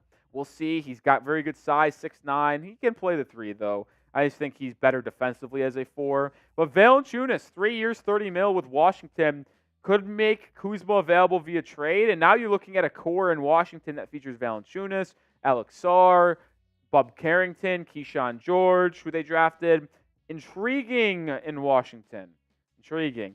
And this is a good point that we brought up as well with Valanciunas and the Lakers. Like, if that report is true that the Lakers were having LeBron James conversations and he would have a cheaper contract to bring in a more impactful guy, and it's not Valanciunas. It's not, who's the other one that already signed? Not James Harden, thank you, Sam. And the other ones that are out there of Klay Thompson. So if you miss out on Klay, like, he's going to get the baggy in massive fashion. But either way, Jonas Valanciunas to the Wizards. Not going to change anything really in the landscape of the NBA, but it could have a ripple effect as Kyle Kuzma could be pushed out the door potentially. We'll see. We'll see. I'm not sure, but we'll see. But that's like also my thing is, like, why would Valanciunas do that? Like, I get it. If no other team was offering $10 million plus and that many years, like, sure, but maybe I'm just wired differently, folks. Maybe I am. But to me, I always want to compete, and if I know for a fact I can't win in Washington and I'm just going to be miserable losing all the time, like, I don't care. Sure, you could say, well, dude's making $30 million, $10 million per year. You would do that. And I was like, I don't know if I would. Like, I would rather get paid $5 million and enjoy my life and compete and be a competitor, because that's why you play this damn sport, then get paid $10 million per season and do nothing. But that's just me. That's just me. Just me. All right, let's beat our chat rate record. We had over 2,000 people watching on Chat Sports, 365 people watch on the Heat Report. Don't have the Mavericks stream pulled up, but I'm sure you guys are still hanging in strong. So spam your goes. We got to beat 420. We've had a 420 mention and a 69 mention. What is this, Tom Downey running the ship? Spam your goes down below. I'm giving shout-outs. Time in the Buckeye. T-Dog, Megan, More Hype, Jeff, Roy, Wax, Megan, Zay, Aaron, T-Bonesy, Nathan, Roy, Megan, Yeehaw, Zay, Pokey, Analyzer, Sweaty Boy, Andrew, Brad, Basketball, Tycoon, Roy, Nathan, Brad's, SCK, Yeehaw, John, Brad, Nathan, Nathaniel, Different People, Kira, One Amazing, Nathan, Carly Moore is back, Andrew Nemhart, just kidding, no Nemhart, Robert Smith said to just start following you on Twitter. Thanks, Beast. I haven't been on Twitter in a little bit on my own account. Caesar, Bag, ML, Big O, Jarl, Mal, Devon, MP, Samuel, Joey, Gage, Carly, J. Rosh. Keep on spamming goes. We need to beat 420. Grizzly Bear. Grizzly Bear, what a name. Gage, JV, Andrew Newhart. That was the name that I read that I thought was Nemhart. Zay, James, Brad, Caden, Moore, T-Dogsy, NBA 2K14, Altered Sports. 308 is our first update. I just need one more push. One more push like we're giving birth. One more. One more. Come on. Let's get to 421. Don't give up yet. Don't give up just yet. We need one more update. Come on. T-Dog, Roy, J. Rosh, David, Megan, Underrated, Big O, it's your boy, Jamal, Seth, Ron Baker, the Glock Ness, Josh, Samuel, Tycoon, Zay, One Amazing, Mr. Big Po, John Hendricks, Fireboy, Random, Y, One Amazing, Jaden Ivey, Grover Williams, Wexy, what? Carly Moore, Fireboy, Brad, 420 exactly, you gotta be shitting me. Yeah, one more push, one more push, one more push. We got to get one more chat rate better. Come on. Brandon Bass, Analyzer, Ricky, Jaden Ivey. It is Jaden Ivey. The Glockness 305 guy. Ray Arthur, Jamal, Tino, Jack. It's your boy, Dylan, John Rick, Chris, Bear, Joey. Did we get there? I don't know if I could give any more shout outs. Let's see. Did we do it, guys? I hope so. I do a lot of things to first Celsius in my hand right now. When I go home tonight, I'm going to crash out quickly, and I can't wait for me to miss a signing. 481! We did it. We did it. We did it. Let's go. Let's go, guys. That was team effort. High fives all around. High fives all around. Good job on the Heat report, too, getting 160 up there. Good job, fellas. High fives. Let's do it. We came in hot. We got it done. Got a couple minor super chats, if we could just show those real quick on Heat. I don't know if we got any on Maine. We might have, but just one. I feel like I saw one. You've already gone through this one, I think. Yeah, here we go. Baku Pant. I think this was the first timer as well. Backup Ant. Are you sure it's not Baku Pant? I feel like Baku Pant's kind of cool. I don't know. I'm bad at pronouncing names. What's the biggest salary we can offer to free agent? Well, so it depends on if you're offering your own free agent or someone else, because when it comes to Miami, if it's like your own guy, you have bird rights, and if you have bird rights, you can offer a little bit more into the tax. But other than that, right now, the Heat really can only offer vetman deals because any signing would put them into the first apron of the tax, and you can't really go into the first or second apron of the tax on outside free agents. So right now, it's really only vet minimums, unfortunately. But if you're talking like Haywood Highsmith, you can offer him like an $8 million per season because he's your own guy, and going into the tax doesn't matter when you have bird rights. So just so you know, that part. Jay Townsend, the MVP of today's show, gets a question in here. Is there any way Miami could trade for Kyle Kuzma? I have been very outspoken about my want of Kyle Kuzma. I think he would be a perfect power forward for Miami. He's 6'9". He's got a great height to him. He's athletic. He can score. He can handle. I think he would be an improved defender in the Miami Heat system, and I don't think it would cost you that much. Like, I think it would just cost you Duncan Robinson and maybe a first-round pick. Why would it cost you only Duncan Robinson and maybe a little bit more like Duncan and like Jay Rich or something like that to match salary? Because Kyle Kuzma's contract is only like $23 million this season. It's 23, 21, and then 19. It's a descending 3-year contract. And I think Kuzma will be a great fit. He gives you positional versatility and size. He gives you floor spacing, another scorer. And maybe it's not Duncan Robinson. Maybe it's a Tyler Herro. Maybe it's a Tyler Herro in a second, or a Tyler Herro in a first, or a Terry Rozier in a first, Tyler Herro in a second. Like, either way, like, I think one of those moves would make you better. It's a lateral move where you're not going out to getting an all-star, an all-NBA guy, but you're getting someone that helps you more and fits your team better. Because and I'm fine trading Tyler or Terry for Kyle Kuzma if I'm going to be completely honest, because what fits better? Tyler and Terry in the backcourt, or one of those two being the lead ball handler, and then Kuzma, Bam, and Jimmy in the front court? I think it's the latter. That's me personally. Maybe you guys disagree. You should let me know. But from a Heat's lens, I think Kuzma makes a lot of sense. He's cheap. He's got a great contract. Like I said, $23 million this year, $21 million the year after, $19 million the final year of his contract. You get 3 years of team control on one of the best contracts in the NBA. To me, this is a no-brainer. And if you are not getting Donovan Mitchell, he is my second trade option. I'll be honest. If you rank trade options, I did this video, by the way, on the Heat report. So if you want to go back and watch it, you can. But I power rank the best trade options for Miami.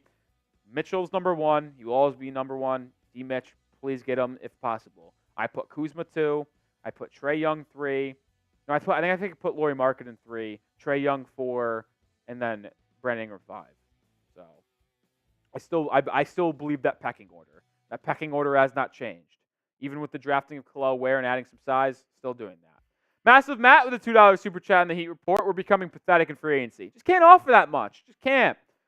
We're going to have to upgrade a team through the trade market. I know it's lame and boring to say that a team like Miami, who has got aspirations to win, can't really sign free agents. That's how it is. It's either the trade market or vet mints.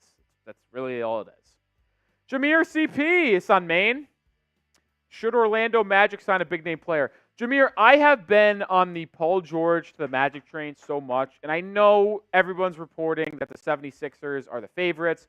I believe that it should be the Magic. And maybe Paul George would rather go to Philly. But if I'm Orlando, I'm saying, listen, no state income tax, not as expensive to live in Orlando as it is in Philly. You get to mentor Paolo Banchero and Franz Wagner. You get paired up with KCP in the backcourt, which is just a terrific duo defensively and offensively in terms of shooting. Paul George is your main ball handler. It makes too much sense for him to go to Orlando, and I think the Magic would be a top 3-4 team in the Eastern Conference. Hell, I might even put them 2 if they sign Paul George to pair up with KCP, Franz Wagner, and Paolo. I think the Magic should go all in. I think they should. I will say this. We're also $3 away from $100 in Super Chats on our main chat sports channel. We got to get to the triple dig. Got to do it. Got to get the triple dig. Got to get the triple dig. All right, and now we're $1 away because Abraham with a $2 Super Chat. This is a Heat fan. Abraham, we're live on the Heat Report, our Heat channel. If you do not know, I am the host of the Heat Report. Shout out myself, Nick Roloff. If you are a Heat fan, which it makes me feel like you are because you're saying Pat Riley, wake up and get somebody, subscribe to the Heat Report by Chat Sports and join us over there because we have a lot more fun. Also, a first-time Super Chat from Abraham. Shout out to you. Yeah, like I mentioned, I would love for Pat Riley to wake up and sign someone. I'm shocked they made a move today. I know it was just re-signing Kevin Love, but I got to be honest, I was stunned they even did anything today. I predicted they were going to do absolutely nothing, but at least they did that. Also, a $2 Super Chat on the Heat Report by Andy Amigo, first-timer. No text, so you don't. It's okay if you don't want to show it real now, but appreciate you, Andy Amigo, $2 Super Chat. 23 away from 700. Never been done on the channel. We're already past our barriers today. Could we get to a nice even 700? We'll see. Not gonna ask or beg. We've gotten more than enough today, but every cent does help us grow this channel. 12K subscribers and setting a new record today. What else can we do today? Literally, we've got 12K subscribers today, and we set a record for most super chats on a live show. Man, what a good day on the Heat Report. Even though the Heat haven't done anything really that impactful, it's been a good day for us here at the Heat Report. No, Andy, I just said, no, you didn't do anything wrong in your Super Chat. I just said no text. Like in your Super Chat, you didn't write out a little note. So it's like, if you wrote a note, we could show it on screen so everyone sees it. You just didn't write. Like if you put like a note, like "Let's go Heat," I saw you comment that after. Then we could have showed that. But we appreciate $2, Andy. All right, what are we doing here? Recapping? Is this like we're just talking? Okay, no cut here. Oh, I'll tell you what, when he comes back, I'm taking a breather. All right, James Harden kicked it off today with a 2-year, $70 million contract, returning to the Clippers. Man, we're struggling today. Well, I like this move for Los Angeles. Like losing Paul George, you couldn't lose James Harden as well, and it makes a lot of sense to bring him back. So it's going to be interesting to see how they build the rest of that roster around James Harden and Kawhi Leonard. That's really it. That's really it. Kevin Love, the Love Doctor, returning back to Miami, 2-year, $8 million deal. The intriguing thing about this for Heat fans out there is that it is different than last year's 2-year deal. Because if you flash back 1 year ago today, the Heat re-signed Kevin Love after getting him in the buyout market on a 2-year deal. The one thing about that deal was that it was a 1+1. So 1 year guaranteed. The other was a player option. Kevin Love obviously opted out of that player option. But this 2-year deal with the Miami Heat is full 2 years. No team option, no player option, standard 2-year, $8 million or 2-year, $8 million deal for Kevin Love. Andre Drummond, the first person to ship and change teams, 2-year, $10 million deal with the Sixers. And I believe this is going to be like their biannual, I'd assume. Now, I'll say this. As much as I love Kevin Love returning to Miami for 2 for $8, it's kind of tough to justify Andre Drummond being 2 for 10. Because, like, I like Love. He's able to space the floor, but Drummond's probably a better center because he can rebound better and he defends better. And he's one of the better six-men or people off the bench last year for the Bulls. So, intriguing there. I'll say that. Kentavious Caldwell-Pope, the biggest news of the day outside of Paul George potentially and all that news and rumors, but the actual official stuff. KCP, 3-year, $66 million deal. It's a 2+1, so first 2 are guaranteed. Last year is a player option. Really like this move for Orlando as they look to add more help in the backcourt for Paolo Banchero and Franz Wagner. They strike first and maybe use that as a pitch to try to get Paul George to sign with them instead of Philadelphia.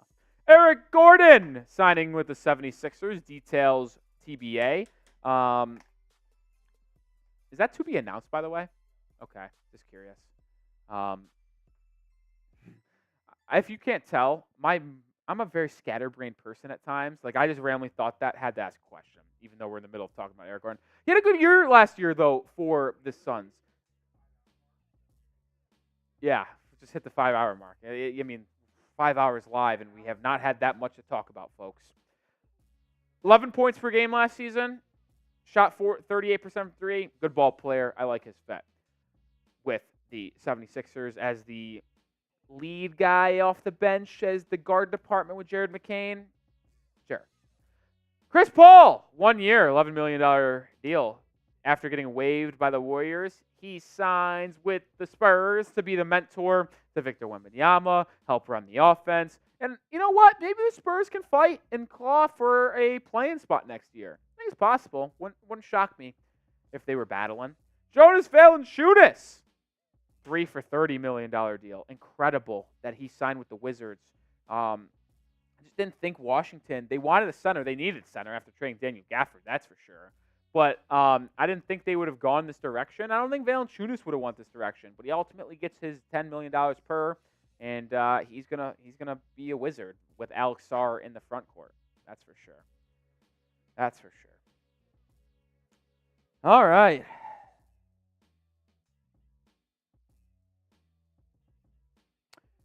Someone just did a flight tracker of the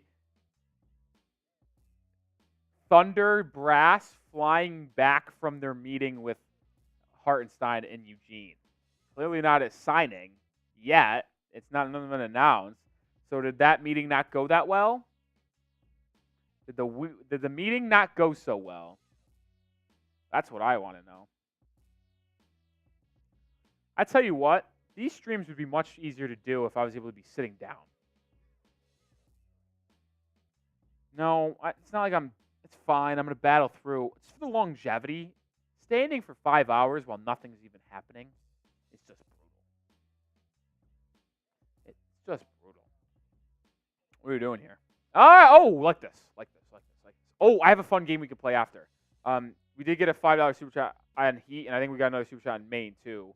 But name a random NBA player. Name a random NBA player, and I want you to name a random player, and then I am going to try to guess their college. I love playing this game. I love playing this. Isaac Okoro, Auburn. Bronny James, USC. Ryan Kelly, Duke. That's a good random player, though. Ryan Kelly's a good random player. Jahlil Okafor, Duke. Jordan Walsh, Arkansas. Caleb Houston, I believe Auburn. I actually might be wrong about that. I don't know if Okay, thank the Lord. Ryan Anderson, I think Virginia. Donovan Mitchell, Louisville. I don't know why I spaced. Tyrese Maxey, Kentucky. Tony Snell, I believe UNLV? Might be a Rebel. Might be a Rebel. Allen Iverson, not random, but Georgetown. Jericho Sims, Texas.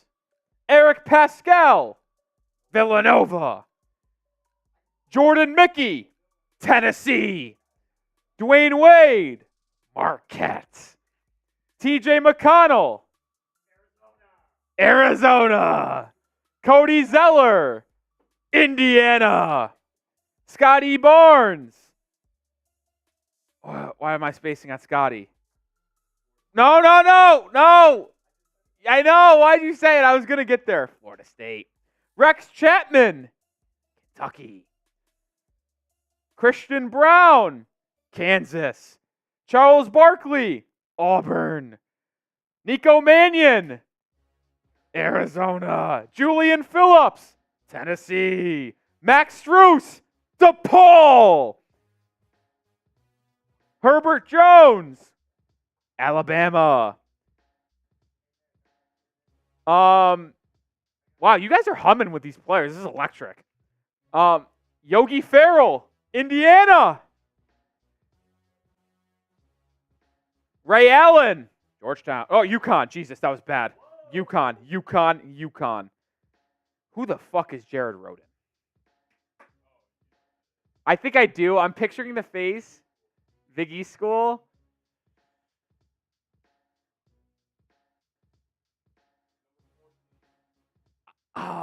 He didn't go to St. John's, did he? No, yeah, I didn't think so. Seton Hall, that's good by you, Sam. That's good. Good. Admiral Schofield, Tennessee. Oh, what am I doing? Oh. Yeah, dude, we got some good names coming in, dude. Andrew Funk. We got Andrew Funk as a random NBA player. Yeah. No. Taylor Funk, I think is. Taylor Funk went to Utah State. St. Joe's as well. Where did Andrew Funk go? We got some sweaty names in here. I love this. Deuce McBride, West Virginia. I'm avoiding Andrew Funk because I can't remember where he went. Can I say St. Joe's? Did they play together one year? I think they played together one year. I'm an A10 guy. Jonathan Isaac, Florida State. Cody Martin, Nevada. Carson Edwards, Purdue. Raekwon Gray? Who is that? Scream Cincinnati, though. Scream Cincinnati. Rudy Gay, Connecticut. Rudy Gay's a Husky. Colin Gillespie. Villanova. Naz Reid, LSU. Johnny Flynn, what a name! The Syracuse Orangemen. That's an electric name. Jeremy Lamb, another Husky. We're getting a lot of Connecticut's here today. AJ Lawson, UNC. Oh, no, that's Ty Lawson. AJ Law, I think is the other Lawson. Yeah. Brandon Roy came out of high school, didn't he? Yeah, so that's not a college. Good random player, though. Pat Connaughton, Notre Dame. Alex Fudge is a Florida Gator. I only know that because I'm pretty sure he was a UDFA for Miami last year, and I had to talk about him. Yeah. Jarrett Culver, Texas Tech. Michael Redd, old school. I don't know where you went to school. All right, we are going to bring in Patrick Seatman. Oh, what's going on, everybody? I heard a lot of slander over the Patrick Williams extension earlier, and I think we have to get on here and defend his honor before we dive into anything else. But good to be here. Pretty slow day of day one of free agency, but still some exciting news. But this Paul George thing is going to break at midnight. Yeah, that's going to happen at – are you talking Eastern time or CT? I'll probably go CT. I think it's gonna be CT. 12. Oh, we didn't even do a call. We got 378,000. Hey. Let's go. Let's go, fellas. I feel like the chat really enjoyed the name a random NBA player game, and we're going to name colleges. Oh, yeah. There were some sweaty names in there. Dude. Kyle Guy, Virginia. Dude, Johnny Flynn, that's a name right there. I haven't heard in a while. Hughes. Ooh, Shumpert? You know where Shumpert went? I have no idea. Iman? I feel like he's like a MAC school for some reason. Like I want to, even though Cleveland State's not in a MAC school, I feel like I want to say Cleveland State. Wow, he went to Georgia Tech. Iman did? Yeah, That's I didn't know that. Yeah, I did not know he was at Georgia Tech. There we go. Yellow jacket. Mr. 1000 knew that. Let's ride. Ty Man the Buckeyes saying Skull Seeps in the Heat chat. Let's go, Ty That's Man. electric. That's electric. Michael All right. Finley. I'm hopping off here in a second. I'm probably going to end the Heat stream. Am I off just for a little bit, or is this off?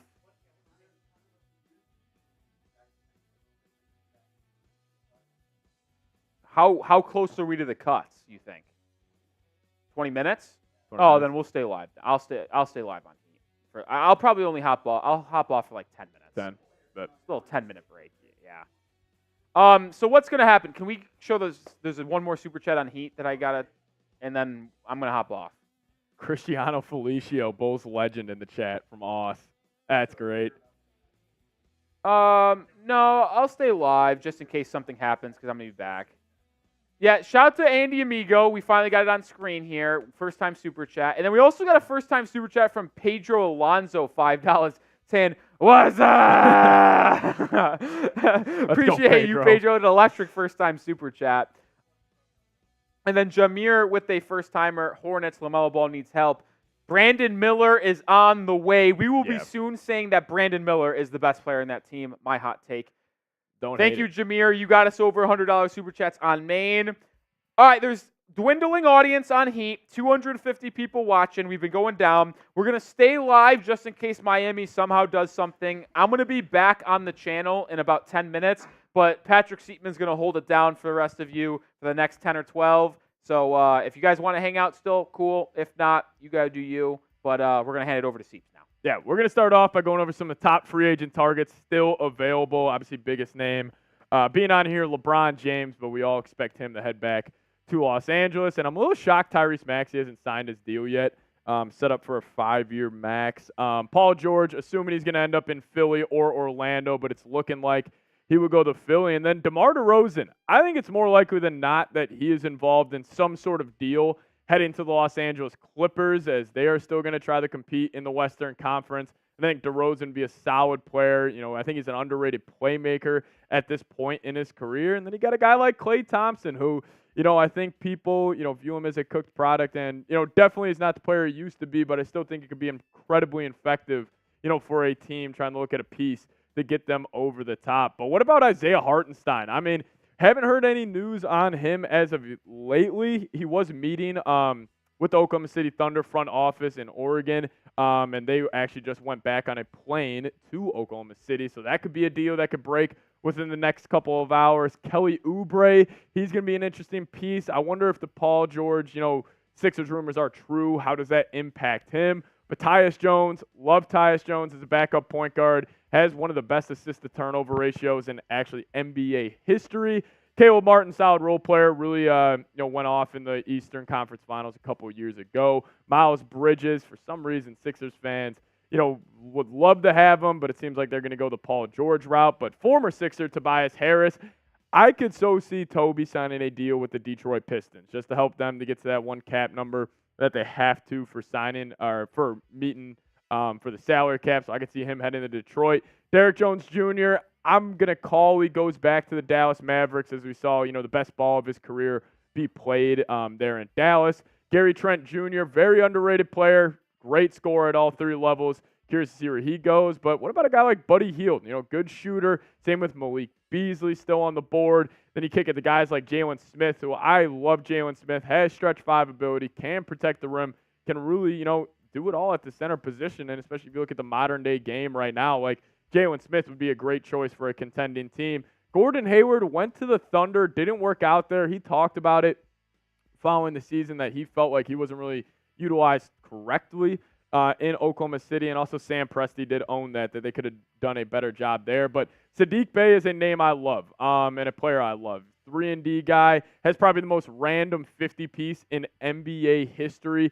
He could be an intriguing option for contending teams. Keep your eyes out on maybe like a team like the Dallas Mavericks if they just want more 3-and-D guys around Luka Doncic. But then what about Isaac Okoro? Okoro, in the playoff series 2 years ago against the Knicks, he was really exposed for not having a good offensive game, but he did pick it up this past season, so he could be another intriguing option. So there's still a ton of good free agents out there, and we're just still waiting for a lot of these dominoes to fall. But if you guys are having a good time on today's show, as it hasn't been the flurry that we expected heading into free agency, but there were still some big-time moves that were made. But if you guys are having a good time, if you guys can hit that thumbs-up icon, as we're actually only one like away from 1,200. Who's going to be the 1,200th like? If you guys could show some support, just helps us get the stream out to more and more NBA fans. So we would really appreciate it if you guys could hit that like button. If you guys have, give me a me in the chat, and I'll give you guys a shout-out as Time and the Buckeyes already holding it down in there. AUS saying I was. Amy in the chat saying hi. Shout out to all of the real ones. It's Ty Man holding it down like he always does here at Chat Sports. Appreciate you tuning in. Nathan is saying me. Card saying me. Lakers Nation saying, what's up, buddy? Let's hope we get Klay, bro, or Rob is cooking something spicy. Yeah, I think Klay Thompson, obviously with his dad, Michael, playing with the Los Angeles Lakers, I think that would be a great fit for him. As we know, shooters around LeBron James, they always thrive. And even though Klay is not the same player he was, creating shots for himself or, obviously not the same defender, I think he could thrive next to LeBron as just being that spot-up shooter. But Noli in the chat saying me. Appreciate you liking the show. Callie as well. Megan, Tyman, Peyton, all of you guys. Appreciate you guys hanging out with us today. But let's take a little look here at the NBA title odds. So as it stands right now, this is how it's shaking out according to the bookmakers out west. They do have the Boston Celtics as the overwhelming favorite at plus 300. Then the Thunder are in second at plus 700. Then you got the Mavs plus 750, Nuggets at plus 800, and then the New York Knicks at plus 900 after the Bridges deal. Obviously, the Celtics being heavy title favorites is because of what they did last year. Very good basketball team, but also a big reason for that is just the Eastern Conference. It's not the it's not as hard as it is going through the West. In comparison to the East. But I love the Thunder heading into the next season, especially if they could get a guy like Isaiah Hartenstein, some physicality at that front court. I think that would be a great pickup, for OKC. And if they could somehow get that done here shortly, I could see those title odds skyrocketing. Then the Mavericks at 3. I don't necessarily love the fit of Klay Thompson in Dallas. I do think it would help, but I don't know if that's a move that gets them over the top necessarily. But we did get reports that the Denver Nuggets were interested in trading for Russell Westbrook. They're going to have to make some moves because they have already lost 2 key pieces from that championship team a couple years ago. Bruce Brown, KCP, key role players that get it done on both sides of the floor. They both left Denver over the last 2 offseasons, so they're going to have to make a move. And obviously, if Jokic getting paid the money he is, and now Jamal Murray getting extended, they're going to have to make some smart moves on the margins, continuously compete in an absolute loaded Western Conference. New York Knicks, absolutely love what they've done over the past couple of years. And if you just go back in time, taking their timeline from when they did sign Jalen Brunson to, to today's date, they have just made countless correct moves. Big reason why they are 5th in title odds. But you guys let me know who win the NBA title next season. I don't necessarily have a prediction yet. We're probably going to wait until obviously these moves are finished, but if I had to call it right now, I hate calling for the Celtics repeat, but I think that would probably be my choice as it stands right now. They're a great basketball team. But you guys let me know who won the NBA title. Let me know what you guys think down below. As Tebo is saying, the Orlando Magic will win a title in 5 years. Yeah, the biggest piece for the Magic is obviously you want to get better players around Banchero, but I think their biggest question is, can Banchero take that leap where he's a top 7, top 6 player in the world, where he is a true number 1 option on a championship team? I think he will develop into that, but obviously that question is still out there. Ty Man's going with the Cavs. We got some Pistons coming in the chat. The River Priest going the Blazers. Yeah, there's no chance the Pistons or Blazers win it all next season. Megan's going the Suns. Suns are definitely an interesting spot. I like their draft of getting Ryan Dunn, the defensive, stud out of, Virginia. But I don't know. I just don't love the fit of Booker, Kevin Durant, and Bradley Beal. I think this Big Three era has died in the NBA. It's more about having, like, a solid top two and then a complete roster, around these guys. Joey saying the Timberwolves. What's up, Joey? How you doing? Thanks for tuning in. You're always on the Vikings chat. Holding it down there. I've loved the Timberwolves pickup of Rob Dillingham. I think that's just going to add a whole nother dynamic to their bench where, could you imagine if you're opposing team guard and you got to deal with Anthony Edwards, the freak athlete he is, the physical style of guard, and then you got Rob Dillingham coming in off the bench, the creative Lou Will-esque type of guard. Like, other guards in the Western Conference got to be looking at that group, just having nightmares about them at night. But Jacob's going with the Mavs. Nathan's going with the Seattle Supersonics. Yeah, that would be I would actually like to see another team or have a team go back to Seattle. I think it'd be good for the league. And then, yeah, Megan's rolling with the Suns. But we do have a super chat menu if you guys do want to support the program here at Chat Sports. Really helps us, go a long way here and just hiring new people and also just keeping the lights on here at the studios. But we said it, every 100 likes we get, as we are 55 away from our next Beers Cheers, $5. We'll talk about your team, whatever you guys want to talk about regarding your favorite ball club. $10, we'll spin the wheel. $20, we're taking shots. And then $100, I'll be willing to whip out a shot fund, put a beer in this pretty cool contraption, and then, it goes down the hatch. But this is the way you guys can support the show by super chatting. But Woj did have this report a little bit ago, about just under an hour ago, saying more than just unlikely, the Clippers and Paul George are moving on from each other. And, it's going to be curious to see what direction the Clippers go, because you still got Kawhi Leonard. You just brought back James Harden on a 2-year, $70 million deal. So clearly they have some sort of, plan to compete in the Western Conference next season. But with how the roster is shaking out right now, they are not going to be able to compete with the group they have. Could it be a guy like DeMar DeRozan? Maybe they try and swing Brandon Ingram, one of these, or maybe a guy like Lauri Markkanen. Maybe they try to swing big, but they have a new stadium open up next year with Steve Ballmer. They are going to be aggressive. I promise you, the Clippers will have another move here soon. It just depends on, who's their top guy. But I could definitely see DeRozan, obviously an LA guy, heading back there to the Clippers. But this is also coming in from Law Murray saying, per source, there's a real chance that Paul George will make his final decision tonight. The expectation at some point is he would choose the Philadelphia 76ers.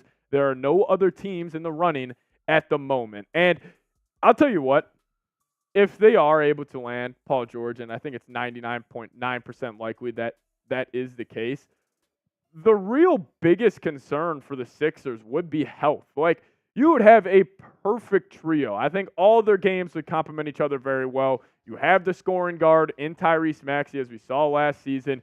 He can handle that, massive workload. Then you would have Paul George on the perimeter, a great 3-and-D guy. He's great off ball. He's great on ball. And then you would have the powerhouse of, Joel Embiid being that hopefully a top 5 player in the world if he is able to stay healthy. But listen, Paul George, he's just been consistent over the past couple of years. Obviously, injury concerns and the age are the two biggest red flags surrounding him. But in 74 games this past season, he was pretty damn good. 22.6 points per game, 3.5 assists, 47% from the field, and shot the ball, lights out from beyond the arc at 41.3%. And, Paul George did have his, postseason struggles versus the Dallas Mavericks. He had a couple big moments, but, I think that's always been one of those things with Paul George is like, does his game elevate in the playoffs or does it stay the same? Well, if he would go to Philly, he's going to be the third option. He's not going to have all that pressure and that workload, around him to carry that team offensively and defensively. So, I think PG, his fit in Philly will be, seamless. I think it would end up working out for Philadelphia. And, maybe it would be an overpay for Philly to give him a 4-year max considering he is 34 years old. But, hey, Joel Embiid's already 31. And with the injury history he's had, like, you could make a good guess that his prime is probably over the next 3 years. And then, those big fellas, we have seen them fall off a cliff, pretty quickly. So I think Paul George, I think it makes a whole lot of sense for him. And then obviously just Philadelphia trying to take advantage of of Joel Embiid's, next couple of seasons. But let's talk about Klay Thompson here. Klay Thompson to me, I think he's gone, I think he's been overly criticized over the past, couple of months here. Obviously his playing tournament performance, like it was terrible, 0 for 10. We all know the stat line. It just wasn't good. It wasn't the same Klay Thompson we know, but I still think he could be very, very effective. Like him, his ability, he's still a top 5 shooter in the world right now, no doubt about it. He shot the lights out of the ball the second half of the season. I think there's just this misconception around Paul George that, yes, he is not the same player he was. He is not the elite, one of the best 3-and-D guys we had in the NBA, but he is still one of the best shooters. He is still he still has good size, at least on the defensive side of the floor. He can get deflections, play the passing lanes pretty well, and also he's a smart player. He's hit big-time shots over and over again in his NBA career. So I could see Klay definitely going to the Los Angeles Lakers, as I think he could see LeBron James as a guy that could, restore his reputation. Maybe Sam Brown saying he's a Maverick, but we'll see. That'll be a great fit. I mean, obviously Luka and LeBron command the offense in similar ways, and we're shooters around those types of guys. Like, they obviously have career years. I mean, I could imagine the looks Klay would get, playing next to Luka or a guy like LeBron. But you guys let me know which deal gets done first. Give me a PG for Paul George or a KT for Klay Thompson. If I had to call it, I'm probably going Paul George. I could see this deal getting done, within the next couple hours. But you guys let me know. It is going to be the live poll. We're going to reset it in the chat, so you guys let us know. Originally, you guys had Klay Thompson at 56% being the deal that gets done first. I'm assuming that's going to change a little bit. But Ohio Sportscast saying PG, Ty Man saying PG, Raging saying if PG goes to Philly, Maxey going to be a third option. I disagree. I think Maxey's going to be the clear second option on that team. Obviously their bread and butter is going to be running a Maxey Embiid pick and roll, and then hopefully you would have, Paul George in that, spot up position on offense there, and then he could just attack closeouts, do what he does the best. But Raging saying, over PG scoring wing. Raging, I get what you're saying. I just think, Maxey has kind of earned that in Philadelphia. But Elijah's saying PG as our poll is at 60% for Paul George over Klay Thompson in terms of what deal gets done next. But let's kick it to the Fishman. Jake Fisher tweeted this out saying, with Russell Westbrook having opted into his $4 million contract, $4 million deal for this 2024 season, the Clippers are now working to find a trade for Westbrook. And, I talked about this on a Bulls Report video that just went out, saying that maybe he can be involved in a sign and trade to Chicago, or maybe a sign and trade to, let's just say, New Orleans if they want to go, target Brandon Ingram, or maybe the Utah Jazz view Westbrook as a great guard to bring off the bench. I will give credit to Westbrook. He has shown a ton of self-awareness throughout his NBA career. Obviously when he got to the Lakers, at first he was kind of a disaster, still tried to play with him, played like his old self. But over the past couple of years, especially with the Clippers, seen a lot of self-awareness. He's really embraced that, electric guard off the bench where he's just in there to bring energy. He's realized he is not the man anymore, dating back to his days with the Oklahoma City Thunder. But, still a good basketball player. He's able to fill up the stat sheet. As we know, one of the best rebounding guards we have ever seen in the history of the NBA. And this past season was able to put up 11.1 points per game, 5 boards, 4.5 assists, was pretty efficient from the field. But think about Westbrook. If you guys watched the playoff series versus the Dallas Mavericks, he was terrible. Shot under 30% from the field, under 20% from downtown, just wasn't efficient, in terms of that. But I still think Westbrook could be effective. I did find it interesting that we did get that report that the Denver Nuggets could be interested in him. Not really too sure why the Nuggets would be interested in Westbrook, but hey, them losing Reggie Jackson, KCP, obviously Bruce Brown last offseason, maybe they just view him as a guy that can, come in and be productive off the bench. But Sean Cunningham was talking about a potential Kings trade for Brandon Ingram, where he said sources confirm Sacramento Kings are pursuing a trade for Brandon Ingram. I'm told the Kings have had discussions with the Pelicans, and it's worth noting Ingram was an emerging star under coach Alvin Gentry, who works in the Kings front office. Now, this would be interesting. I actually wouldn't hate the fit of a big three of Fox, Ingram, and Sabonis. I think Ingram could be a second option on a championship team if you have, a true one, like a Jokic or a Giannis. But, if you have, as Fox being the one, I think Ingram was, serves best as being the third option, definitely. But, Ingram, he's an interesting player, man. I think his reputation was obviously a lot higher heading into last season, but, this past postseason run for him, he averaged 14 points a game versus the Thunder, got swept, wasn't the most efficient basketball player, but he's an underrated playmaker, averaging over 5.5 assists over the last 3 seasons. And just overall, I think Ingram, he's a guy, you can put him in pick and roll, he can see over the top of the defense, he can make the right reads. He's obviously super long. I think, him defensively, there's a lot of untapped potential there just because of his attributes, just because of his just natural size he has at that forward position. So, I could see Ingram going to the Kings. I like the fit there.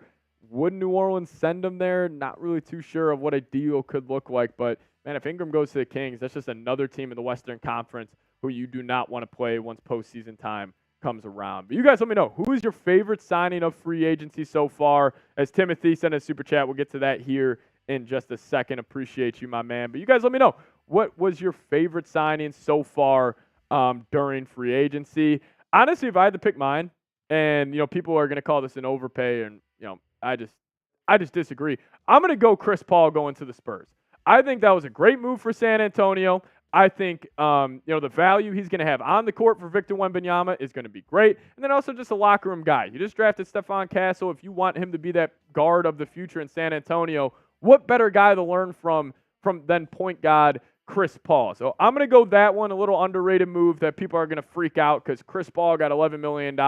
It's 1 year. Victor Wembanyama still on his rookie deal. What else were the Spurs going to use that money towards? So that's what I would go. I would go Chris Paul for me. But Timothy coming in with a $5 super chat. Thank you so much, saying, what are the chances that the Chicago Bulls, with the moves they've made now, are better without DeRozan? So, the Bulls have clearly, at least I hope so, the Bulls have made it pretty clear that they're going to start this rebuild and they're going to start this youth movement, here in Chicago. And, when the Bulls did, they obviously got Buzelis at pick 11, which, they kind of got lucky that he was able to fall to them at that spot. But, I just think the Bulls, all the reports we're hearing about them moving off Vooch, about them, trading LaVine. We heard that Chris Haynes reported that the Warriors apparently said that they rejected the offer of Andrew Wiggins and Chris Paul for LaVine. So clearly the Bulls are shopping him. Casey Johnson, very tapped in with Chicago, did say the Bulls have floated out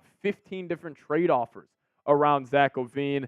And even Bobby Marks said that the Bulls were willing to attach a first-round pick just to move off his contract. So, what are the chances that the Chicago Bulls, with the moves they've made, are now better without DeMar DeRozan? I think it's, better interest of the future. Like, yes, next season, the Bulls would be a better basketball team with DeMar DeRozan on the roster. No doubt about it. But, if you're looking at the future, you're looking at the next 3 to 5 years, I think Chicago just needs to pivot, fully to this rebuild. And plus, we saw with the Bulls last season, when Zach LaVine went down due to the injury, saw Kobe White, Ayo, they both upped their game immensely. We could see the same thing if you do lose DeMar DeRozan. What about a guy like Patrick Williams? What if he could take his game to the next level?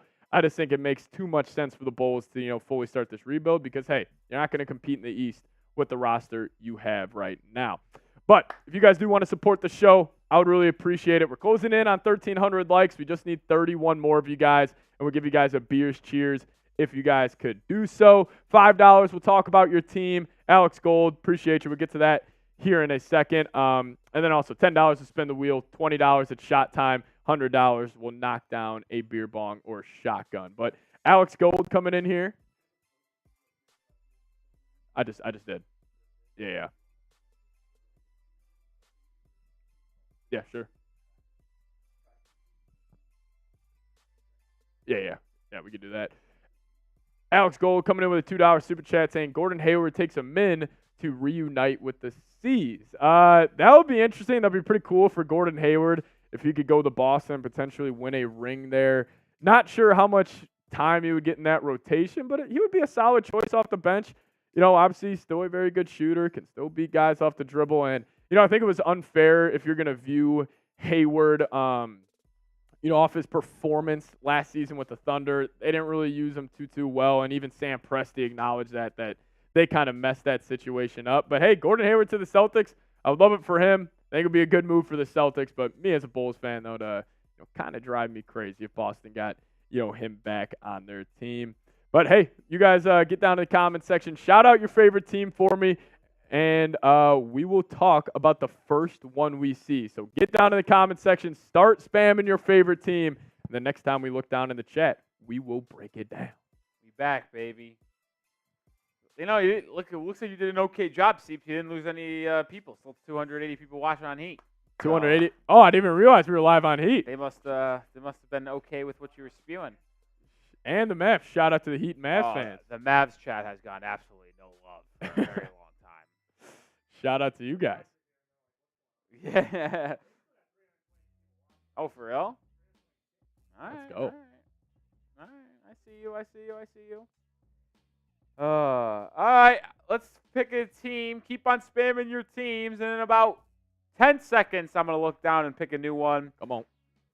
10, 9, 8, 7, 6, 5, 4, 3, 2, 1. I saw Warriors from Nathan Davis first. Okay.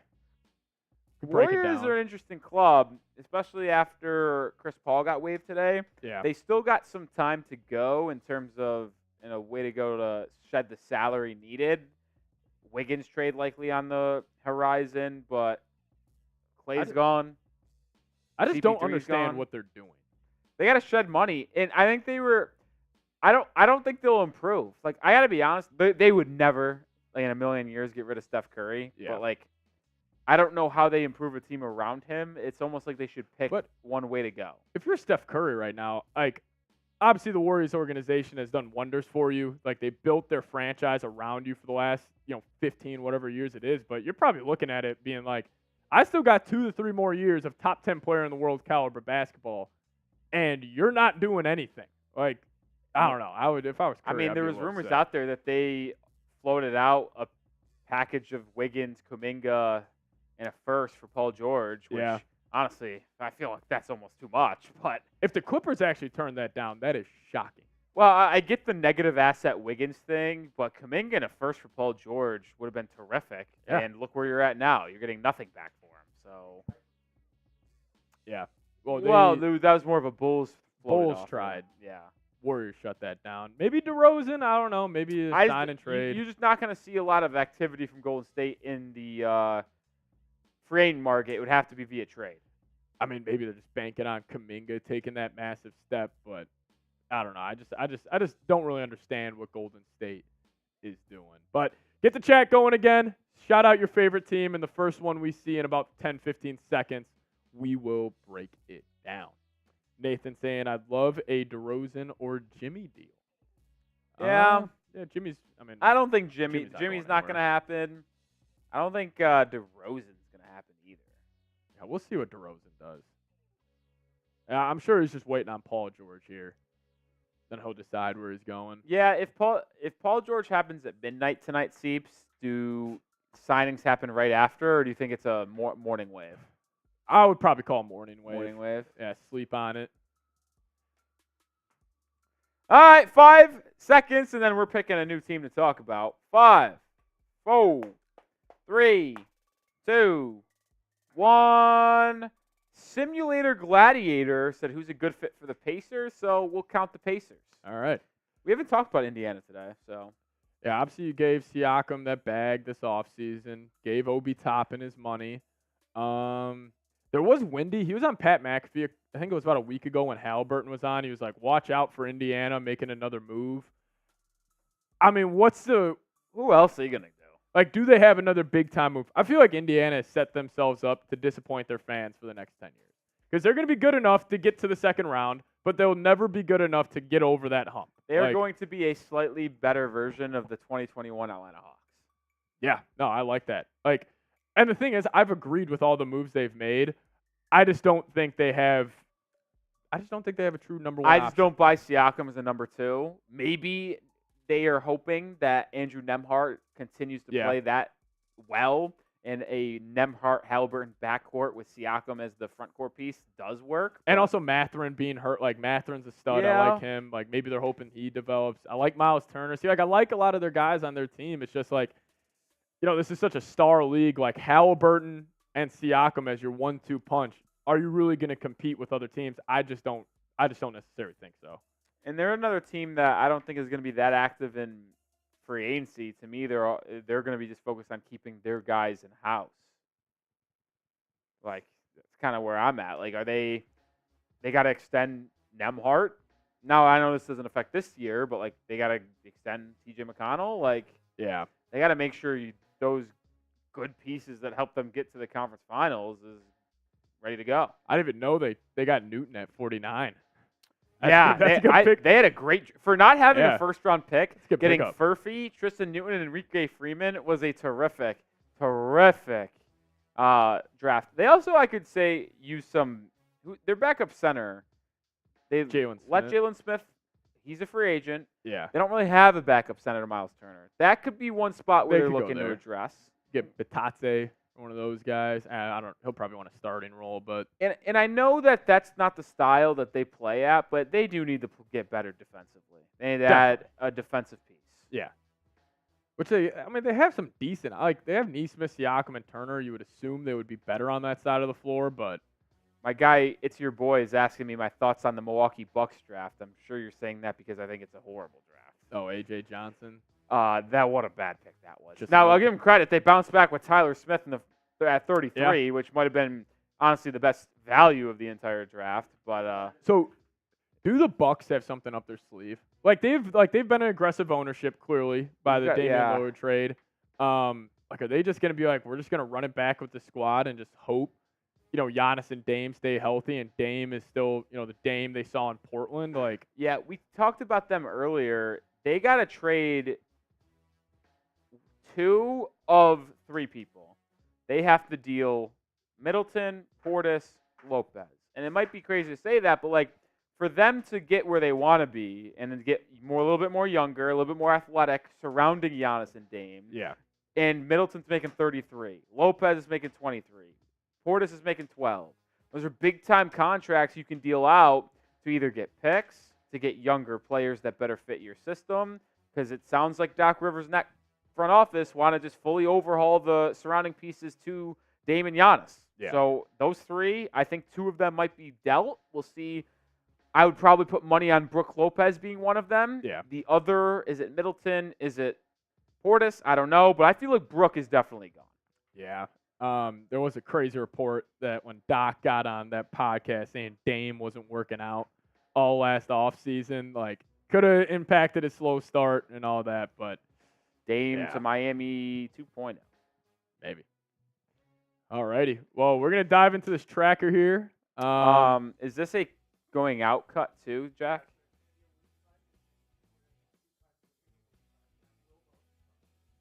Okay. So we go. Okay, so we're tracker. Pause. Winners lose. Okay.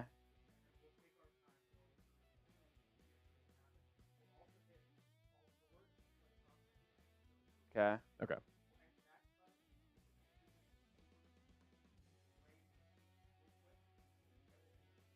All right. Got Cool. it. Gotcha. Cool. Can't wait for someone to sign big time in this I know. hoop cut. You want to take the start of this? Yeah, I can start it off. Yeah. Yeah. Okay. Yeah, so what we're going to do here is you couldn't hear everything we were just talking about behind the scenes. We're going to go through all of the moves that happened today, starting with Alex Len. And then we're going to go into our day 1 free agency winners and losers. Spoiler, number 1 loser, all of us. Yeah. But we will get there eventually. So stay tuned. We're going to recap all of the moves that happened on day 1 and then give our winners and losers for that as well. So shout out to all the real ones still watching because I know it's been a long day and a slow day, but appreciate all you. Let's do it.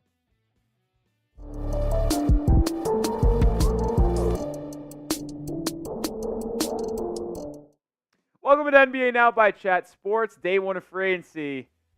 It's here, I guess, and we're here to break it all down. Nick Roloff and Patrick Seatman here going through all of the moves that happened on the first day here. And it started with Alex Len right before free agency really started. Len re-signing with the Kings on a one-year, $3.3 million deal.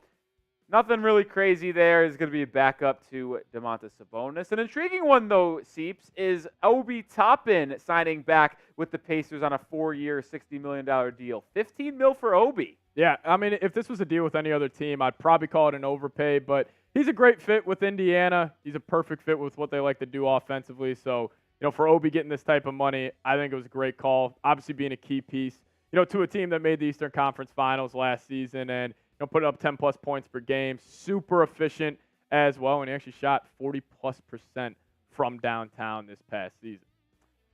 Yeah, Max Christie came in here right before we got underway. 4 years, $32 million with the Lakers. A little bit shocked there that he got that much money over that much seasons. Someone who has not had the biggest impact for the Lakers over the past couple of years. But then the big one that happened before free agency, James Harden. Clippers have been in the news, but 2 years, $70 million to return to Los Angeles. Felt like it was a must for them after they make that deal to start last season. Yeah, I mean, clearly the Clippers still think of themselves as a contender in the Western Conference, and if you do, bringing back James Harden was a must for them. Still pretty effective last season, was one of the best ISO players in the league, but again, postseason time comes around, we know who James Harden is. He's been the same player throughout his NBA career. Has these highs in the regular season, postseason time comes around, and then, it's just hills and valleys with his game. I mean, he had a game against the Mavericks, went off for 30-plus points. Next game, he's 2 of 15. It's just typical James Harden, but, Clippers just need to get this done. Yeah, Luke Kornet re-signed with the Boston Celtics, so we'll package this with Neemias Queta as well. They keep both of their third and fourth string centers. No Kristaps for the beginning of the year, so maybe some depth behind Al Horford for this upcoming year. The Heat also retained one of their big men, Kevin Love, on a 2-year, $8 million contract. A little surprising here that it's a 2-year deal in full. No player option for Love, as they did last year. It was a 1+1 full 2 seasons, so he's guaranteed to be on the roster for Miami over the next couple of years. A little bit surprised by that, but Love is good mentor and veteran for the Heat over the past couple seasons after being a buyout market guy. Yeah, I mean, great in the locker room. Obviously, he's going to help Ware, who the Heat took in the first round. But I'm a big fan of Kevin Love. Always have. Great guy to have in your locker room. But, hey, you guys let me know so far who has been the best signing. You guys let us know down in the comments section. We'll make this the pinned comment on today's video. So scroll on down there. Let us know your thoughts on who has been the best signing so far throughout NBA free agency. Yeah, then your guy, Andre Drummond, is the first player to switch teams in free agency, signing a 2-year, $10 million contract with the Philadelphia 76ers to become the Joel Embiid backup. He was terrific the past couple of years for Chicago. Yeah, no, one of the best offensive rebounders in the game, plays with energy, plays with passion. Honestly, not as bad as people think of him defensively, can actually switch on the guards decently well, but this move for the Sixers, I absolutely love it. I think this was a great move. I think he's going to be one of the best backup centers in the league. And obviously, as we know, Joel Embiid, gets hurt more than anybody. And having a guy like Drummond who you can throw in there, that was a great move by Philadelphia.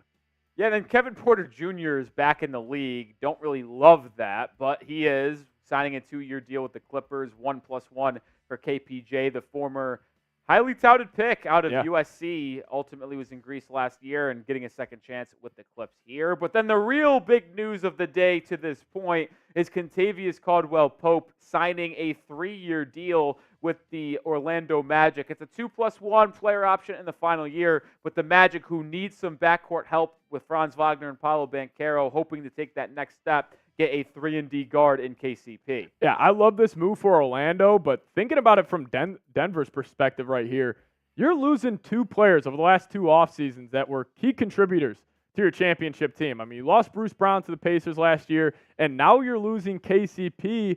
And I will make this note for the Magic. They're going to have one of the best defensive backcourts in the league with Suggs and KCP. I think the biggest question with them is, can Banchero take that jump to become a true number 1 option on a championship team? adding a guy like KCP around him will definitely help that case. And you also wonder here, Seeps, does signing KCP help their pitch to Paul George when they get that meeting with him over the next 24 hours? 76ers are the leading candidates for PG right now, but maybe you could say, hey, listen, you and Caldwell Pope in the backcourt, Franz and Paolo in the front court. It's a good young core in an Eastern Conference that is a little bit gettable outside of the Boston Celtics. Make sure you are subscribed to us here at Chat Sports live for 5+ hours on day 1 of free agency. We're going to be back for day 2. I'll be live with Sam Brown and Jack Lotteray. Come join us. Paul George may be a Sixer. He might be a Magic. I don't know, but we're going to break down everything when we are live. Now, this was an obvious move. The Pistons had to make this, but they did extend Cade Cunningham to a 5-year, $226 million deal, and it's just the same question with Detroit I have every offseason. What is the direction of this franchise? Because they make some moves where it's like, oh, we're gonna try to win some games this year. We're not gonna be the bottom feeders of the Eastern Conference. I understand you had to get this done, but I just can't shake the Detroit Pistons just process. Yeah, he's been very good for them. 2 out of the last 3 seasons. He missed basically all his second year, but he's been good other than that. Eric Gordon signing with the Philadelphia 76ers. 1 year, $3.5 million is what I ended up seeing. I like Gordon, average 11 for the Suns last season, shot 38% from 3. I think this is a sneaky good signing for them to be one of their lead guards off the bench alongside Jared McCain, who they picked at 16. We'll see how they fill out the rest of that roster. Is Paul George going to be a Sixer? I don't know. Is he going to play the 2? Is he going to play the 3? Even if he is there, that's the biggest question. But they're starting to fill out their bench with McCain, Adembana, who they drafted, Gordon, and then obviously Andre Drummond as well. See, this is a move I love this move for San Antonio. I understand $11 million for Chris Paul, maybe a little rich for a lot of people, but you're talking about him just not only on the court, but also off the court. Like, he is going to be a mentor for Castle, who they took 4th overall this past draft, and also I bet you he's going to play a key development in Victor Wembanyama's development, having a guy who can throw him that lob and, maybe you just throw him in there 15, 20 minutes a game just to man that offense. And I absolutely love this for San Antonio. Obviously, they have a ton of structure within that organization, and I think that's what CP3 wants. Yeah, it makes sense. Said he was sold on the leadership of Greg Popovich, one of the greatest coaches of all time. It makes a lot of sense for CP3. It makes a lot of sense for the Spurs, so we'll see how that marriage ends up happening. Jonas Valanciunas, this one's very intriguing to me. 3 for 30. I get it from Washington's point of view because they need to add a center to help alongside Alex Sarr, who they took in the second overall pick. But from Valanciunas' perspective, what are you doing? Why are you signing with the Wizards? If at this stage of your career, why are you trying to bag chase? I would take $2 or $3 million less per season to try to play a contending team. And you're telling me a team wouldn't have tossed him 3 for 25? That is obviously in a better position to win games this upcoming season. I totally agree with you. I have no idea why Valanciunas took this. I mean, he still fills up the stat sheet. He's a walking double-double. This was in terms of a move that I did not see coming, was Valanciunas going to the damn Wizards. But, some of these teams in the East, man, the Wizards and the Pistons, they just all think the same. It is definitely the most head-scratching move of the day. Well, we are done with at least the signings that have happened. We can take a look at what may happen in the next 2 to 3 hours here. Clippers apparently out. No Paul George. They are parting their ways. And all the signs point to the Philadelphia 76ers. Shams had to know Chris Haynes, Woj, and then Law Murray as well, saying that there is a real chance that the decision from Paul George could be made today with the expectation that it is the Philadelphia 76ers. It really looks like it's between Philly and Orlando at this point, with it heavily going into the 76ers' favor. Makes a lot of sense. Fits perfectly next to Joel Embiid and Tyrese Maxey. It's a question of PG can live up to that hype in Philly, though. And also them having the additions of Eric Gordon and Andre Drummond. They're going to have a complete team. If they stay healthy throughout this entire season, obviously that is the biggest concern with that guy on screen and Joel Embiid. But, man, I love the fit of him in Philly. I think they're going to be a powerhouse if they stay healthy. And, I would call them the biggest threat to the Boston Celtics over the New York Knicks if they can get this done. Yeah, so we had this conversation. I'm curious to get your thoughts on it real quick. We believed, Harrison Graham and I, when we were live earlier, that they would be the number 2 team in the East above the Knicks. Would you concur with that? Yeah, I would agree with that. Just, I mean, the top end talent there is incredible. Like Maxey, Paul George, and Embiid, like that, they all complement each other's games very, very well. And it just comes down to health. Like if they can stay healthy, I think they're the biggest threat to the Boston Celtics in the East. So yeah, one more thing that we'll tie up here is Klay Thompson, the probably second biggest name, not the best free agent, but name at least. Him and the Warriors. Done, finito, not going to happen. And it feels like the Mavericks, Lakers, Clippers, and I guess the 76ers are going to be the teams interested in Thompson. I got to be honest, Clippers and 76ers, probably not going to happen. Feels like it's either going to be Dallas or the Lakers. Anthony F. Irwin says you never know until it's done, but it's sounding like the Lakers are a pretty distant second place to Dallas to land Klay Thompson. A lot of that cautious optimism has waned significantly since yesterday. I'll be very intrigued to see where Klay ends up. I'm kind of a little bit skeptical on either of those fits. I feel like he will have a decrease in volume and efficiency due to having unfamiliarity with that offense that he's been so tailored towards in Golden State. But I know you're a little bit higher on Klay than I am. Yeah, honestly, I think him going to Dallas or Los Angeles is the best choice for him. Play around a guy like Luka and LeBron who just generate offense at the highest level. I'll make this comparison. Everybody remembers when Ray Allen went to the Miami Heat. Oh, it's not the I same. could say the same it's thing not the about same. Klay Thompson. It's not the heading same. to whatever team he signs to. He is the most disrespected man in the Chat Sports offices as it stands right It now. is not the same. That is ridiculous. All right, whatever. Let's round out today's show with this. Paul George and Klay Thompson, two biggest names, two, I guess, people or dominoes to fall. Which deal gets done first? Type PG for Paul George, type KT for Klay. I'd probably go Paul George because it feels like it's going to be done in the next 12 to 24 hours. Hey, hell, it could be 2 or 3, but let me know your thoughts down below. All right, we got Brian saying Klay Thompson, Quincy Paul George, Deej Paul George. Thought he was talking to me. Let us know who you got signing first. I also think an underrated part of the reason why I'm going Paul George Seeps is Klay, even though we kind of know it feels like it's two teams, those two teams also have to agree on a sign and trade because it's going to have to be that way with either Los Angeles or Dallas. So that feels like it adds a little bit more of a wrinkle into it. Yeah, and plus I think this Paul George thing is coming, within the next couple of seconds as breaking news here. Yeah. Mason Plumlee signing with the Phoenix Suns. There we go. Not enough of a mover to change anything, so we're good there. That's actually a good pickup for Phoenix, though, because when you look at their center rotation, last year it was Yusuf Nurkic, who could be moved off of, if we're going to be honest, and then Drew Eubanks as their backup. I'm an Eubanks guy, to be honest, but Plumlee is a little bit better in my book. Plumlee, underrated playmaker. He can pass the rock. Yeah, sneaky good handle. I saw this on Twitter. It was like Mason Plumlee, his career highlights are like low-key nasty. And it's 100% true. Like, you throw on the Plumlee highlights, this dude's got some pretty big-time plays from his NBA career. But, Suns just need to get better on the margins, and this is what they're trying. Yeah, I'm going to bet this is a vet min. Full details are TBA. But they are in the business of just adding a lot of players to this roster that aren't going to be expensive to try to fit around the Beal, Book, KD contracts. They already made their one big signing, if you will, of retaining Royce O'Neal on $11 million per season. Kind of a bird rights situation there, which is why it was important for them to trade for him just over this past year. But when it comes to pure free agency guys and outside, it's going to likely be all vet mins for the Suns. Yeah. But we are going to be diving in the winners and losers here from day one of free agency. So that is going to be awesome, as we are all the biggest losers. I have no clue who the winners are. Gotcha. All right. Hold on. I see here. Yeah, winners and losers coming up in just a second. All right, you want me to intro this again? Yeah. Okay. All right, Jack, whenever you are ready. By the way, I get it.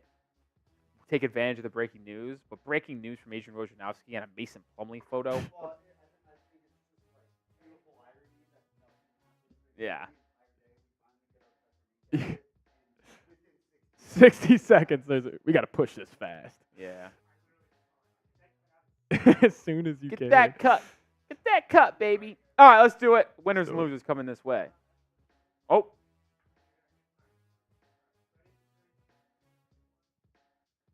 Day one of free agency winners and losers. Nick Roloff and Patrick Seatman here of Chat Sports. Not a lot of moves, but we do have some winners and losers grades to hand out.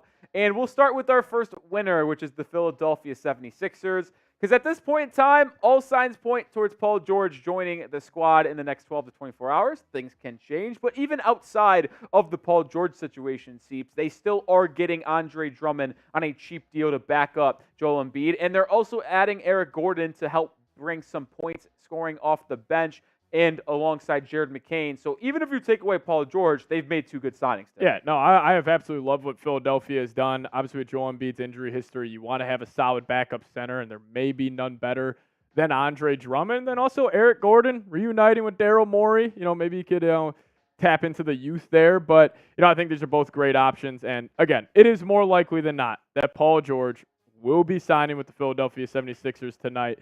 Coming in from Law Murray saying, per source, there's a real chance that Paul George will make his final decision tonight. The expectation at some point is that he will choose the Philadelphia 76ers. There are no other teams in the running at the momentum. Now, Rolly, let me ask you this. Where would you rank the 76ers if they do get this Paul George move? Where do they rank in the Eastern Conference? Yeah, I'm going to have them too. I'll have them right behind the Boston Celtics. I'll have them slightly above the New York Knicks. I just think you get a perfect fit next to Tyrese Maxey in that backcourt with Paul George. He can play the 2, he can play the 3. When Maxey heads to the bench, he could be your primary ball handler as well, letting McCain and Eric Gordon play off-ball scoring, shooting role that they do so well. And Embiid, it's really just all dependent on his health, but assuming he's healthy and this squad is ready to go, I think they have what it takes to really compete in the East. And I really like Nick Nurse as a head coach. I would probably put him as the 3rd, 4th best coach in the East. You can have a debate.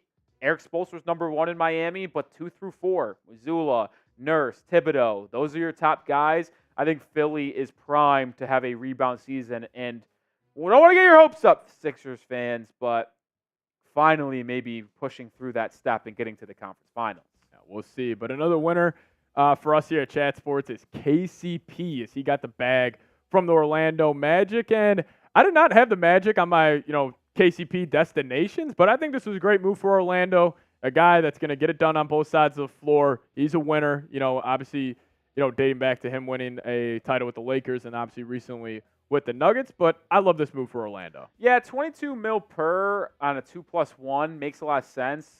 Listen, there was some buzz that they could offer 25. If that happened, I would have been a little aggressive. Yeah. But on a pure Kentavious Caldwell-Pope standpoint, getting paid that much money over that many years is pretty solid. I wouldn't have expected that. If you told me 2 seasons ago that KCP was getting a 3 for 66 deal, I probably wouldn't have believed you.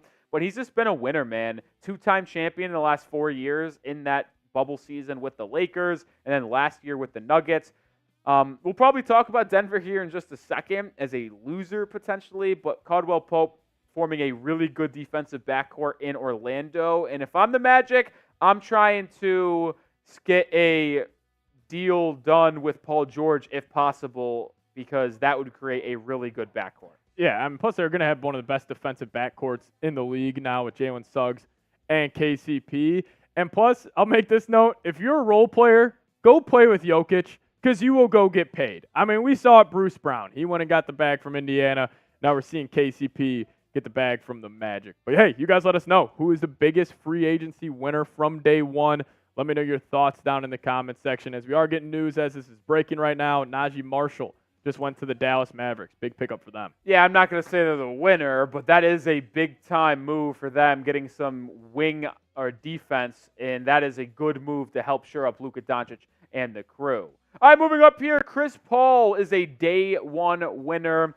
He got waived, so I guess not great in that department because his contract is no longer guaranteed, but getting to join San Antonio at $11 million to mentor Wemby, get to play under Coach Popovich, I think it's a great fit for Paul in San Antonio, and I am very excited to see how he can work alongside Victor Wembanyama in the pick and roll. Yeah, and he's going to be a good mentor for Stephon Castle, and I like this move for both sides. I think it's a kind of cool way to end your career if you're Chris Paul. If you think Wemby has top 10 all-time potential, you could be like, hey, I was the point guard that was his mentor for his early days in San Antonio. And listen, I understand not the same player he once was, but he was still effective for the Warriors coming off the bench this past season. I mean, still averaging 7 assists per game. He can generate open looks for just about anybody in the league. So love the fit of Chris Paul heading to San Antonio. I think it was a great move, for both sides.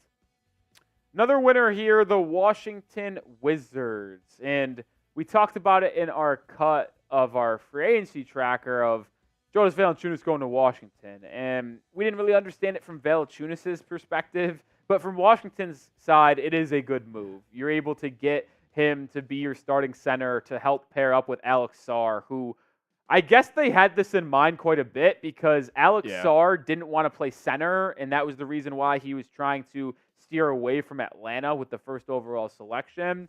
And I was like, well, it seems like he's going to play center in Washington anyway. But I guess they had the idea of adding Valanciunas the entire time. So you got your front court there, and you get to add some protection and rebounding to let Sarr do his thing defensively and develop as well as offensive.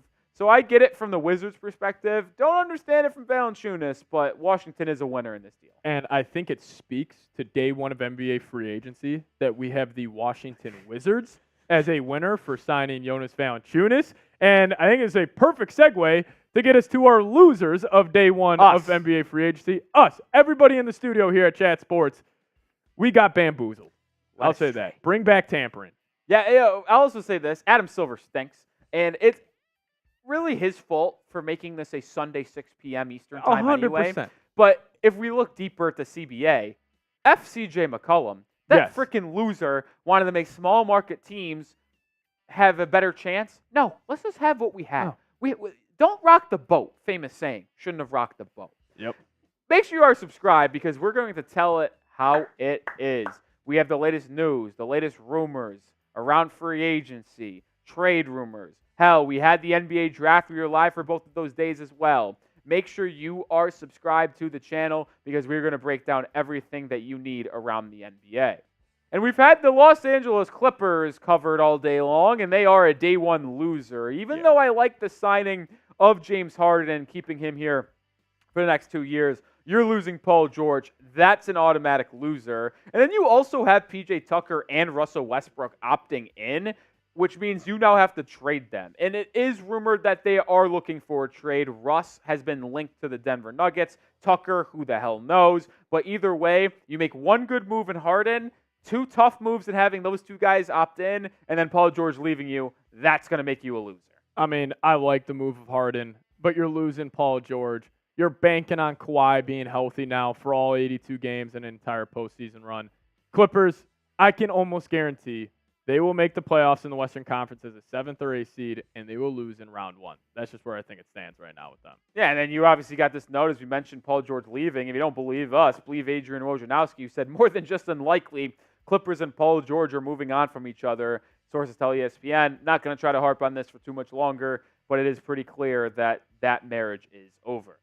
Biggest free agency loser from day one. There's always someone. Us. The biggest loser might be us. You can say me in the comment section if you want. You can also type the Denver Nuggets, who lost Kentavious Caldwell-Pope. He was a winner, personally. But we want to look at this from more of a macro perspective, Steve, because over the past 2 years, they lost Bruce Brown after winning the championship, and then lose KCP now. That's back-to-back years of losing good, high-level role players, and they don't really have a plan to replace them other than Peyton Watson and Christian Brown in-house, and those two have just not been able to meet expectations to this point. And you're just banking on those guys taking a huge step up. And, they did bring back DeAndre Jordan. I don't know why. I think this is to help improve Jokic's on-off splits, if I'm being honest. Like, you bring back a guy like DeAndre Jordan, for that reason. But I'll tell you what, the Nuggets are in a tough spot right now, man. Obviously, you won that title now 2 years ago, but